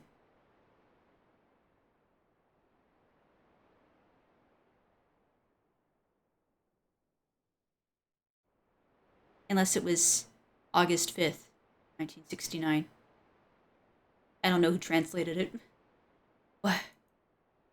What the hell is this? He was visibly rattled, and unsurprisingly so. The mention of the Transcontinental Railroad's opening ceremony, the letters she had written, her dearest treasure, her profession of love for him, and above all, the mangled text that appeared to have been written by someone not entirely in their right mind. Everything about it served to amplify his befuddlement. You waited for me? How can that be? The joining ceremony's tomorrow. It hasn't happened yet. Why? Why did you have to leave then? I'm here. I came for you just as I planned. The ceremony's on the 10th. A second later, Jacopo gasped. The date written on the letter was the day prior, May 8th. Okay, I was right, it was May 8th. Originally, the ceremony was planned to be held on May 8th, 1869. However, due to bad weather and a labor dispute, it had been postponed for 2 days. This can't be. I made sure you were informed. I had Maria. The madam's having an affair. Maria, no, you couldn't. Scattered fragments of memory began coming together in his mind. Maria was the only one who had informed him of his wife's supposed unfaithfulness. And though the letters had not been addressed to him, thinking back on it, they had all been about him. In one letter, she had mentioned treasuring a gift. Jacopo had assumed it meant a gift from another man, but in fact she had been referring to the phenakistoscope sitting atop her desk, still spinning in the wind. At long last, he finally made that connection. And at the same time, he realized that the only person who could have altered the letters was someone they both trusted. Maria. Never. She never even once betrayed me. She was not unfaithful at all. She waited unwaveringly for me. And I refused to believe her. I caused her pain again and again. But his realizations came far too late. The white-haired girl's spirit had broken, and she was no longer at the mansion. Had he caught on to Maria's machinations sooner, things would not have turned out as they had. But he was much too late. Maria, why? Why would you do this? Clenching the letter from his wife, Jacopo stormed out of the shed in search of Maria. And she's gonna shoot him. She was not in the room assigned to her. Where are you? Where have you gone? Maria! Several maids were roused from their slumber by the racket, but no one had the courage to speak up as the master of the house frantically charged through the halls. Eventually, he arrived at his own chamber. He was certain he had closed the door before leaving, but now a sliver of light shone through the gap between it and the frame. From within the room, he thought he could sense someone's presence. When he opened the door, he saw, comfortably perched upon his own chair, a woman. I've been waiting, Jacopo.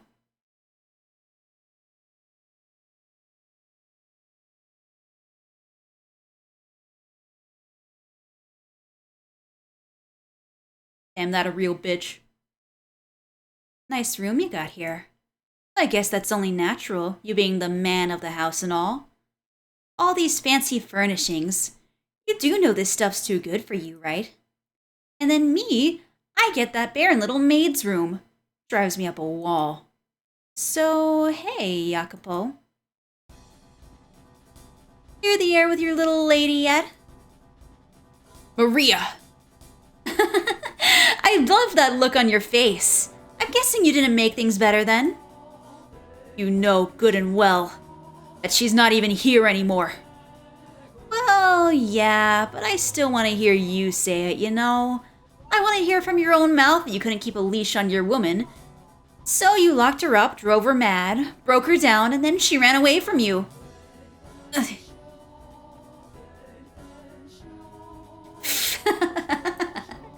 Go on, say something.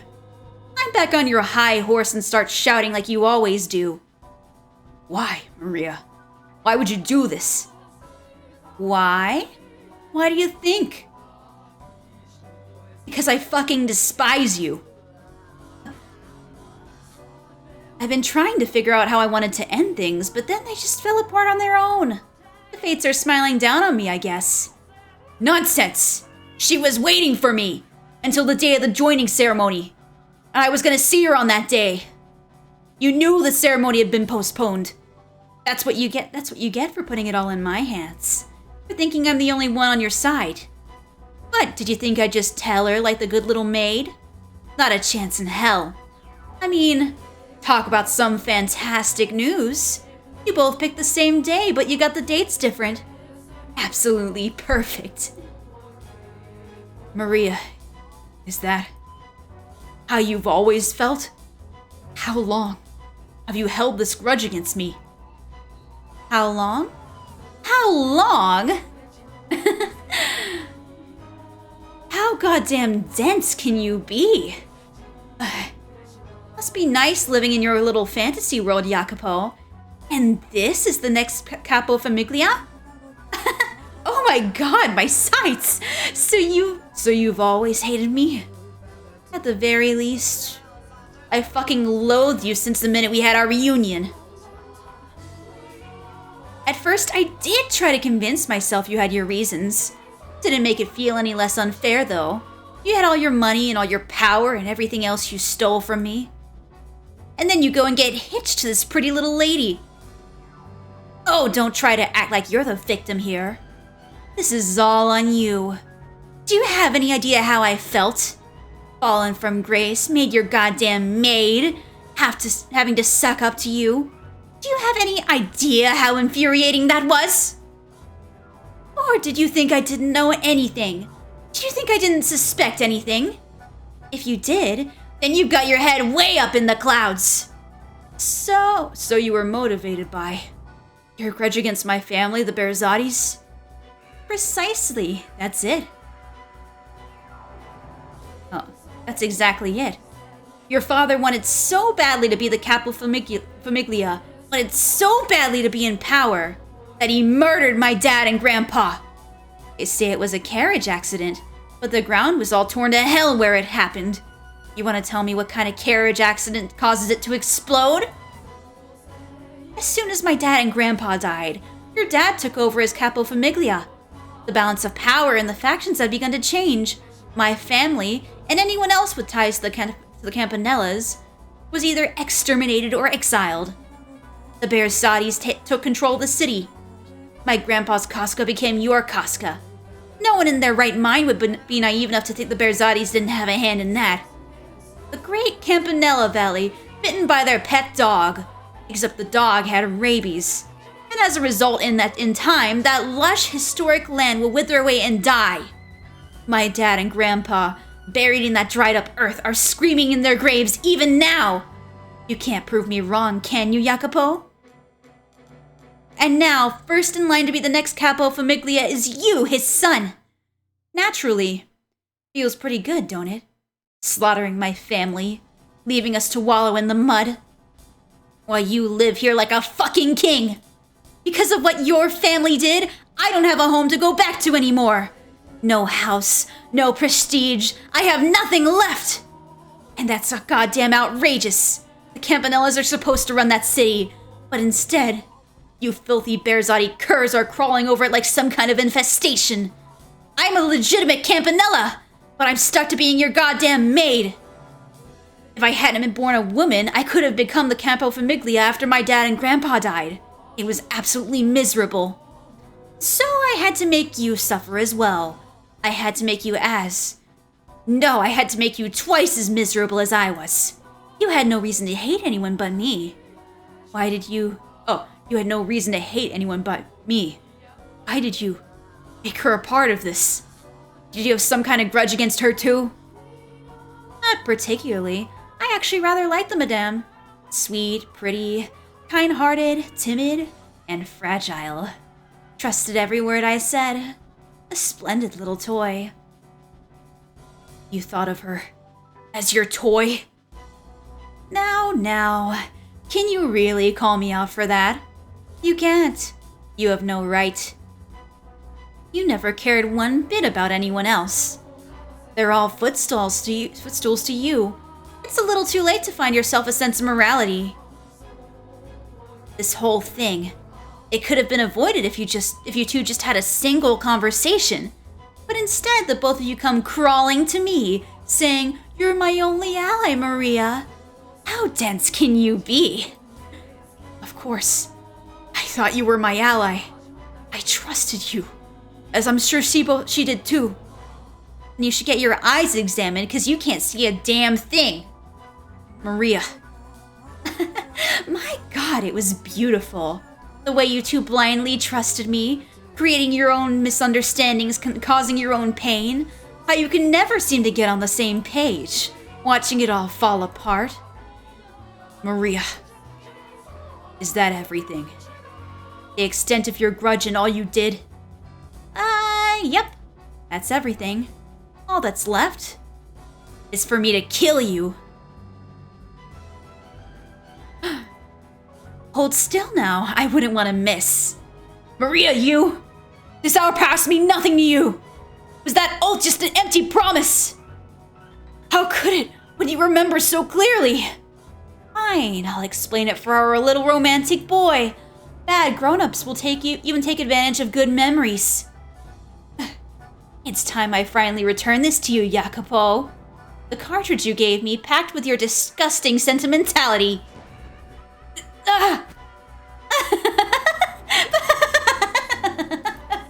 Killing you at the end, though. All you Berzati curs. I'll send every last one of you straight to hell. My revenge has just begun.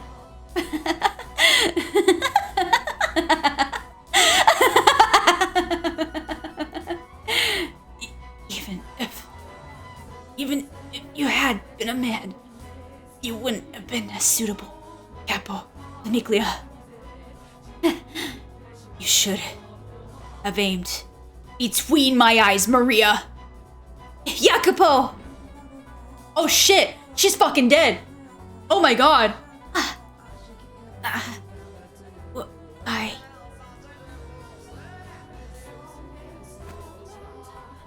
Why?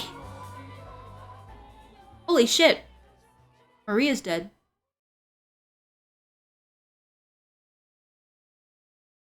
In a panic, I pulled the trigger, and from the barrel, a bullet went flying, right literally between her eyes.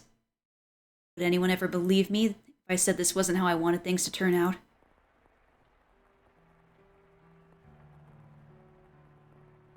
The rain just keeps on coming. Wonder if we'll be able to go home today. Hey, Jacopino! Say something, you little wuss! Be quiet. You're gonna give me a headache.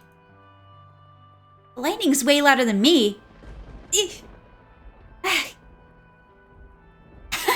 jumped, Jacopino. You're such a baby. You jumped too, and stop calling me that. Don't be scared. Don't cry. I'm not crying. Your eyes are damp too. I'm not crying. Not at all. Not one bit. Liar. There's no end to this rain, is there? I'm fine if it doesn't stop. There's nothing at home for me. You don't want to go home? Your parents don't get along, huh? That's got nothing to do with it. Liar. You got it good. Everyone loves your grandpa. Whenever anyone needs anything, they come to him. Now there's a great man. Huh? How'd my grandpa become part of this?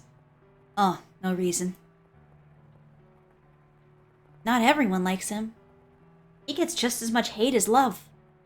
Grandpa's not really a model citizen. He's mostly just shrewd. Are you jealous? Not. My old man is, though. Huh? Is he now? Well, your dad's got his good 2 points too, I think. Like, I don't know. He seems like the kind of man who can accomplish big things. Well, he seems a lot stricter than my grandpa. Oh, come on. I don't get you. What are you clamming up for? No reason. If you don't want to go home, then how about we go somewhere far away from here? Huh? Once it stops raining, let's get out of here. Head up to the capital, find some work. We could make it work, the two of us. Oh, and we'll bring Nero, of course. If we could. That would be nice. Break free of the city and its outdated traditions. Head somewhere bigger, more forward-thinking. Only it were possible. It's all right, Maria. I know you were just joking. We wouldn't be able to find work anyway. If the two of us ran off, we'd be starving in a month. You'd have to be blind not to see that. Right. Let's go home once the rain lets up. Yeah, once it does. But until then... I know, let's sing. Sing even louder than the lightning. And maybe you'll stop crying, Jacopino. I'm not crying. Come on, let's sing. La la la liro. La liro, la liro, la liro. I'm not gonna sing that, I'm sorry. La liro. La liro.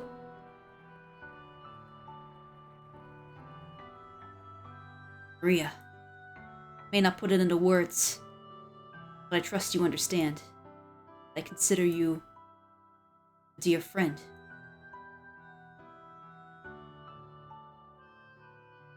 Listen to me, Jacopo. My actions were justified. I did what I did for the betterment of this city, this land. The Campanellas are too conservative. Under their control, this country will atrophy. Progress will continue to lose steam. If we don't push forward, we'll fall farther and farther behind. Before long, you will be the next capo famiglia. But until that day, you will cross over to the New World and establish the Casca there. Unify us. Bolster us. Make us strong. I'll handle things back here. I won't let the Campanellas try and strike back.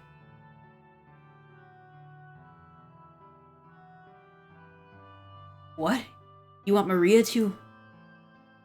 It's dangerous to keep a Campanella so close by. She has to be taken care of. If you insist. But do not let your guard down. Betrayal is a consistent companion in this world. I'm giving you my revolver. Keep it on you at all times. Glory everlasting upon our blood, and upon this earth.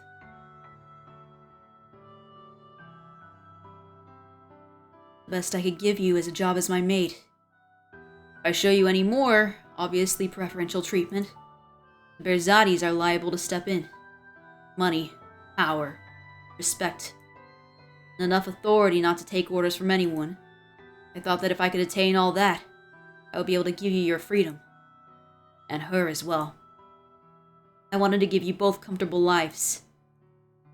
But none of that got through to either of you.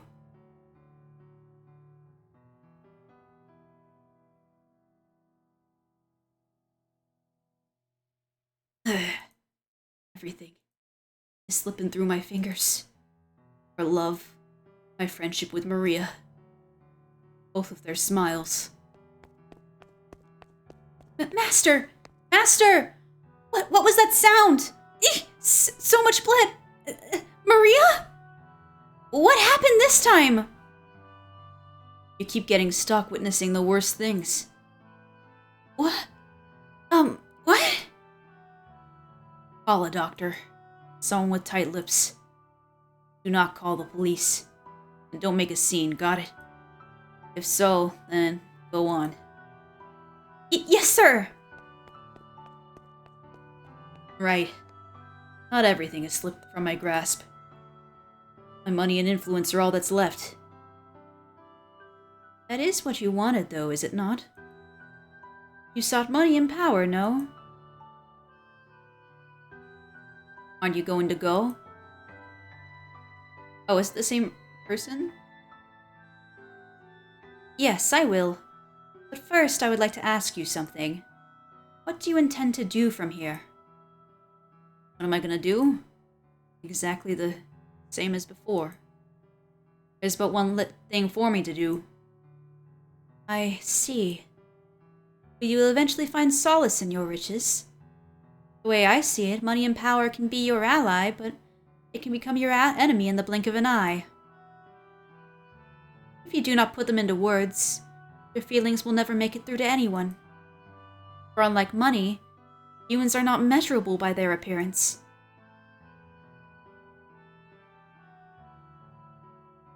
He failed to communicate to anyone what he held within his breast.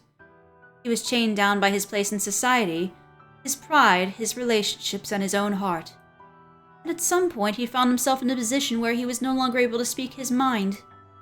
After enough time, he likely forgot how to be genuine at all. Or perhaps someone like him simply would not, even if they knew how. In any event, there are many things in this world that cannot be communicated without being put into words. How sad that his tale should end without him expressing how he truly felt. How hard it must have been to never clear up his misunderstandings. After Jacopo's confrontation with Maria, the Pacific Railroad was completed as scheduled. Celebratory cheers shook the new world as the last spike was driven into the rails. Jacopo, however, could not even manage a smile listening to the telegraph. I'm sure you can take a guess as to why.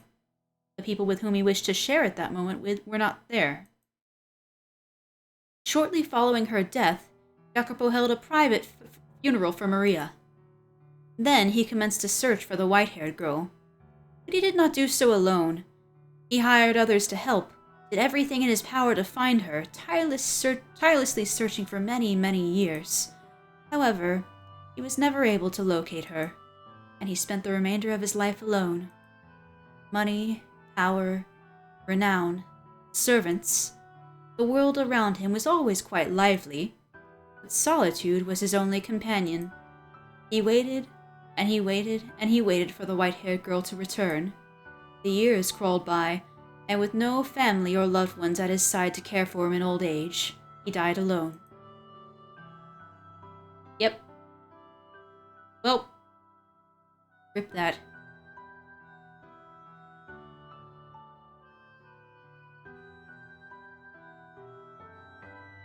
I wonder what happened to the white-haired girl, though. Why he couldn't find her at all.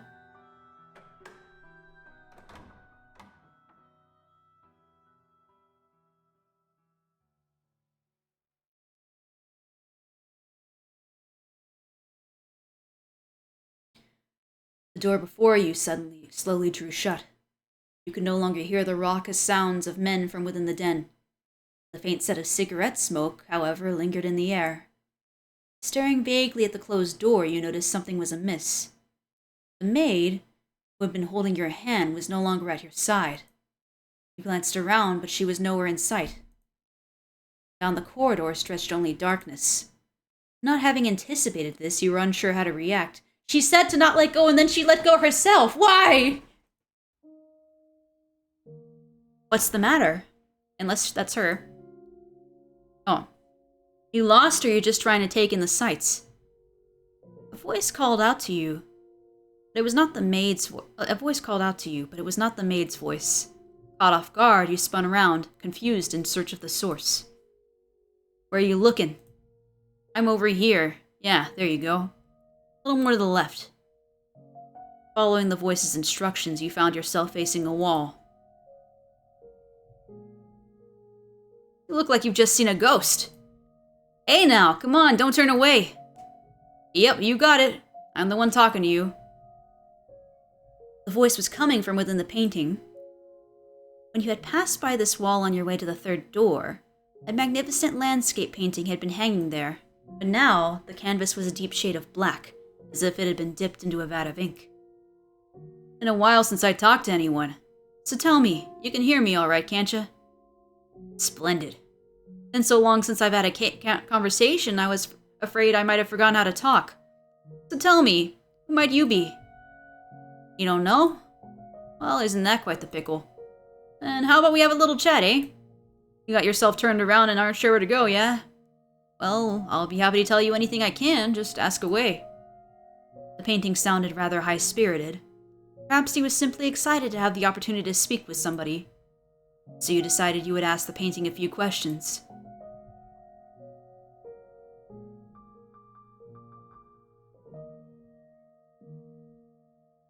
I'm gonna save.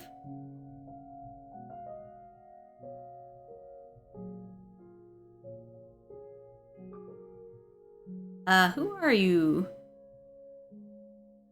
Me, well, as you can see, I'm a painting. Why did I end up as a painting?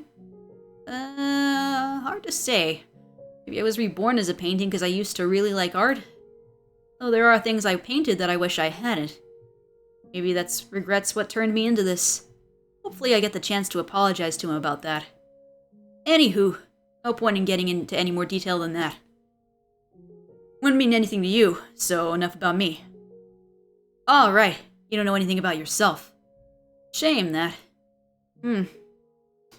Alright then. Favor for you, since you can't tell me about yourself.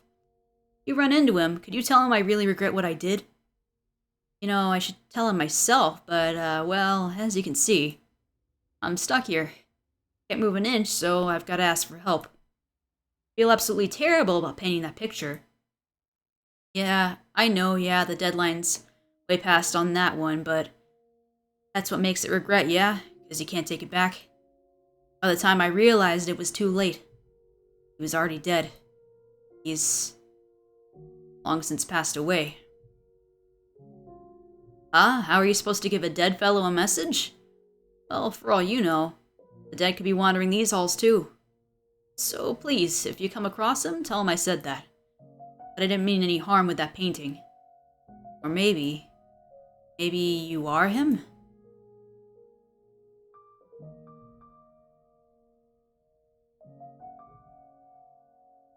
What is this place? Oof, talk about some hard-hitting questions. I'm probably not the one who'll be able to answer that for you. I don't have a very deep connection with this mansion, you see. I swear it, I got nothing to gain from lying, do I? It's my regrets that turned me into this. I wasn't summoned here by no one. That said, there is one thing I can tell you. This place summons people. People who have ties to something that happened long, long ago. No one knows anything even happened. I didn't know either till she told me. Though I haven't the foggiest how much of it's true or not. Are you here? Because you were summoned by her? Or did you come here of your own will to find someone? If you came here of your own volition and you weren't summoned by her, then mayhaps you'll be the one who can break.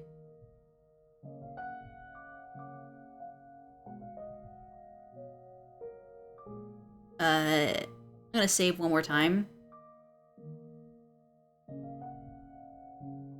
I want to ask all the questions, damn it. But if it stops me, who am I? I'll know. Just because you don't know who you are doesn't mean you can't go around asking other people. I'm not a person, you say? Well, no, you're right, but I'm not going to know anything about you that you can't tell me yourself. I mean, from where I'm standing, you look almost like a walking cloud of shadow. I can't even tell what you look like. The maid who was with you before, did she call you master? I see. The question is, which era's master are you? How many doors have you been through? 3 doors, eh? And of those doors, did any of them bring anything back? Well, it's not an easy thing recovering yourself. Or maybe you weren't behind any of those 3 doors. Yeah, that's gotta be it. That was your first time witnessing those tragedies. Yours is another door. So tell me, how do you feel looking behind those doors? Was it frightening, saddening, heart-wrenching? Well, let me tell you something. You were able to bear them because they weren't your tragedies. If the next door you open is yours, will you be able to bear it? Will you be able to accept your own tragedy? It's one thing seeing others suffering, but your own. If you have to face emotions you want to keep buried, secrets you want to keep hidden away, and pain you wanted to forget, you really think you'll be able to accept them as your own? If you can't, I wouldn't blame you. I wouldn't accuse you of running if you chose not to reclaim your old self. Nothing wrong with erasing your memory of something if it was so bad you didn't want to face it in the first place. Let it be rewritten as someone else's story. That'll make it a whole lot easier on you. Because you never know. The most unfortunate tale of all may very well be your own. Or perhaps, that goes for everything about you. You won't know till you see it? Well, that's true enough, but once you do, there might not be any turning back. Or do you mean to reclaim your old self no matter the cost? If you do, you're sincerely prepared to do that, then be wary of the tale that comes next. Any tragedy that seems too beautiful to be real is precisely that, a fabrication. If it turns out you're someone from behind the next door, then perhaps you're my...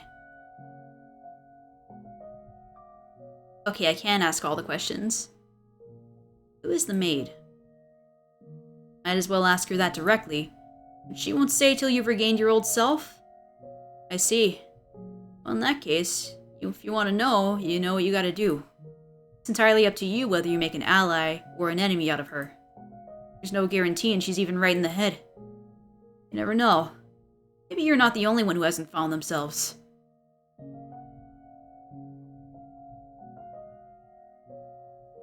I haven't talked that much in a long time. Feels great. Now that I've gotten that out of my system, I should be able to get some good sleep. You're probably still wandering in the dark right now, but I really hope you find the outcome you want. I mean that. You can either reclaim your old self, or you can toss it aside. The choice is yours either way. Now, since it looks like your escort isn't showing up, what do you plan to do next? How about taking a look around the place since you got a little free time? Could be you come across some things you wouldn't with her around. Oh, right. You're gonna go exploring, I got the perfect thing. Stick your hand to the canvas, wouldn't you? Would you? The painting was still wrapped in an impenetrable darkness. A perfect, all-consuming void. The man had told you to put your hand into it.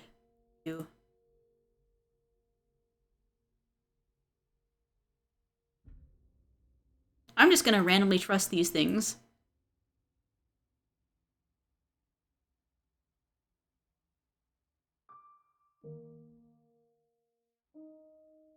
You extended your hand for the painting. The moment your fingertips brushed against the darkness, it swallowed your entire hand up to the wrist. No, not there! That tickles! A little to the right. As the man in the painting had instructed, you groped around inside the darkness. Before long, you felt something hard at your fingertips. Clenching the object, you withdrew your hand. Your arm was still intact. You spread your fingers, and there you found a key.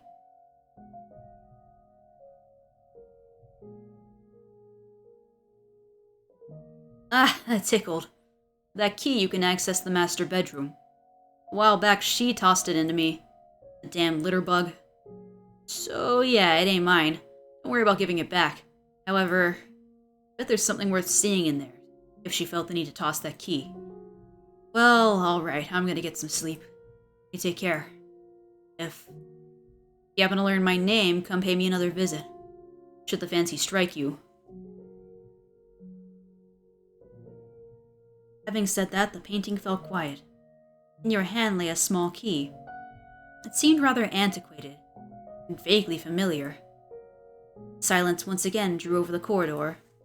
You stood there all alone, no sight of the maid. After considering it for a few moments, you decided to explore the mansion on your own. Oh, Mother of God!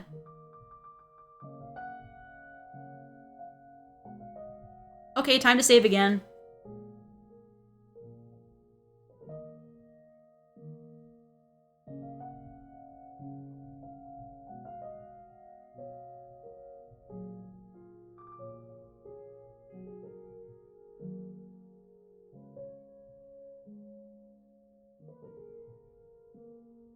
You made your way to the mansion's entrance. There was no one around, nor any source of light. Groping through the darkness, you found the front door, which was sealed shut with a heavy bar. You pressed against the bar, but it remained firmly in place. The door did not budge either. It seemed you could not leave the mansion. Burn the witch. Crucify the impure. When you made to step away from the entrance, you heard a muffled noise. You looked around, but were unable to determine the source of the voice.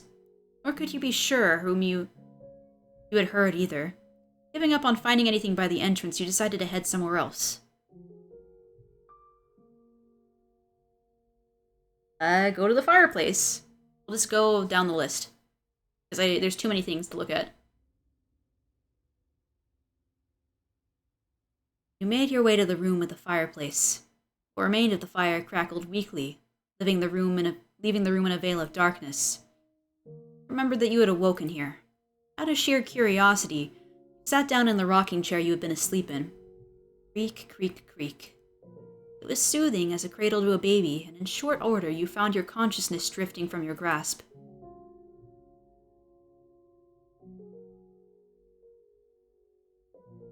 Reading a story by the fireplace like this almost makes it feel like we're in another world, doesn't it, Master? Bet that's why troubadours perform at pubs, so they can be near the fire. Oh, you're such a cynic. That's okay. Do you remember when I first arrived here? When I was cleaning the library?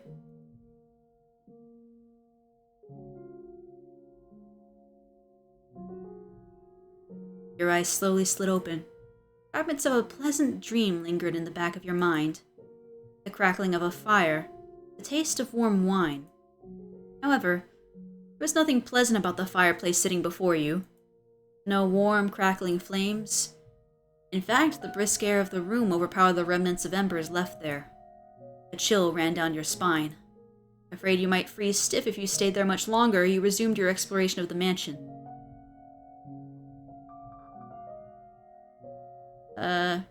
Go to the den.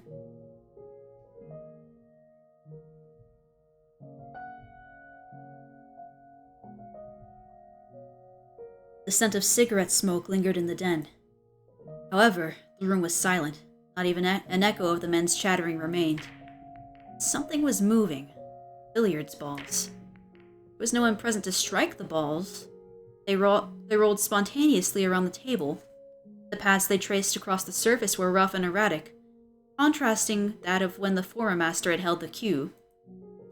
The spheres collided awkwardly with one another, not a single one coming close to the pockets. As an experiment, you pulled a ball off the table. In response, the paths of the balls became even clumsier. Having lost one of their targets, they began bouncing aimlessly off the cushioned walls of the table. As you stared intently at the table, a man's voice rang out from somewhere in the room. Spinning around, you saw the silhouette of a man. However, you could not make out what the man was saying. The man thrust his finger at the table. He appeared to want you to return the ball. He reluctantly placed the billiards ball back on the table. When you did, the balls resumed endlessly colliding with one another, never landing in any of the pockets. You looked up to find the shadows gone. Having determined that the maid was not going to appear in the den, you exited the room, making your way back into the corridor.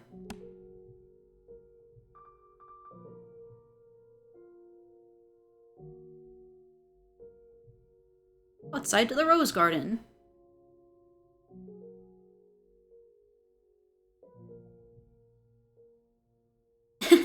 Look, your head is covered in roses! Oh! Got petals on the book. This isn't mine. I can't afford to... Though you could hear the sound of children laughing, you could not see them. Regardless, their cheerful voices warmed your heart. You decided to linger there in the garden for some time. Along with the children's laughs wafted a sweet fragrance.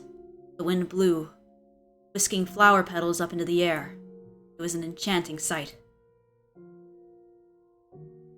But after a while, the roses began to wilt. You could no longer hear the children's voices either.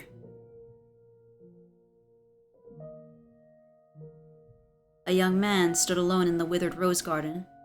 As you drew nearer, you called out to the youth, but the young man did not appear to notice you. He merely stood there, staring vacantly across the garden. The youth muttered something in a lifeless voice. This isn't what I wanted. I just wanted a normal, peaceful life. I can't bear being alone. I can't take this. Someone get me out of here. Uh-oh. Someone fix my keyboard. Oh God. Tell me that I'm not the bad one here. You tried to call out to the young man several times, but he did not seem to hear you. He simply continued muttering to himself. Before long, the youth's shadow faded into nothing. Unable to bear the chilly air any longer, you stepped back into the mansion. The cellar is creepy. I'm not sure I want to go there, but we'll go there anyway.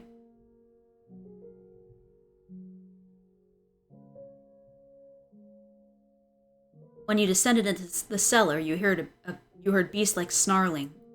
Along with it came a sour odor and the sound of ripping flesh. You could not see the beast, but that did not make it any less unpleasant. You made to retreat from the cellar. And then I died. But before you could, a shadowy creature lunged at you.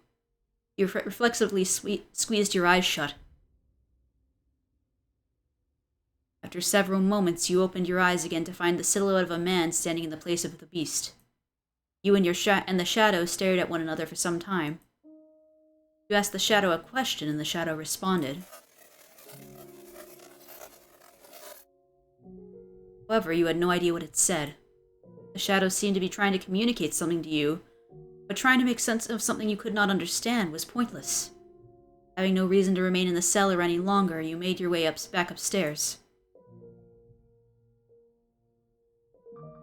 Alright, at this point I'm going to save again, because I feel like these ones are beginning to be the points where it might stop me from exploring. Go to the library.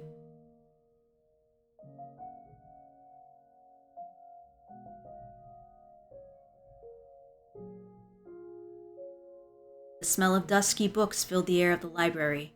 You approached a shelf to examine one of the books. And suddenly an avalanche of them came falling to the floor. You stared blankly at the mountain of books. They had fallen down on their own, but they showed no signs of putting themselves away. Since no one else was there, you began placing the books back on the shelf. 1, 2, 3, a dozen. As soon as you got them all back up, they came crashing back down again. You wished very much to implore the maid's assistance, but she did not appear to be in the area. Pretending you had not seen anything, you made your way back into the hallway. Books don't want to be on the bookshelf, okay? Go see the stained glass window.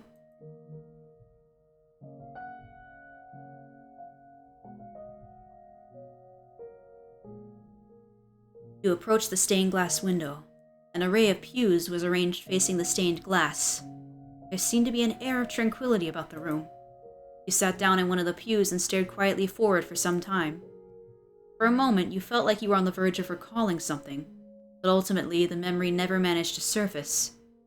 The maid did not appear to be there. Where could she have gone? You decided to resume exploring the mansion. These two I'm the most concerned about. So, I'm going to save one more time. And we'll go to the master bedroom. I mean, that's the one it gave me the key for, so... I got for making that other decision. You inserted the key you had been given into the door's keyhole, and with a twist, the door opened. The music is gone. The master bedroom was shrouded in darkness, much like every other room in the mansion. It had evidently been unused for some time. The air in the room was stale and forlorn. Master? A voice seemed to ring out from somewhere. Come on, get up. Up with you, Master.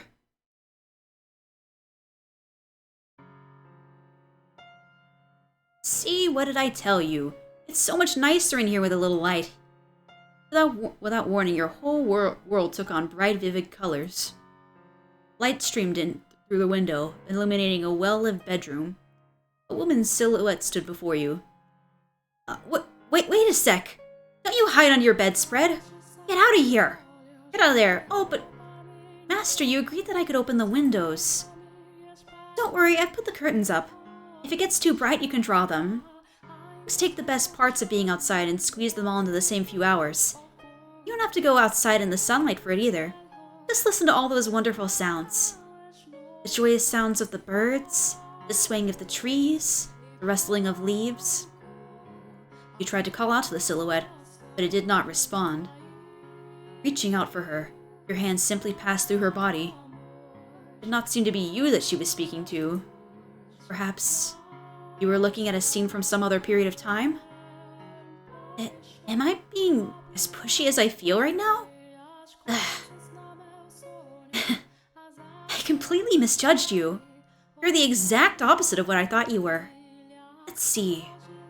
I thought you were cold and cruel, heartless and incomprehensible. But I'm beginning to get a better idea. You try to put on airs, but you're really rather childish. You have a short temper, but can be surprisingly playful. What else? A pretty difficult personality, too. Now, hear me out here. That's not everything. You gave me a chance to talk and you listened intently. You can be kinda nice, too. We agreed that we live together, not just in the same house. So we've got plenty of time to add more to the list. And I hope you make your own list about me, too. This is just the beginning, after all. Got a long time ahead of us. Plenty enough to get to know each other, no? Let's not waste any time, then. What do you say we do something today that we haven't been able to do before? Where should we begin? Oh, I know! We can get this place cleaned up. Now there's some actual light in here, we can see all sorts of things we'd probably rather not. Like dust. All over the place.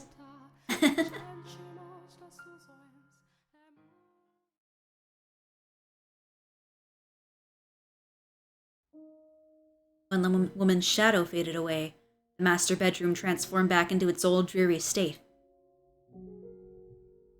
Master, can you say my name? You were unsure how to describe the urge welling up within your breast. You could not say her name. You stood unmoving in the master bedroom for some time, but it did not appear anything else was going to happen, so you decided to head somewhere else.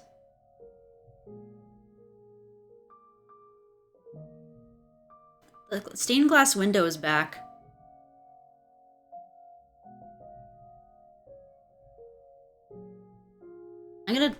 I feel bad because the maid doesn't seem like a bad person at the moment, but at the same time she's hiding too much.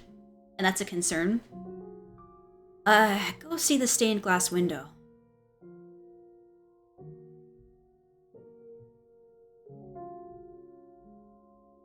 You returned to the room with the stained glass window. You had searched throughout the mansion, but had no luck finding the maid. You felt somewhat tired, though you were not quite sure if it was physical exhaustion or otherwise. You had little interest in doing any more moving about. You know what? I'm gonna reload this. Because I think that this is the way to continue. And what if I call for the maid and nothing happens?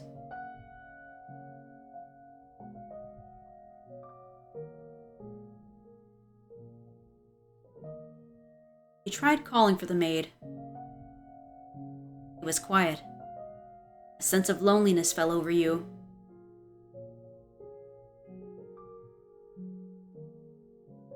It's there again. You tried calling for the maid. It was quiet. Is there anything else? What if I do it 3 times?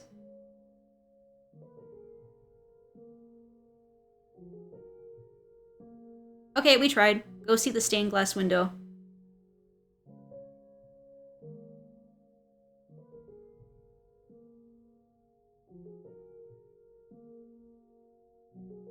You returned to the room with the stained glass window. You had searched throughout the mansion, but had no luck finding the maid. You felt somewhat tired, as though you were not quite sure whether it was physical exhaustion or otherwise. You had little interest in doing any more moving about. Taking a seat in one of the pews, you gazed up at the stained glass. Staring solemnly back at you was the archangel said to weigh the souls of the deceased. Perhaps he was trying to weigh your soul.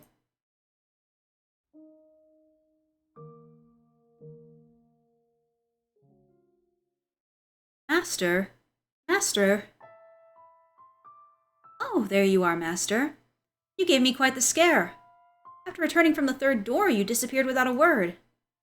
Oh my, it was I who disappeared? It's quite strange. I did not go anywhere, as far as I'm aware. Nevertheless, I'm glad to have found you.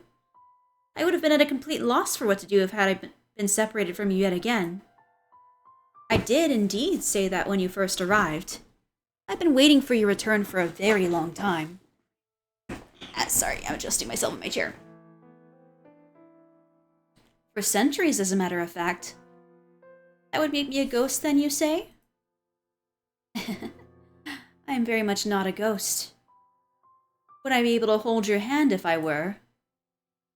Saying this, the maid took your hand. It was cold enough to send a shudder down your spine, and completely devoid of life. Though, chilling as it may have been, you still took comfort in the feeling of her hand in yours. The maid looked down at you with gentle eyes. After a few moments of silence, she sat down beside you. The stained glass window is quite beautiful, is it not? Every time I see it, it brings a tranquility to my heart. A dreadful, deep-rooted curse afflicts this mansion. However, this room is the one exception. Can you feel the purity that hangs in the air, Master? Yes? What is it, Master? You are correct. The stained glass window had been shattered and was not present in the time period of the previous tale. I wonder, perhaps it is because the mansion we are in presently resides in a realm separate from the real world? We are in a world constructed from myriad memories and histories. I'm sure that when you regain your old self, Master, the mansion too shall be restored to its original state. So do try and remember, all right? Oh, yes. Where did you go in my absence, Master? I see. So you explored the mansion, then? And did you find anything noteworthy? Memories? I'm not quite sure what you mean. Peculiar. As a servant of this house, I pride myself in being aware of most everything present within these walls. I wonder whose memories they could be. The key to the master bedroom? Why did I throw away the key? But why did I throw away the key? I beg your pardon? You say a painting told you? You could see perplexity on the maid's face. You had never seen her make such an expression before. I know nothing of any key. Oh, Master, you should not tell jokes just meant to cause others discomfort.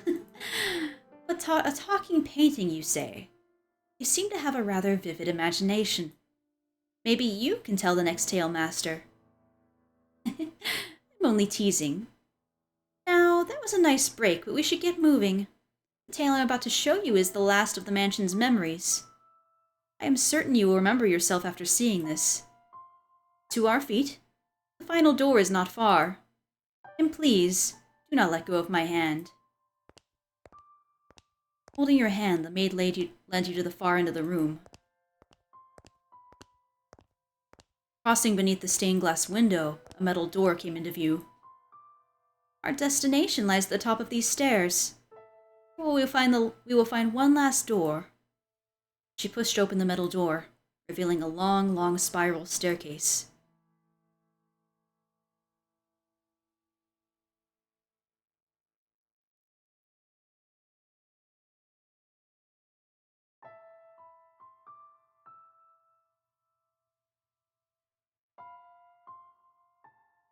It will be a bit of a walk, so let us be on our way.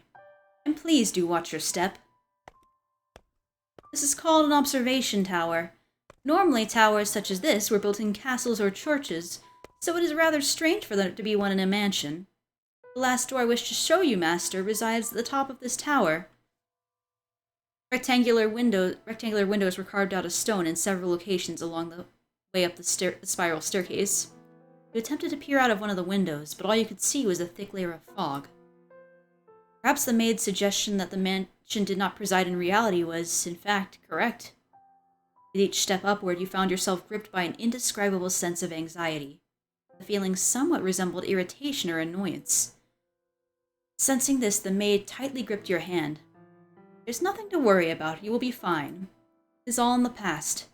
No matter what may happen, so long as you do not let go of my hand, you have nothing to fear. You and the maid continue climbing the stairs. Up and up, around and around, marching ever nearer to the supposed final door. High up into the tower, as the light from below drew distant, a rotted wood door came into view.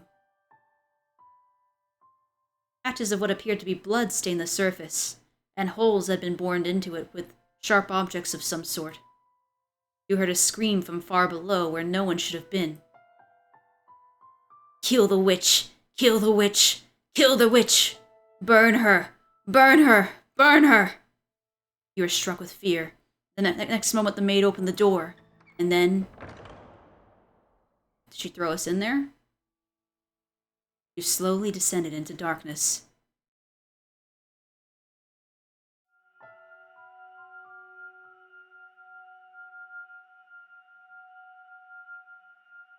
$10.99. We've gone back in time.